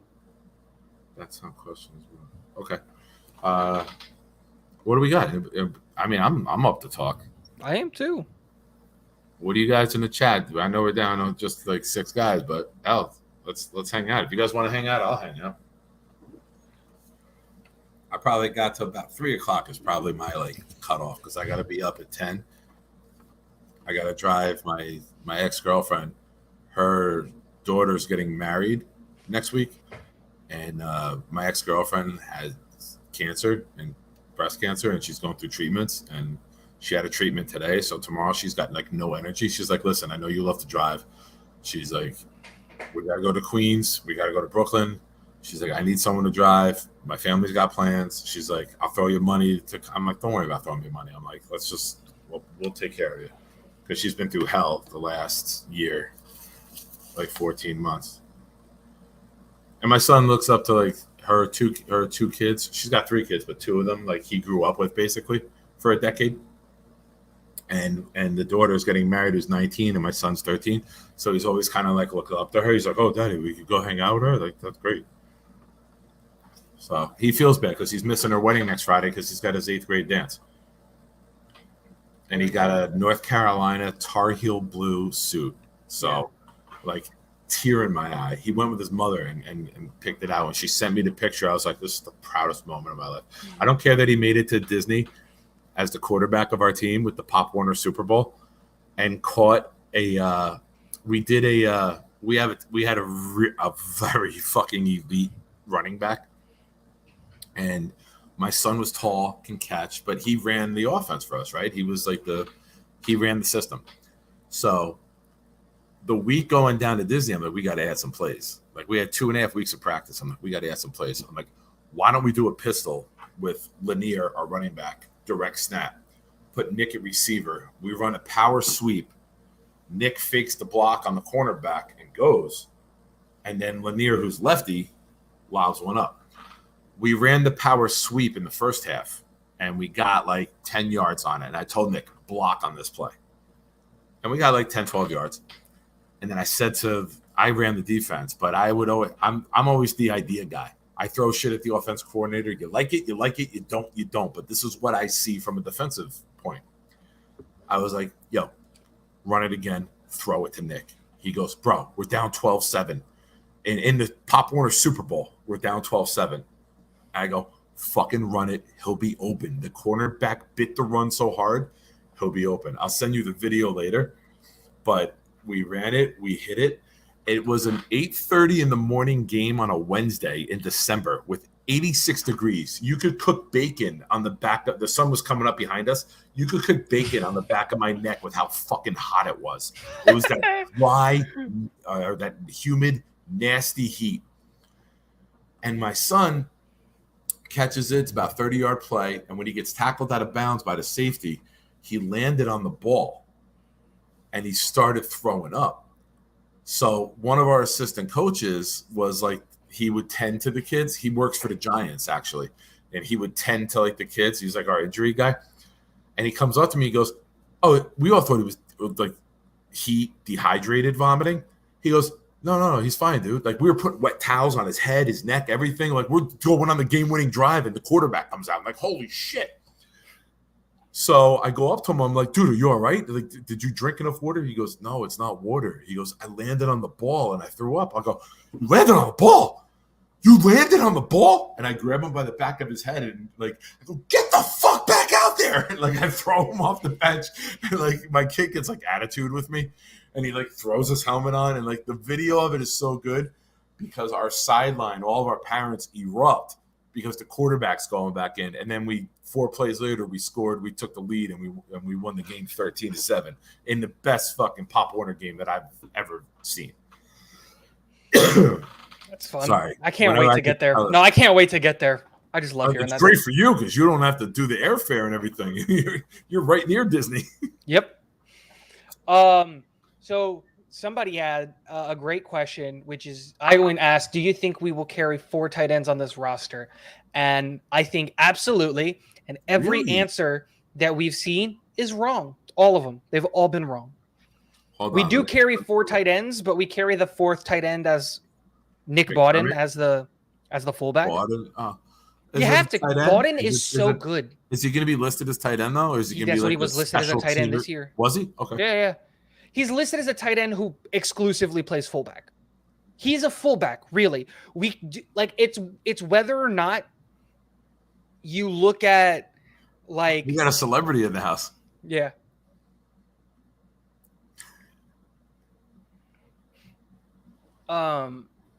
That's got J. Cole written all over it. Yeah, it does. For real. But hey, man, subscribe to the channel, J. Cole. Go ahead. But I looked at it and I go, like, it just depends on what you consider. What do you consider Bawden? You consider Bawden a fullback and he's going to be listed as a fullback? Then if you consider that, then no, we only carry 3 tight ends. But if you consider Bawden a tight end who plays fullback exclusively, then you say, yes, we carry 4 tight ends. And the correct answer is, I think Wesco's gone. Wesco didn't play well enough to earn his spot. I think Yeboah gets picked off the practice squad. I think Yeboah's on the practice squad and he gets protected. Okay. I think he gets protected. Yeah. It's just – go ahead.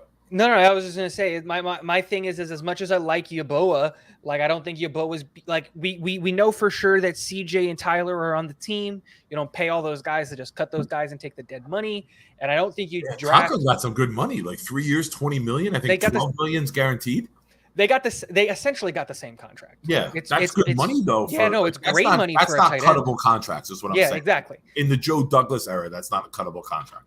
Exactly. But those two are locks. And they're locks. And I don't think you draft a guy who had so much hype around him at the tight end spot from a lot of different places. You know, like Phil Simms had him as his number 1 ranked tight end. And a lot of people looked at Jeremy Ruckert as the second Phil best. Or Chris? Chris.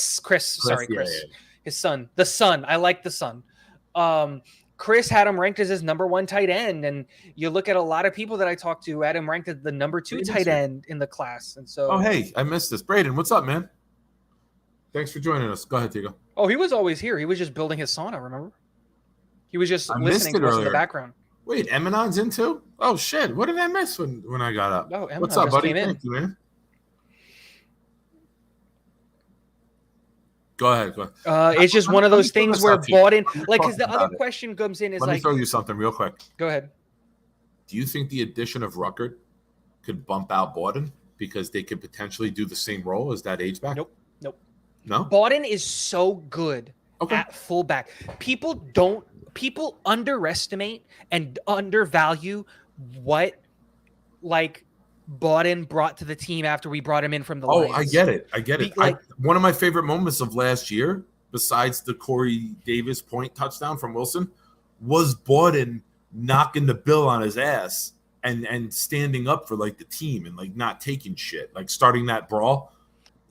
My favorite play for Bawden last year is it's not like it's an important play, but they did a jet sweep essentially, not a jet sweep, but so they do a play action. Not really. It's considered a play action pass. I think he tosses it forward to shuffle pass to yeah. But essentially, what happens is the whole team goes to the right. Right? They line up in the.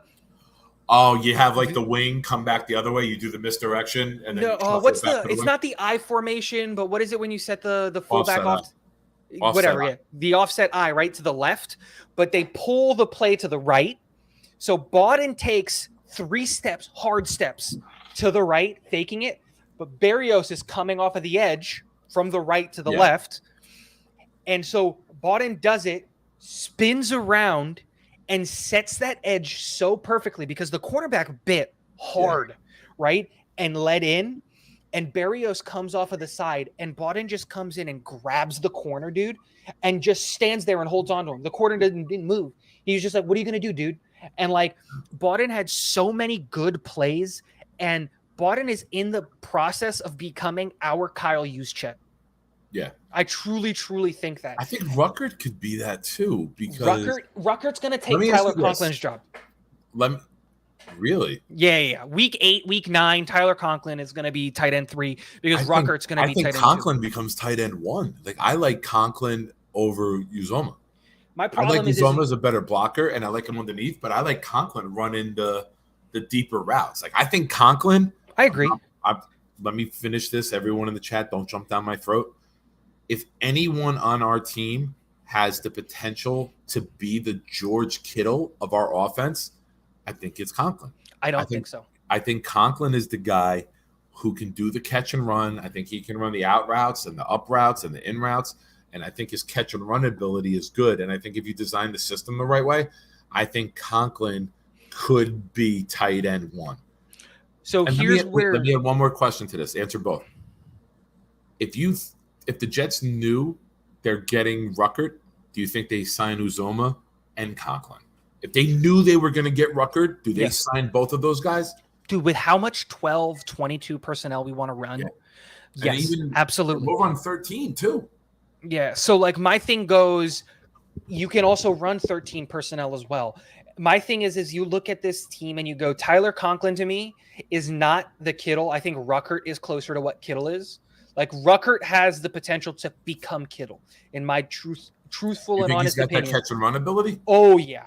Yeah. Have you seen the 3 or 4 one-handed over the top like touchdown catches that he had at Ohio State? Justin Fields doesn't know how to throw the ball. Those weren't like catch and runs though. But he has catch and run ability. They just didn't highlight it for him. Here's my thing. Conklin, you know what Conklin reminds me of? Gesicki out of Miami. Not really as not really good tight end, man. That's a great tight end. 7 tight end right now. But what I'm saying is Gesicki, what does Gesicki not provide in the game at all? Blocking. And that's blocking. And that's where I look at Conklin is unless Conklin can really step up his game in the blocking, CJ is almost always going to beat him out. Because ultimately, what you can end up doing is you can have both CJ and Ruckert out there blocking and breaking off, and then you send Jeremy up the seam as that like Conklin, Gesicki, get him in the space and like get him with the ball. That block and release. Yeah, and then what you do is you do the same thing with CJ, where CJ Uzama gets the block and then he just peels off into the flats and he becomes the dunk guy. You know what I mean? Yeah. Like that safety net. Because like I agree with you, CJ doesn't really have that like ability to catch the ball in space. He's more of an old school methodical tight end, right? Yeah, he's but like an you Anthony need him. Becht. Like I can block well, I can run a 6-yard turn catch, and if the guy takes a bad angle, I could turn it into 13, 14. Yeah, like he's the guy that like, you know, you get him in space, he's going to catch the ball, and what he's going to do. You know what a great example of this? Do you remember the reverse sweep pass back to Zach, where Zach had to run away and then he threw it across his body to Ryan Griffin again? Yes. So like Miami? Ryan Griffin. in Miami when he Yeah. scrambled like crazy. Yeah. Yeah. And Ryan Griffin caught it, and all Ryan Griffin did was I can't catch. fucking turn remember up. where I parked my car, but I can Same. tell you the play in the game instantaneous. But like Ryan Griffin, what did he do? He caught the ball, he turned up field, and the first sign of contact, he's not going to break. He just lowered his shoulder, took that hit the guy, fell forward, and we got like 12 yards on that. But that's how I look at CJ Uzomah. If Conklin can really develop his ability in the run game as a blocker, then I'll agree with you, because ultimately then CJ falls from tight end 1 to tight end 3 because the pass and catch ability of Conklin and Ruckert is so high. Like the crazy thing is if you wanted to go really big, and I mean big, you can literally run Corey Davis and your 3 tight ends, and you can just play Conklin as a massive slot. Because like Conklin's huge. How tall is Conklin? 6'3", 250. Who? Conklin? Conklin. Yeah. What's Kittle? Kittle's got to be. I think Kittle's like 6'5", 255. I looked it up one day. Am I close? I have no idea. I have to look those up. Cameron, do me a favor. Clarify this comment. I say a lot. I didn't know what part that popped. He's 6'4", 250. 6'4", I wasn't bad. I said 6'5", 258. 5. I was close. Conklin with up. But define better year, Iowan. Something you said that I want to kind of expand upon. I don't think this team has a tight end 1, tight end 2, tight end 3. I think this team has this package works for you, this package works for you, this package works for you. You 2 are going to play in this package. You 3 are going to play in this package. And I think they're all tight end 1s, but they all do different things well. You understand what I'm saying? I know exactly. I don't think it's old school Tony Gonzalez. Put Tony Gonzalez in. He's in every down tight end. We don't have that. I think we do. I think His it's name like is our CJ defensive Uzomah. line. I think we have Uzomah's going to be the run blocking tight end. Conklin's going to be the play action tight end. Ruckert's going to be the Borden type out of the backfield and then out into the flat maybe, and then evolve to relieve Conklin as the year comes on and him and Wilson get better chemistry together. But I don't think we have a depth chart. I think we have scheme-specific tight ends, and each guy can fit a different cog in that scheme. You know what I mean? I understand what you're saying. I just don't think this – I don't agree. I think if you're going to put one tight end on the field, that one tight end is going to be CJ. Doesn't matter what the play call is. Downs? Even on like big passing downs? Yep, it's going to be CJ. If you put 2 tight ends in, that's when Tyler comes in. And in a rotational base, if you're running a lot of 12 and 22 and stuff like that, if one of the tight ends gets hurt or something like that, that's where Jeremy comes in.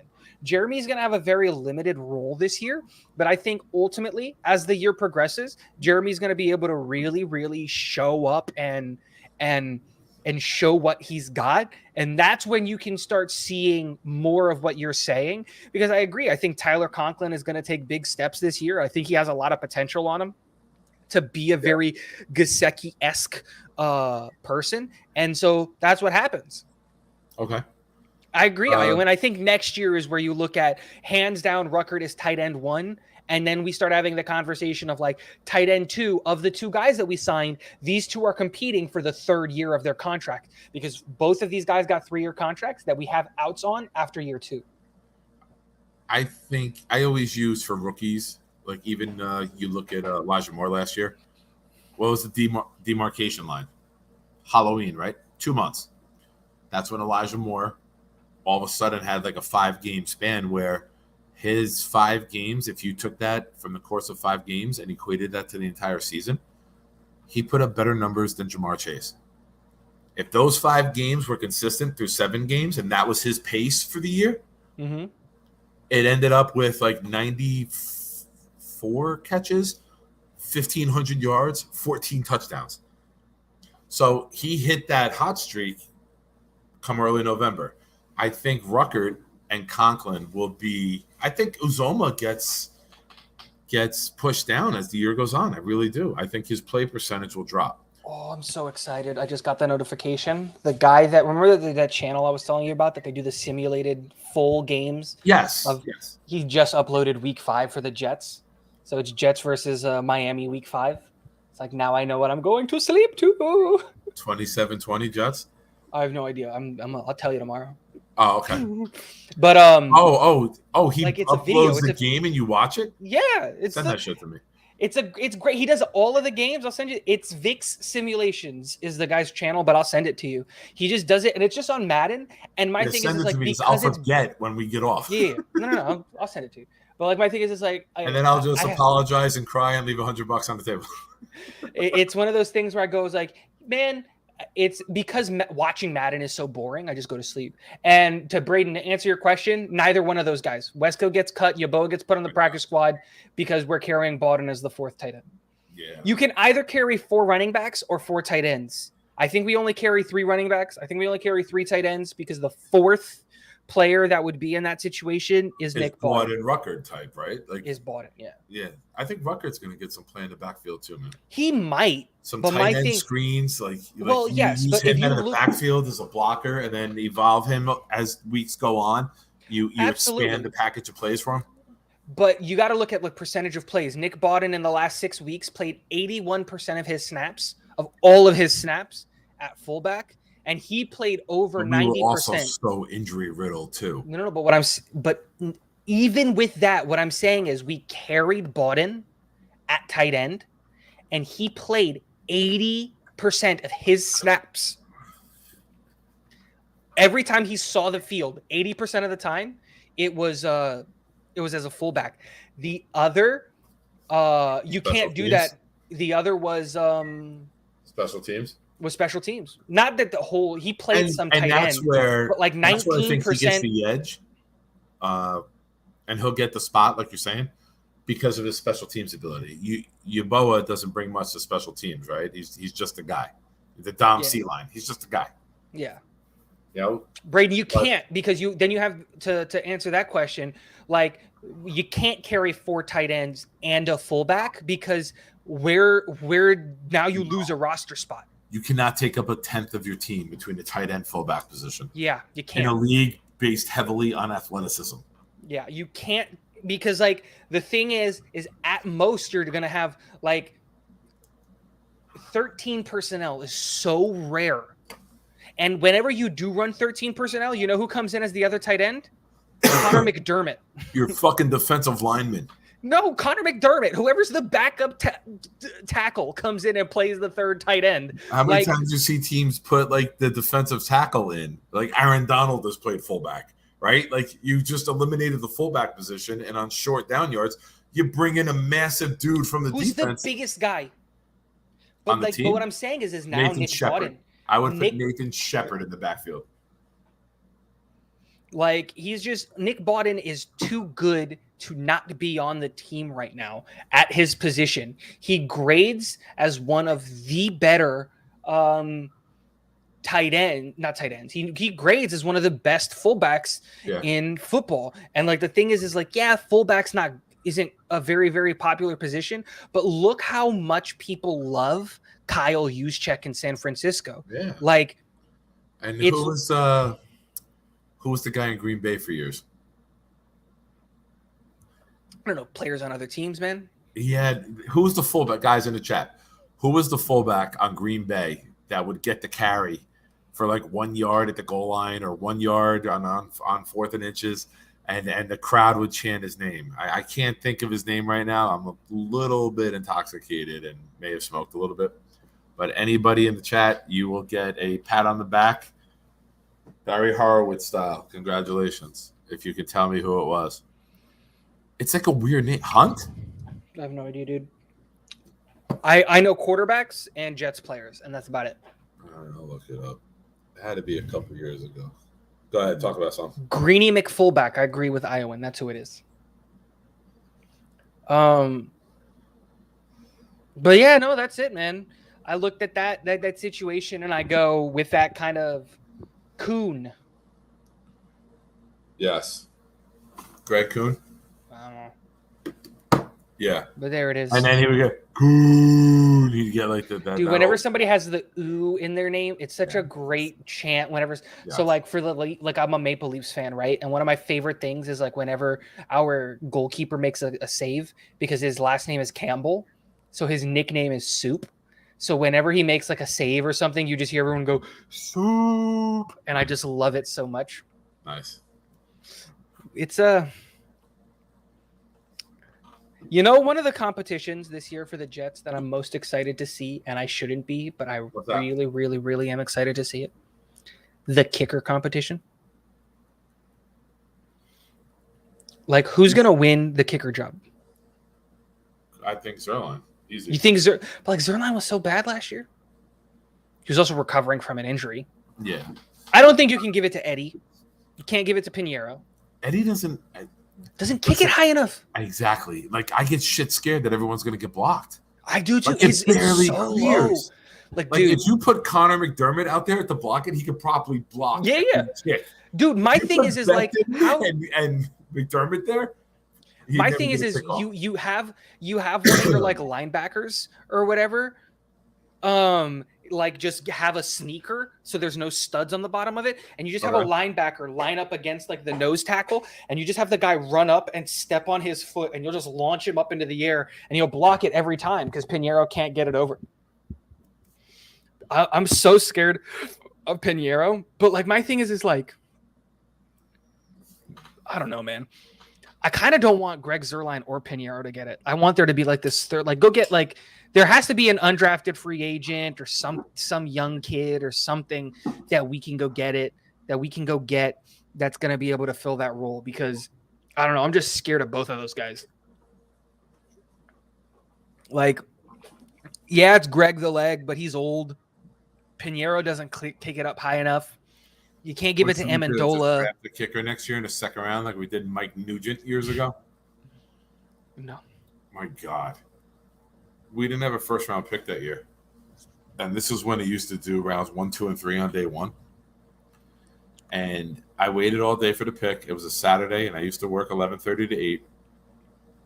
And when I heard that the Jets had picked with like the 50-something pick, their first pick in the draft was a fucking kicker.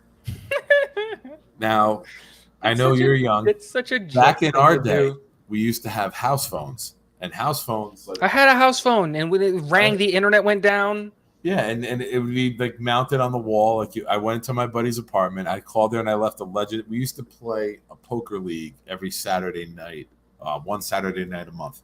And this one we did the NFL draft, so we could talk about it. And when I heard that the Jets drafted Mike Nugent, I left a legendary voicemail that he saved, and people would just randomly play. And I'd be like, you're fucking telling me that I waited 6 hours for the Jets to make a fucking draft pick, and they pick a fucking kicker?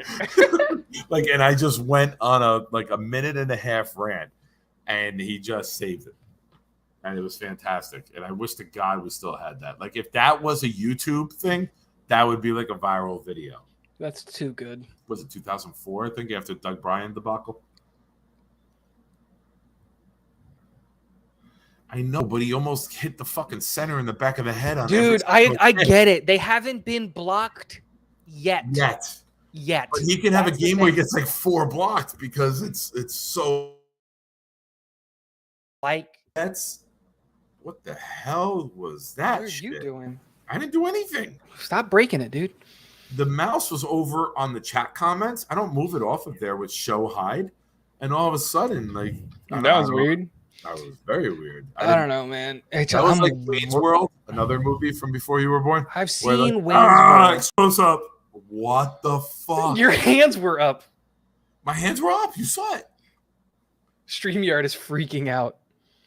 I don't know. Maybe the marijuana got into the mouse pad on the keyboard and it's freaking out. Again, that's what she said.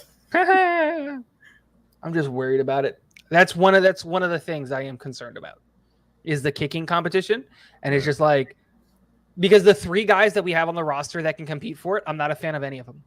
Like, I think Zerline ultimately wins it, but like, I'm not the biggest fan of Zerline. I'm not the biggest fan of Pinero and Amendola. I used to like Amendola, but then he did If that Amendola bullshit can get route. fixed, If he can fix himself, he's the guy I want. God. He missed a 55-yarder last year that was halfway up the goalpost. He missed because he missed.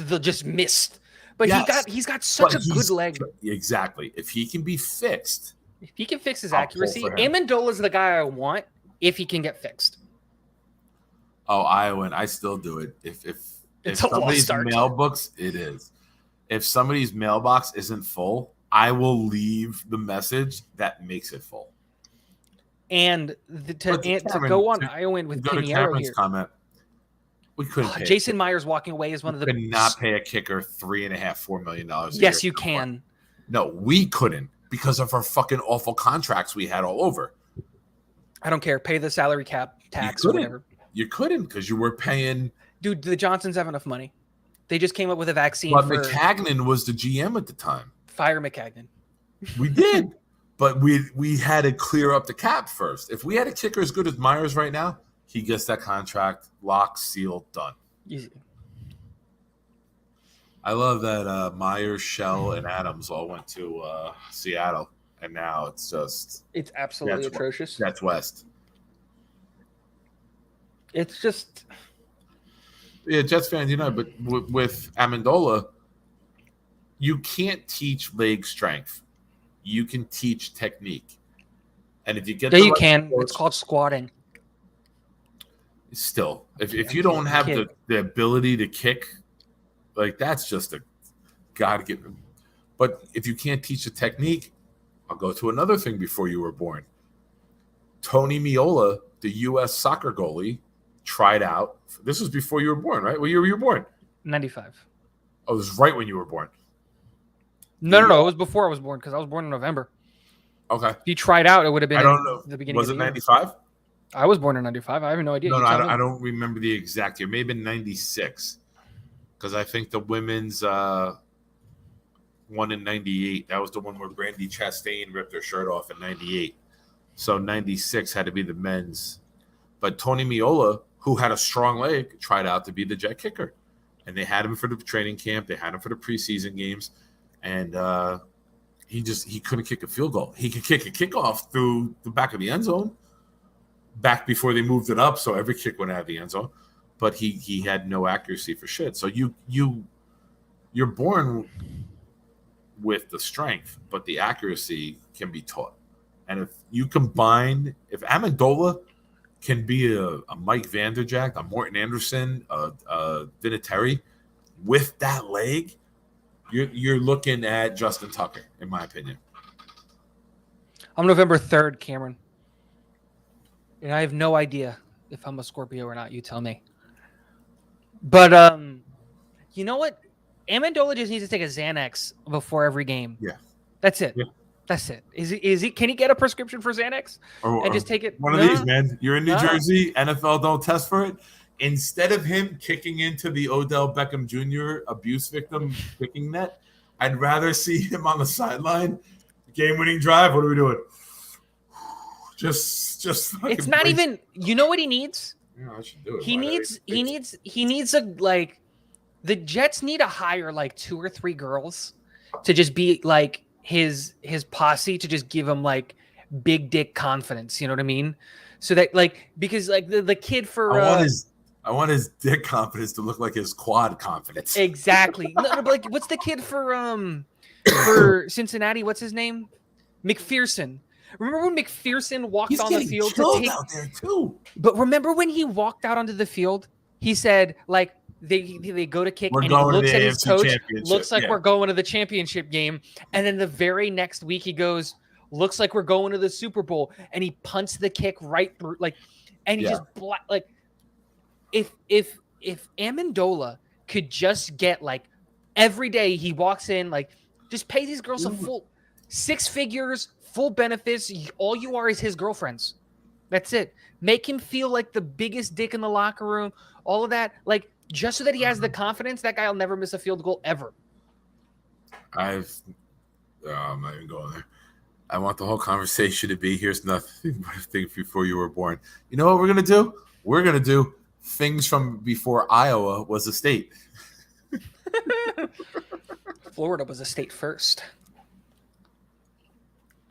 Before Iowa, yes. Florida's one of the original 13. No, it isn't. It's not? No, it was owned by Spain. I know Delaware was 1, Pennsylvania 2, Jersey was 3. And then I think New York was 4. That's as far as I go. I just assumed the whole East Coast got colonized at once. Well, they did, but it wasn't all by the English. Gotcha. And it wasn't the state structured as we are structured now. There was bigger areas. That's what Florida got acquired, I'm pretty sure, in the Louisiana Purchase. Okay. Hey man, I'm not from the sub. I have DVDs, man. I love DVDs. What did we talk about? We talked about standard definition television earlier. I don't know if Iowan was in here yet. We talked about. I said to Tigo earlier. I was like, I don't know, all of us have grown up in all the high definition era like you have, and he's like, man, I had standard definition. I fucking got my NES up here on Atari, and you're sitting here talking shit. It's like, come on, man. I'm new to being the old guy. I'm embracing this. I wanted Cade York as well. Yeah, have some of that beer in it. Yeah, man. Come on by. I'm in Woodbridge, New Jersey. Cowboys have never been legitimate. Here's another thing. Incorrect. Cowboys. Incorrect. I don't care how many Super Bowls Troy Aikman won. Since you were born, though. Cowboys have never been good since I was born. You were born November, what year? 95? 95. The Cowboys. They won it in January of 96. So that doesn't count. I'm 1 year old. I'm not making memories. No, but we can't say it was from before you were born if you're 3 months. Yeah. No. Before you're born represents when you're first making memories. My first memories are like in 99, 2000. How are you changing the finish line? Because I can. It's my finish line. And it's not finish line, it's the starting line. I moved the starting line up. Touche. I tipped the hat to that one. Touche. Oh, man. Any stories coming out of that you're excited for going into training camp?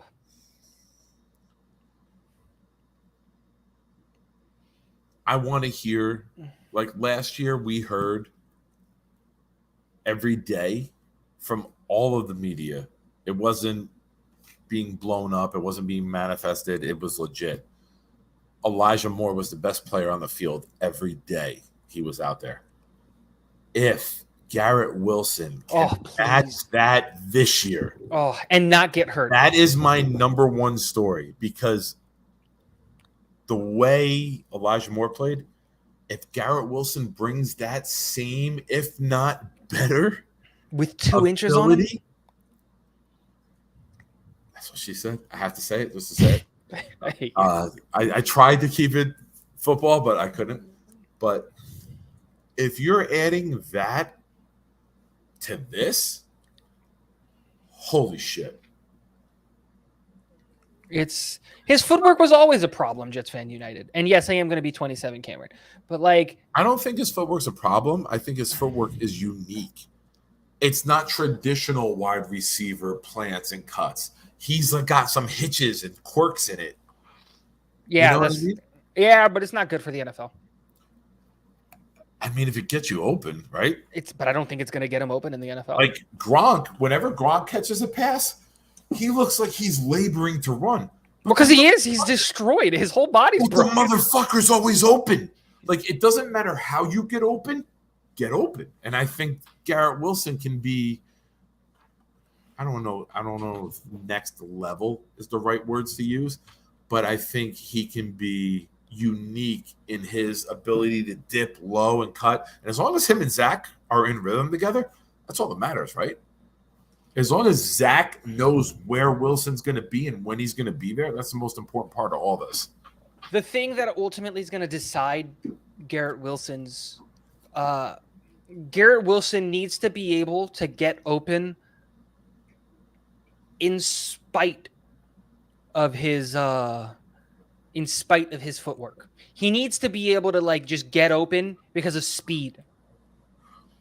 You know what I mean? Like that has to be his thing. He has to ultimately become a speed guy, and he's got to work on his footwork because that was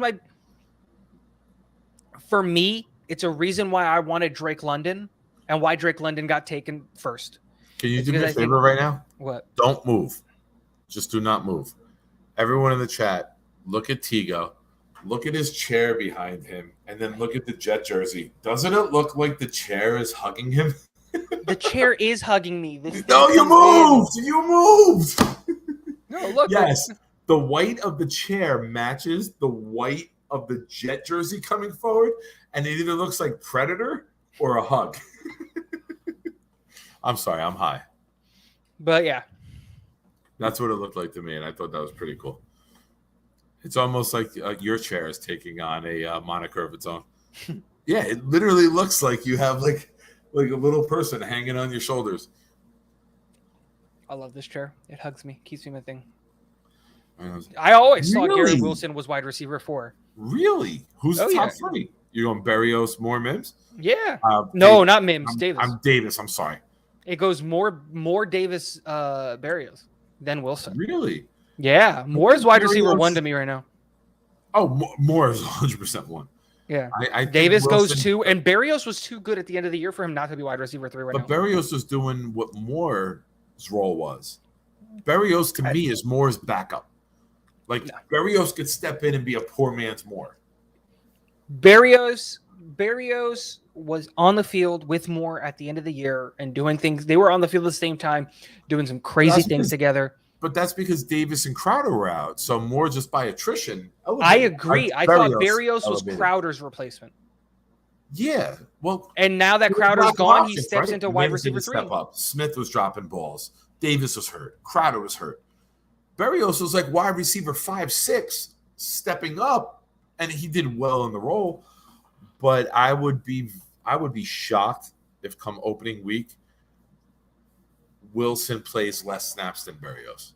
I would be shocked. And you guys, I wouldn't clip this. Yeah, I'm not a betting man, but I would take that bet. But Berrios plays more. Berrios plays both more healthy snaps. And everything's good to go. You think he's got a bigger role? Berrios has a bigger role than Garrett Wilson week 1. Okay. Berrios is more familiar with the system. Correct, but Berrios has better chemistry, timing. Berrios has everything going for him. Right now, wide receiver 3 is Berrios' job to lose. But talent speaks volumes in this league. And Garrett Wilson doesn't have enough talent to say that he's undeniably wide receiver 3. As of today, June 4th. But come opening week, Garrett Wilson has a long way to go. Yeah. But this playbook's not easy. And Berrios already has it down. My thing, and I keep coming back to it, the only player that's a rookie that I have expectations for is Brees. God. That's it. The only guy that I expect to come in and light this world up is Hall. That's it. You opened up the can of worms. Let's do it. Give me a yardage prediction 1250 for Hall right now. Really? Oh, total yardage. No. Rushing. Just rushing. Oh, rushing about 890, 900 yards. Oh, really? 875 to 900 yards.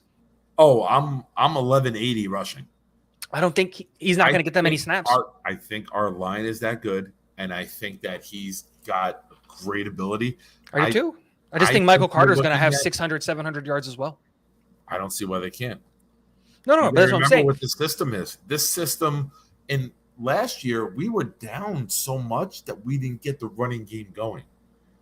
And we didn't have Tomlinson. We didn't have Becton. And we were steamrolling the Buccaneers with Michael Carter until Michael Carter hit the ground and got the concussion, right? Yeah. Michael Carter would have ran for 250 that day if he stayed healthy. He would have ran for 1,000 that day, dude. Oh, my God. He was unstoppable. He was unstoppable. LDT, Fant. We were not with our best line. So, And I love Michael Carter because Michael Carter, to me, personifies the type of player that the Joe Douglas regime wants to bring in. The guy was basically our starter. We draft Breece Hall. And what does he say? Within 3 minutes of Hall being drafted, he's calling Hall, or texting him, I should say. Mm-hmm. Hey, welcome to the team. We're going to do great things together. You and I are going to be dominant, and we're both going to go get gold jackets. Like, that was the text exchange with Carter.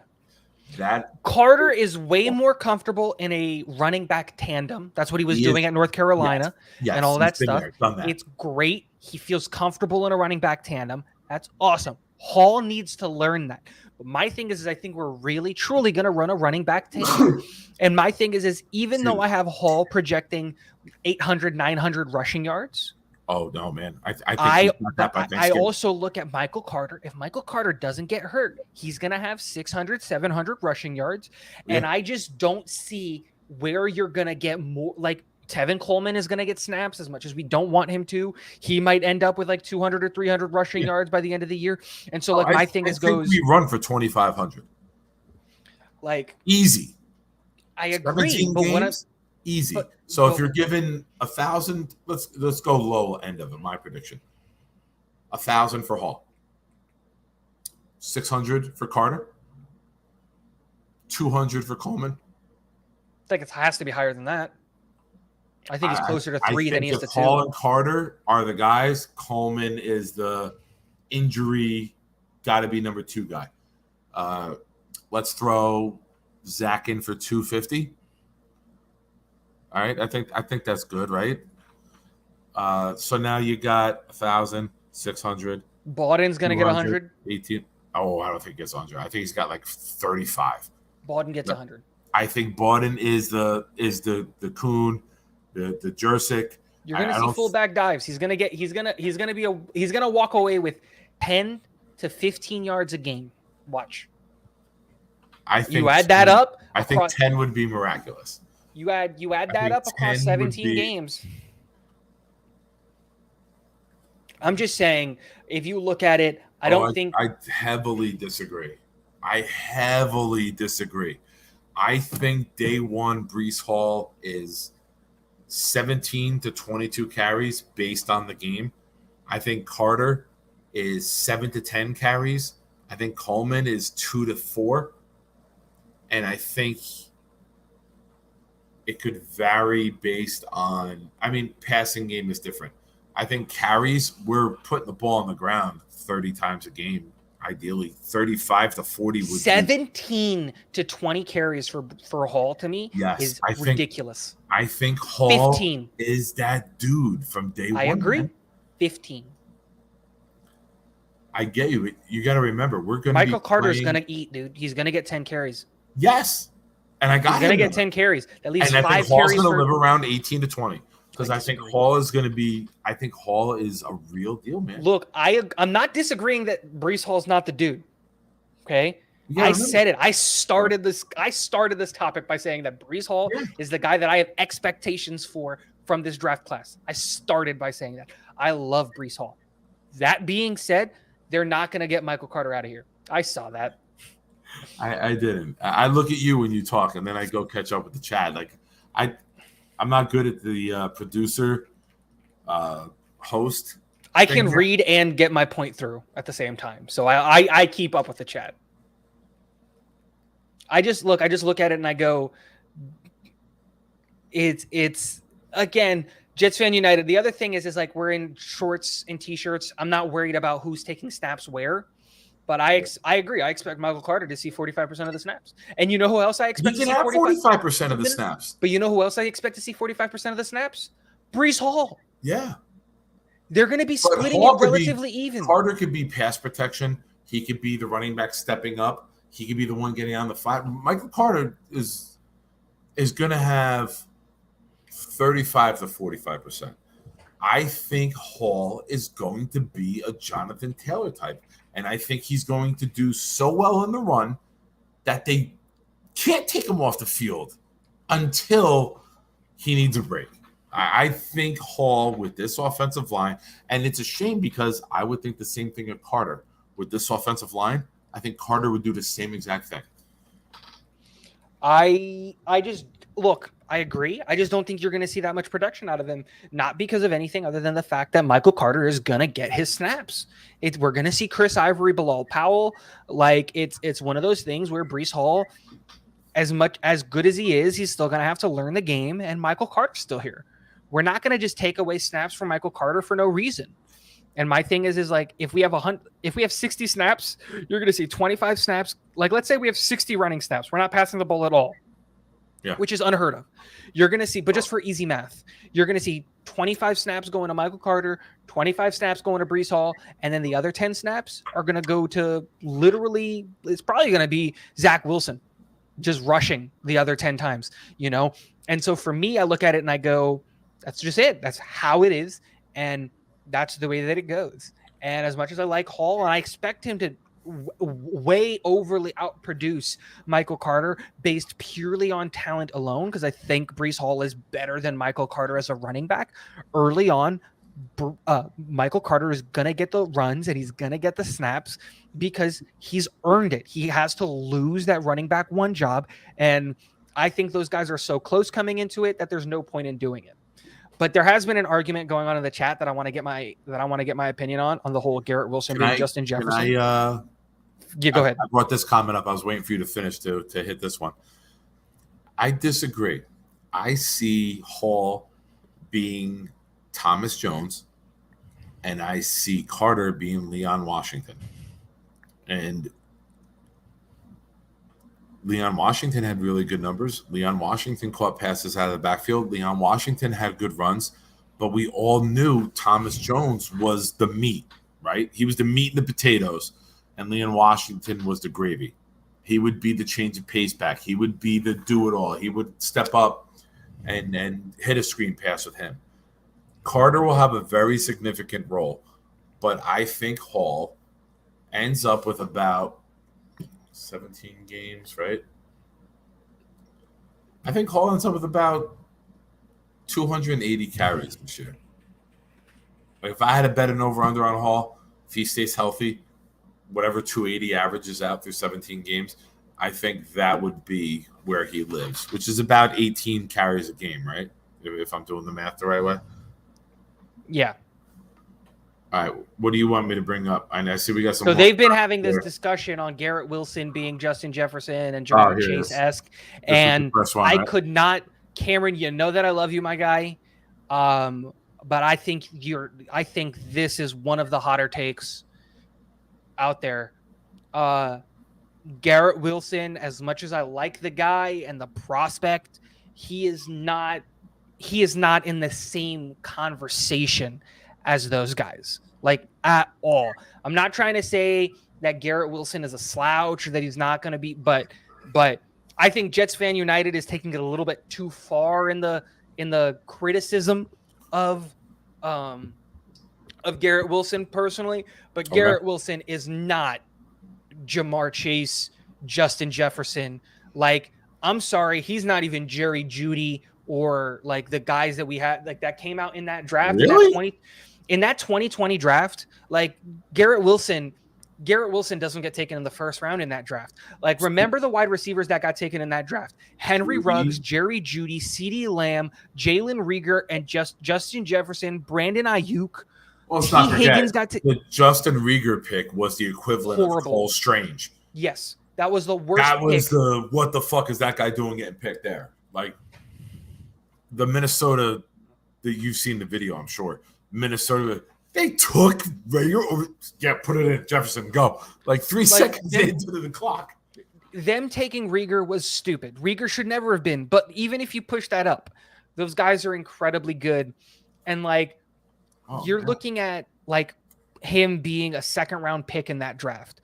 So I think Wilson's a better prospect than Ruggs. Ruggs was a speed, one trick pony. And he was. Who would you take this year? Would you have taken Garrett Wilson or the Alabama kid that hurt his knee? I forget his name. Hurt his knee. Jameson Williams? Yeah. Because they're the same player. If Jameson Williams is healthy, Jamison Williams is in the discussion at 4. See, but that's what Henry Ruggs is. Henry Ruggs is J-Mo. Henry Ruggs is not an all-around wide receiver like Williams was coming out. Williams isn't an all-around wide receiver. Oh man, he's got. Nope. He to me is Devontae Adams. I said this in February. His footwork, his ability to. He's always open because he dogs everybody. He's always open because he runs a 4-1, essentially. But I'm talking about in his break routes, not his go routes, not his deep I understand, post, but he's his open ability, because you have his footwork. You watch him get open, man. Filthy. It's some of the nastiest college wide receiver film I've ever seen with James. Dude, he's open because you have to respect his go route. He's open because if you disrespect his go ability. If you disrespect his go ability, he's gonna burn you over the top, right? But you have to give him that space. You gotta hover him, and I'll give you this: his footwork is really good, so he can break in his routes effectively and, the deep and quickly. Ability allows you to come back on it. Why is Devontae always open on curls and outs? And because he's an elite wide receiver, and J-Mo's not that. I see. I'm telling you, that's what I see when I watch the footwork. Not the quarterback wide receiver relationship. Average footwork followed by elite speed. That's what that was. It's elite speed. But elite speed allows average footwork to be better than it is because of the separation it creates, right? Absolutely. But Devontae Adams has that ability to take you 12 yards. As soon as you turn your hips, I'm coming back on it because you're so afraid of me running by you. I've got one word to counteract what you're saying. I've got one word to counteract what you're saying and why it doesn't work in the NFL. Ready? Shoot. Sauce. We saw what he did in the Final Four, right? In that game when you fake. What is Sauce? An NFL. And we don't know that. You said that's 2-3 years. NFL I'm caliber. 2 months. That's an NFL caliber corner. It's just that's just what he is. And J-Mo, in my opinion, wasn't that. J-Mo was a speed guy with average footwork at best, and because college corners couldn't cover him, they had to respect his speed. They gave him 5 or 6 yards, and because he could his acceleration control, like he can stop really, really well. Because of that and his ability to stop, he could go and do a hitch route, and he could go and cut in and slant and do these different things and do all of that. All right, let me catch up with the chat. We fell a little bit behind, and we got some good comments in here. Looks like you do not see him in the compound. Dude cannot stop galloping to catch the ball. Nerves my ass. That was him trying to put on a show, which makes him problematic. Wow.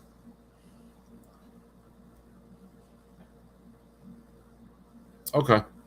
I grouped that in. I'm drunk and high. I'm not gonna lie. You guys have seen me, but I just group that in with a third down back is usually got to pass protect too. My fault for that one.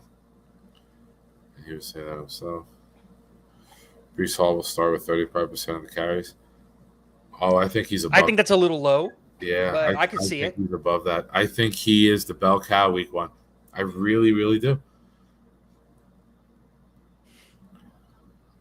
I'm not worried about it. It'll be fine. Just needs a little grooming. Remember, Jamar Chase had a problem catching the ball at the beginning of the season. That's true, right? Remember that was his only problem. But everybody was like writing him off the first couple of weeks. And then he went up against Darrell Revis Jr. and Bryce Hall and couldn't do a goddamn thing against us. Have a good night, Iowan. I love you, my guy. I don't take myself too seriously. Yeah. I'm trying to catch up. I'm sorry. I'm a little behind the chat. Later, Iowan. And shout out to you again, man. Thanks for the jersey. It didn't get here yet, but I'll message you when it does.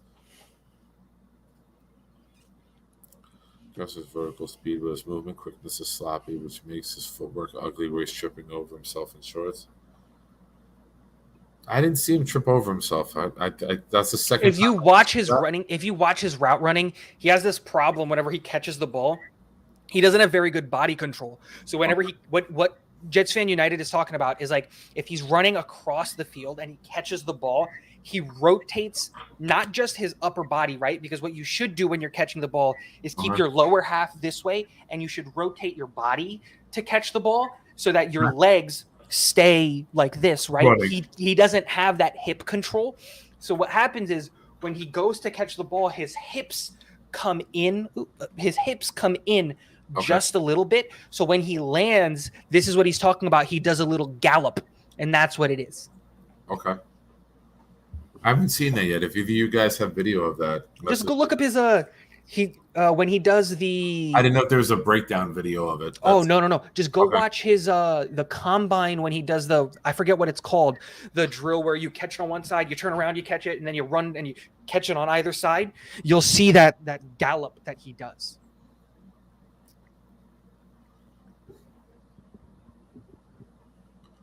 Ooh. See, that's I think is crazy. I did not want Jahan Dotson. Jahan Dotson is just Elijah Moore without as much talent. Sky Moore over Dotson. If it came to us not getting a receiver at 10 or a trade, I wanted Sky Moore over Dotson because I thought I believe Elijah Moore is Antonio Brown. Like the route running. I'm not saying fantasy wise, numbers wise. I think we've talked about this. If not, Antonio Brown had the unique ability in his prime, even still last year. His footwork is so good, it allows him to play bigger than he is, right? How many times do you see a tall 6-foot wide receiver who's sloppy with his routes and doesn't have that quickness? He's got speed, but not quickness, right? And he runs a 12-yard comeback on the sideline. And the route, he's catching up here. The cornerback's on him. It's contested. Antonio Brown was able to play bigger than he was because he had the unique ability to never slow down in his cuts, breaks, and route running. His acceleration was off the charts. Yes. And you can be the fastest guy in the world, and some people are heavy-footed, and they plant that front foot, and it takes them forever to get back off of it, right? And which allows what? Cornerback to close in, contest the pass. Brown's route running, how many times did you see him run a 12-yard comeback on the sideline, and he's backpedaling, catching the ball here? Because he dogged the dude so bad in the cut, right? Yeah. That's what I see with Elijah Moore's footwork. That's what I see. I see a guy who, he will probably never put up the fantasy numbers of Antonio Brown because we're not that passing offense. But his ability to dog people and get open when he needs to, his efficiency rating will be elite. To answer this, Cameron, I not said that go back to that comment real quick. Oh, sorry. The one that was right there. And the comment goes, Antigo, how could you say that Garrett Wilson will not be in the same boat as as Jefferson and Chase when he hasn't played it down in the league yet? That's not fair. You're misunderstanding what I said. What I'm saying is, at this point in time, I have no idea what Garrett Wilson will become. I have no idea what he's going to become, right? No one knew that Wayne Chrebet was going to be as good as he was. What I said was Garrett Wilson at this point right now is not on the same level as Justin Jefferson and Jamar Chase when they were drafted. Justin Jefferson and Jamar Chase were different. They were different when it came to the wide receiver position. The only reason Justin Jefferson wasn't taken higher in the first round was because in that year there were so many good wide receivers. And I mean so many good wide receivers. And so it was hard, and it really became when you look at there's like 6 or 7 elite wide receivers, it becomes a flavor draft. You take whatever flavor of wide receiver you want. And for me in that year, Justin Jefferson was the number 2 wide receiver for me in that year. I had him as my number 2 wide receiver. I think I had him only behind in the 2020 draft. I had him behind Jerry Jeudy. Now, I was wrong in that assumption, in that analysis. Justin Jefferson should have been my wide receiver 1, but I really, really liked Jeudy. Jeudy coming out of Alabama for me was the number 1 wide receiver in that draft. And so you heard he just got cleared of those accusations. So yeah. He's good to go. So like Russell when I Wilson say this, calling some judges already in Denver, huh? Mm-hmm. And so when I say that Garrett Wilson's tape does not match up to any of those guys, like at all. Garrett Wilson has lots of holes in the tape and what he showed. That doesn't mean that he's not going to be a great wide receiver in the NFL. But like I said, it's one of those things where Garrett Wilson's college tape isn't going to be in that same level. Garrett a lot Wilson, of people believe Olave has better college tape than Wilson. A lot of people, I disagree because I don't like Olave at all. But like that's an argument that can legitimately can be had. Is who was the better wide receiver in Ohio? Was it Olave or was it Wilson?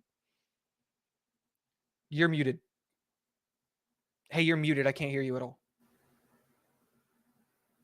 Can you not hear me? I Nope. muted it when I ate my potato chip to be a gentleman and polite to the chat, and then I never took it off. Yeah, okay. I thought I was having a stroke. Fuck. Now I don't even remember what I said. So you should mute or eat chips. I gotta eat something, man. I gotta eat something before. But going to that situation, like my thing is like there's a real conversation to be had about Garrett Wilson. Like, is he even a first-round pick in previous drafts? I don't think he is. I don't think any of these guys are first-round picks. If you put a poll up for people who watched Ohio State football and asked them who their favorite wide receiver was, who's better, not favorite, who's better? I think it's going to be between 53-47%. I think it's going to be very close between Olave and Wilson. If you put just a poll, who was the best wide receiver on Ohio State last year? Garrett Wilson or Olave don't win it. It's the Najiba kid. He's going to be a top 10 pick. Oh, but that's this year. Like he's going to be a top 10 pick. That guy's the real deal. And so that's my thing when it comes to Garrett Wilson. I'm not trying to dog the kid, but I'm not going to sit here and put any expectations on him because that's not fair to him. He's not as good as Justin Jefferson or Jamar Chase coming out of college. He's just not. No. I'm not putting him there. And putting the expectation of that on him is not fair to him. It's like when Solomon Thomas got taken 3rd overall. That was unfair to Solomon Thomas. He shouldn't have been taken that high. That's unfair to him. The expectation that gets put on there isn't good for him. So for me, that's why I look at it that way. I look at it and I go, Garrett Wilson is great. And his ceiling, in my opinion, is a high-end number 2 wide receiver. That's what it is. And I hope I'm wrong, but yeah. Oh, I think Devontae is light years ahead of Judy. And I love Judy's route running. Incorrect. Devontae Smith is out of the league in 3 years. What? His body's not going to hold up. You can't be that skinny. Deshaun Jackson did it. Deshaun Jackson didn't do it. Deshaun Jackson got hurt so much he couldn't play full seasons. And they kept bringing him on because there was no one else to play the role in that kind of in the NFL at that time. Deshaun Jackson, with how wide receivers are becoming so interchangeable and you can get wide receivers in the 2nd and the 3rd and the 4th round now, players like Deshaun Jackson don't exist anymore. I would be surprised if Devontae Smith gets his 5th-year option taken just because of durability. I'm worried about the kid's size, man. That's it. The kid is small. Oh, he is. But I think adding at 170 pounds, man. Oh. The kid's just small. How are you going to run up? Like, imagine him getting blown up by Kyle Hamilton. It's just, man, like. Well, Mr. Cinderblock Shoes has to get to Devontae Smith to ball him up. I joke with that because it's 40 time. It was horrible. The only 3 receivers are first-round picks that the Jets left. Okay. Watson. Wow. Over London? London was my number 1 wide receiver. Cameron, I read what you said. Jameson was mine. I think Jameson with St. Brown up in Detroit is going to be electric. What St. Brown did last year without a legitimate receiver next to him that nobody can name unless you have their depth chart up next to you. I think St. Brown and Jameson Williams are going to be fantastic together. Williams comes in and he lights the league up from day one, like Beckham did after missing 4 games his rookie year, like Jefferson, like Chase. When he does play, if you, like I did with Elijah Moore earlier, if you average those numbers out to an entire year, you're going to be looking at an elite receiver from day one. Mm-hmm. And Cameron, you did put expectations on Garrett Wilson. To answer what you said, I did read your comment really, really well. You did put expectations on Garrett Wilson because what you said was you expect him to be the Jamar Chase or Justin Jefferson of this draft, maybe not in production-wise, but what you're saying there is you expect Garrett Wilson to be by far and away This comment? yes. No. It's much, much higher. You're going to have to scroll. I saw Jefferson and Chase there. No. What you said was that if you expect him to be the Jamar Chase or Justin Jefferson of this draft, what that's saying is that you expect him to be by far and away the best wide receiver taken in this draft in his rookie year. That's what that's saying, because both of those guys in their rookie years were were by far and away the best wide receivers drafted in that class. Justin Jefferson went to the Pro Bowl his rookie year. Jamar Chase went to his Super Bowl his rookie year and was a big part of carrying that team to the Super Bowl. What you're saying, that's what it is. So that's what I'm saying. You're saying that their skills and what Garrett Wilson brings is by far and away the best of his position group in this class. And I can't even say that Garrett Wilson was wide receiver 1 in this class. That's what I'm saying. Yeah, but a lot of people that have Justin if it was up to me, I would receiver 1, right? Nobody had Justin Jefferson wide receiver. I had him as wide receiver 2. NFL teams didn't. There 4 guys got drafted before him. Now, I'm not saying that, but when you go later in the round, you're usually going to a better quarterback. You're going to a veteran quarterback. You're going to better system that was in or near playoffs. And sometimes, just like quarterbacks, right? Mac Jones is not a better quarterback skill-wise than Lance, Wilson, or Lawrence, but he fell, and he went to a better system with a better offensive coordinator with a team that spent unusual amount of money for them in free agency that year to make a competitive team. But I agree. I'm not saying that throughout the year. I'm not saying that, but what I'm saying is like, oh no, I'm just countering. No. I agree with what you're saying, but like my point is like, even with all of that being said, if you just do player comp, like just compare X to X, just compare Justin Jefferson's LSU tape versus, Garrett Wilson's Ohio State tape. They don't match up. They're not in the same tier. That 2020 draft was an elite. I will take the SEC tape over the Big Ten tape 10 times out of 10. And that, like, a lot of people are gonna be like, "Oh, it doesn't matter. It's about the player." Kind of matters, man. Playing against SEC competition kind of matters. Like, it's one of those things where, like, I'm not even gonna try to sit here and have that SEC Big Ten conversation. But like, my whole thing is like, Garrett Wilson is not on the same level, like when they were coming out of college, as Justin Jefferson or Jamar Chase, and like with good reason. Jamar Chase was like a number 3 over. Like, what was it? Didn't he go 4th overall? Like, Jamar Chase. Like, didn't he go 4th overall? Yeah. He was arguably one of the best. He was arguably like the best player in that draft. Like, when you look at player at their position, what player at their position was as impactful as Jamar Chase was at wide receiver? There isn't. Like, I don't know if you guys remember this, but like like every conversation with wide receivers started at wide receiver 2 because everybody unanimously said, remember Jamar the Chase people who were trying to say ST. he didn't play for a year. He's not going to be as good. Nobody said that. Shut the fuck up. People tried to say that, but nobody could argue that because he was so good. But the conversation came like for example, like Devontae Smith was a great one because a lot of people had Devontae Smith as wide receiver 2. I didn't. I had his teammate higher than him. I had the kid that went to I had Kadarius Toney higher than him.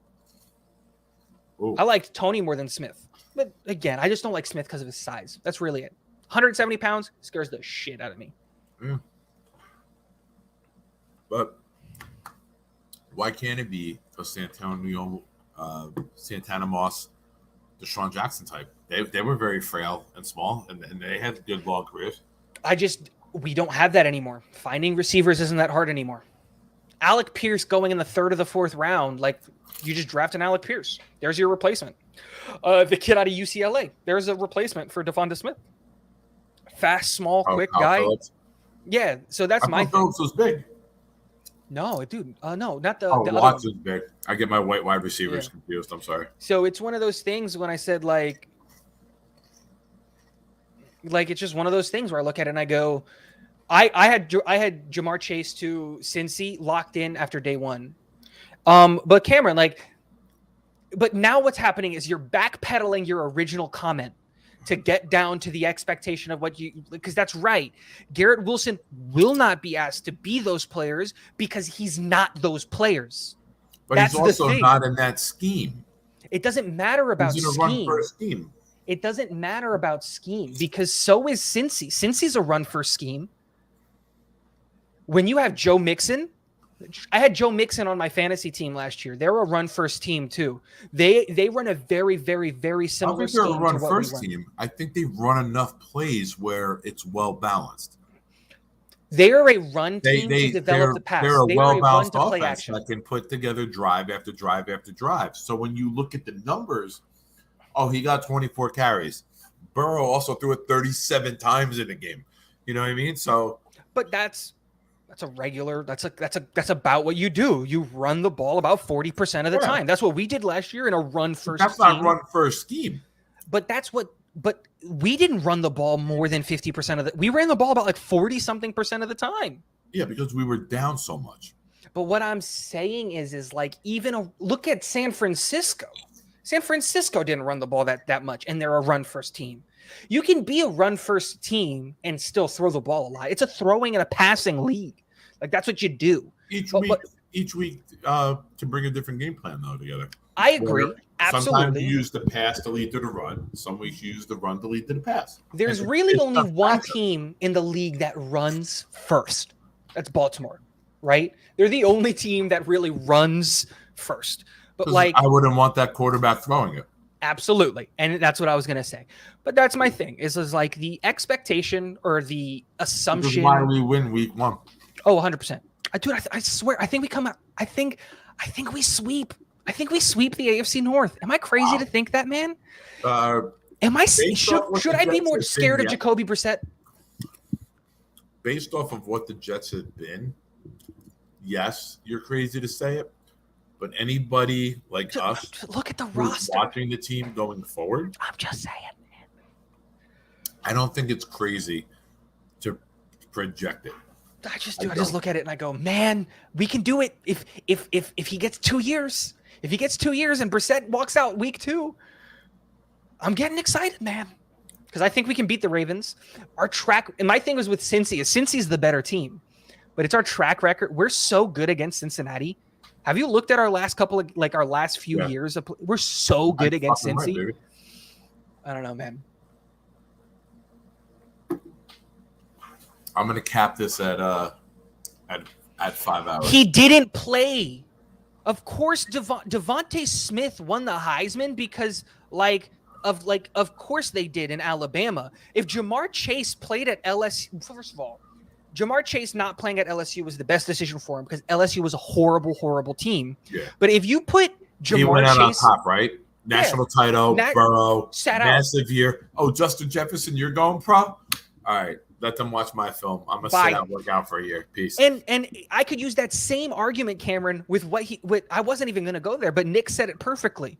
He won a national championship and then called it quits. He said, I'm done. I'm gonna go to the draft. And he went 4th overall. Year, he was like, you know what, man? We got the chance to opt out. I'm out. My stock is high as fuck. I am not gonna mess this up. I'm done. And he got so lucky to go to college quarterback. He went 4th overall. With not playing a full year, sitting out a year. That should tell you how far and away he was ahead of Devonta Smith, even though he won the Heisman. You know who else won the Heisman? What's the Florida quarterback? Tim Tebow won the Heisman. Winning the Heisman doesn't mean anything. I think winning the Heisman at what's the quarterback for the Browns? I keep forgetting his name. Baker Mayfield. Baker Mayfield won the Heisman. Johnny Manziel won the Heisman. Manziel won a Heisman. So saying that they won a Heisman doesn't mean anything. You go on your rant. Let me and I'm going to finish right here. Waddle got taken before Smith. So don't come to me with the Smith conversation, man. Devonta Smith and Jalen Waddle and Kadarius Toney were not on the same level as Jamar Chase. Jamar Chase was in a tier on his own. That's why he was the number 4 overall pick. He was the first player that wasn't he was the best player at his position by far and away. By far and away, the best player. This is what I was going to say, Cameron. Exactly. You and I are on the same page. That you took over for Tin Star after he left. He won a natty on Alabama. Heisman, but winning the Heisman as a quarterback, easier, way easier. I get it. I was trying to go but like to a win it Heisman as doesn't a mean good. receiver is really impressive. No, it is absolutely. I'm not trying to take anything away from Devontae Smith. Running backs, right? It used to be your Barry Sanders and your Ricky Williams and these guys, Ron Dane, like these guys who are putting up 7,000-8,000 yards in 4 years. And as quarterback, I think it's easier to win if you got it's the way right easier system. to win awards as a quarterback. Oh yeah. Again, I wasn't using that as an example. I was using that as an example of people who win the Heisman and then don't have illustrious careers, like people who win the Heisman and aren't the best at their position. Right? Baker Mayfield won the Heisman and was taken number 1 overall. Yes. And look at Josh Allen and Lamar Jackson. To go to the NFL and succeed, winning the Heisman as a receiver or a quarterback like Charles Woodson, you know what I mean? Rather than a quarterback. Yeah. I think it's a harder transition because if you're winning a Heisman in college, it looks like Joe Burrow is the anomaly right now. You're usually not going to be that good. There's no way you're ever going to equate to, equal, or be near what you were in college in the NFL. Because in college, the teams are so far and away better than whatever competition they're facing. That's why, like Alabama, I get worried about Alabama players. All these cornerbacks, and if you're in a conference like the SEC or the Big Ten, and you're dogging all of these cornerbacks week after week after week, and you win the Heisman as a receiver, I think your transition to the NFL is easier because you're beating potentially, if you're playing the SEC schedule, you're going up against future NFL cornerbacks, right? Absolutely. The majority. Absolutely. But then the argument comes in here. Pick on the weak link time after time. Absolutely. But my argument comes here is this. With that exact comment is, okay, Devonta Smith goes out, wins the Heisman, wins a national championship. Why is he still the third receiver taken in that draft, number 10 overall, and not even the first receiver taken from his team? Size.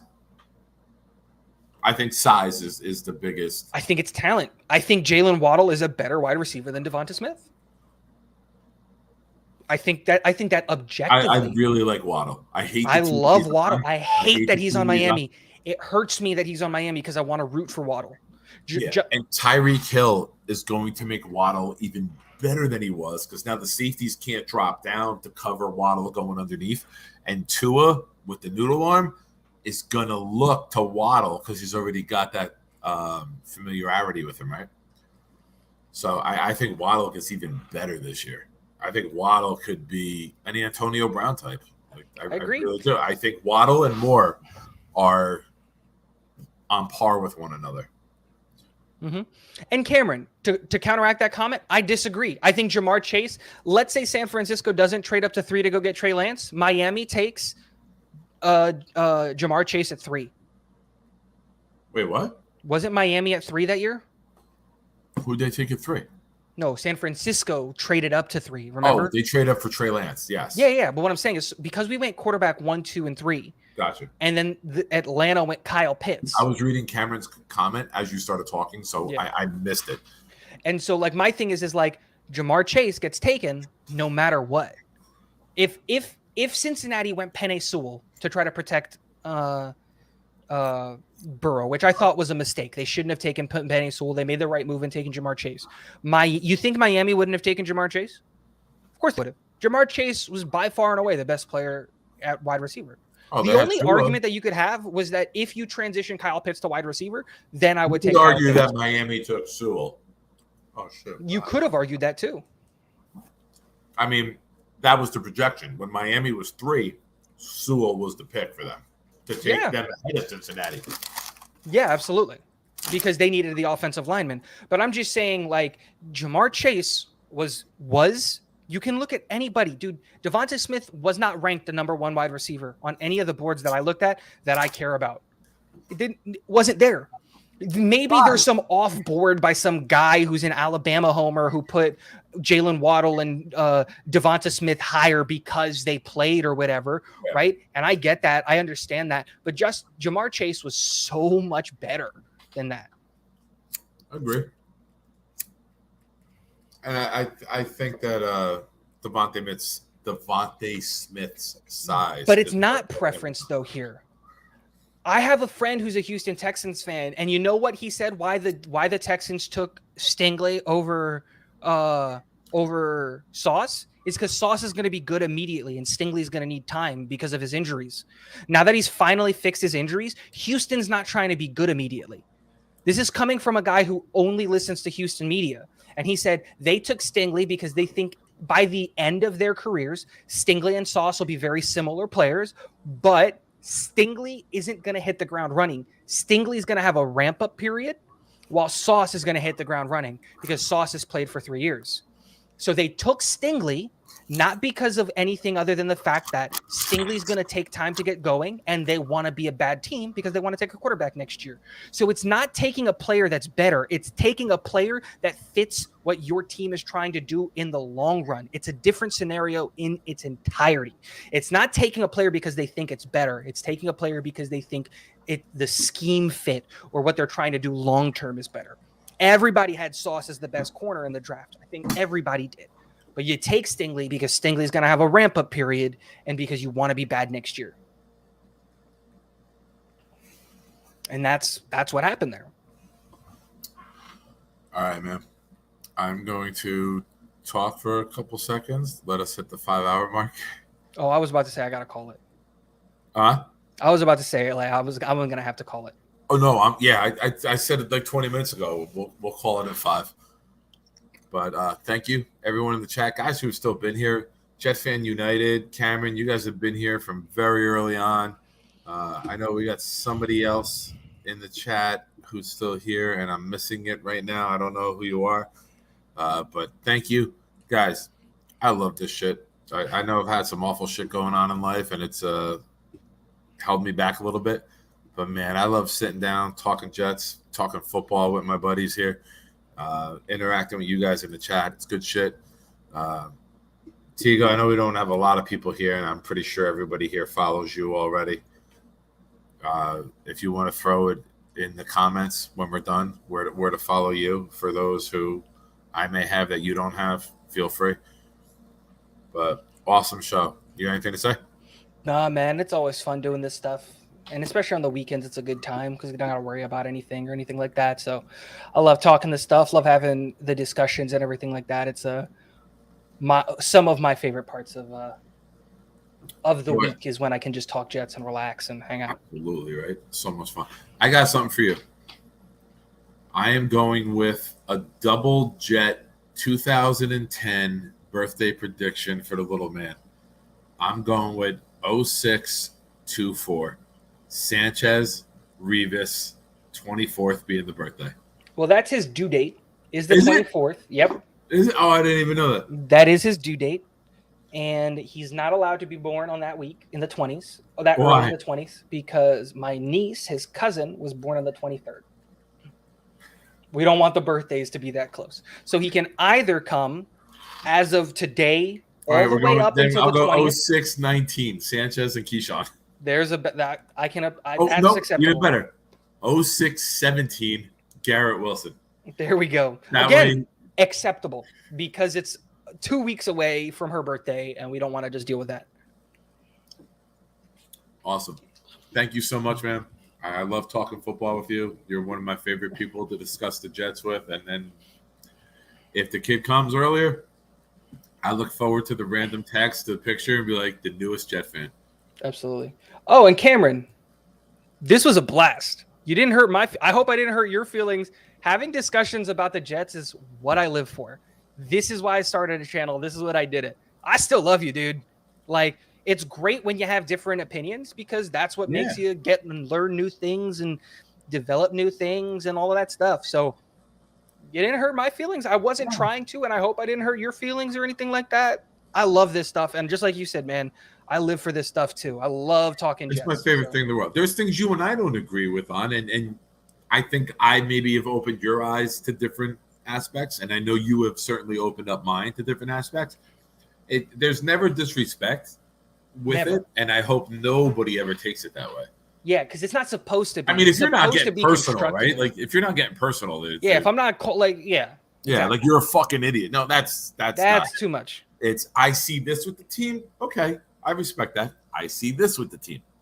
So it's always fun to discuss it because you never, everyone doesn't agree with you, but you don't know their stances, right? So It makes it enjoyable to hear what other people think when looking at the roster, when looking at the play design, when looking at possibilities. Like you and I disagreed heavily with the whole tight end situation, but But like again, we'll find out who's right when the season gets here, and that's a great thing, right? Is we're not arguing philosophy and there's no like right answer kind of a thing. Projection, right? Yeah, we're just projecting what the projection, roster's going to do, and by week 10, we'll be able to come back and you'll be able to say, I see shithead, I was right. And it'll be a that. good time. Conklin has 2 touchdowns week 1, bro, and you got to shut down your channel. I'm going to get the DM. I'm going to get the DM immediately. It's not even going to be 2 touchdowns.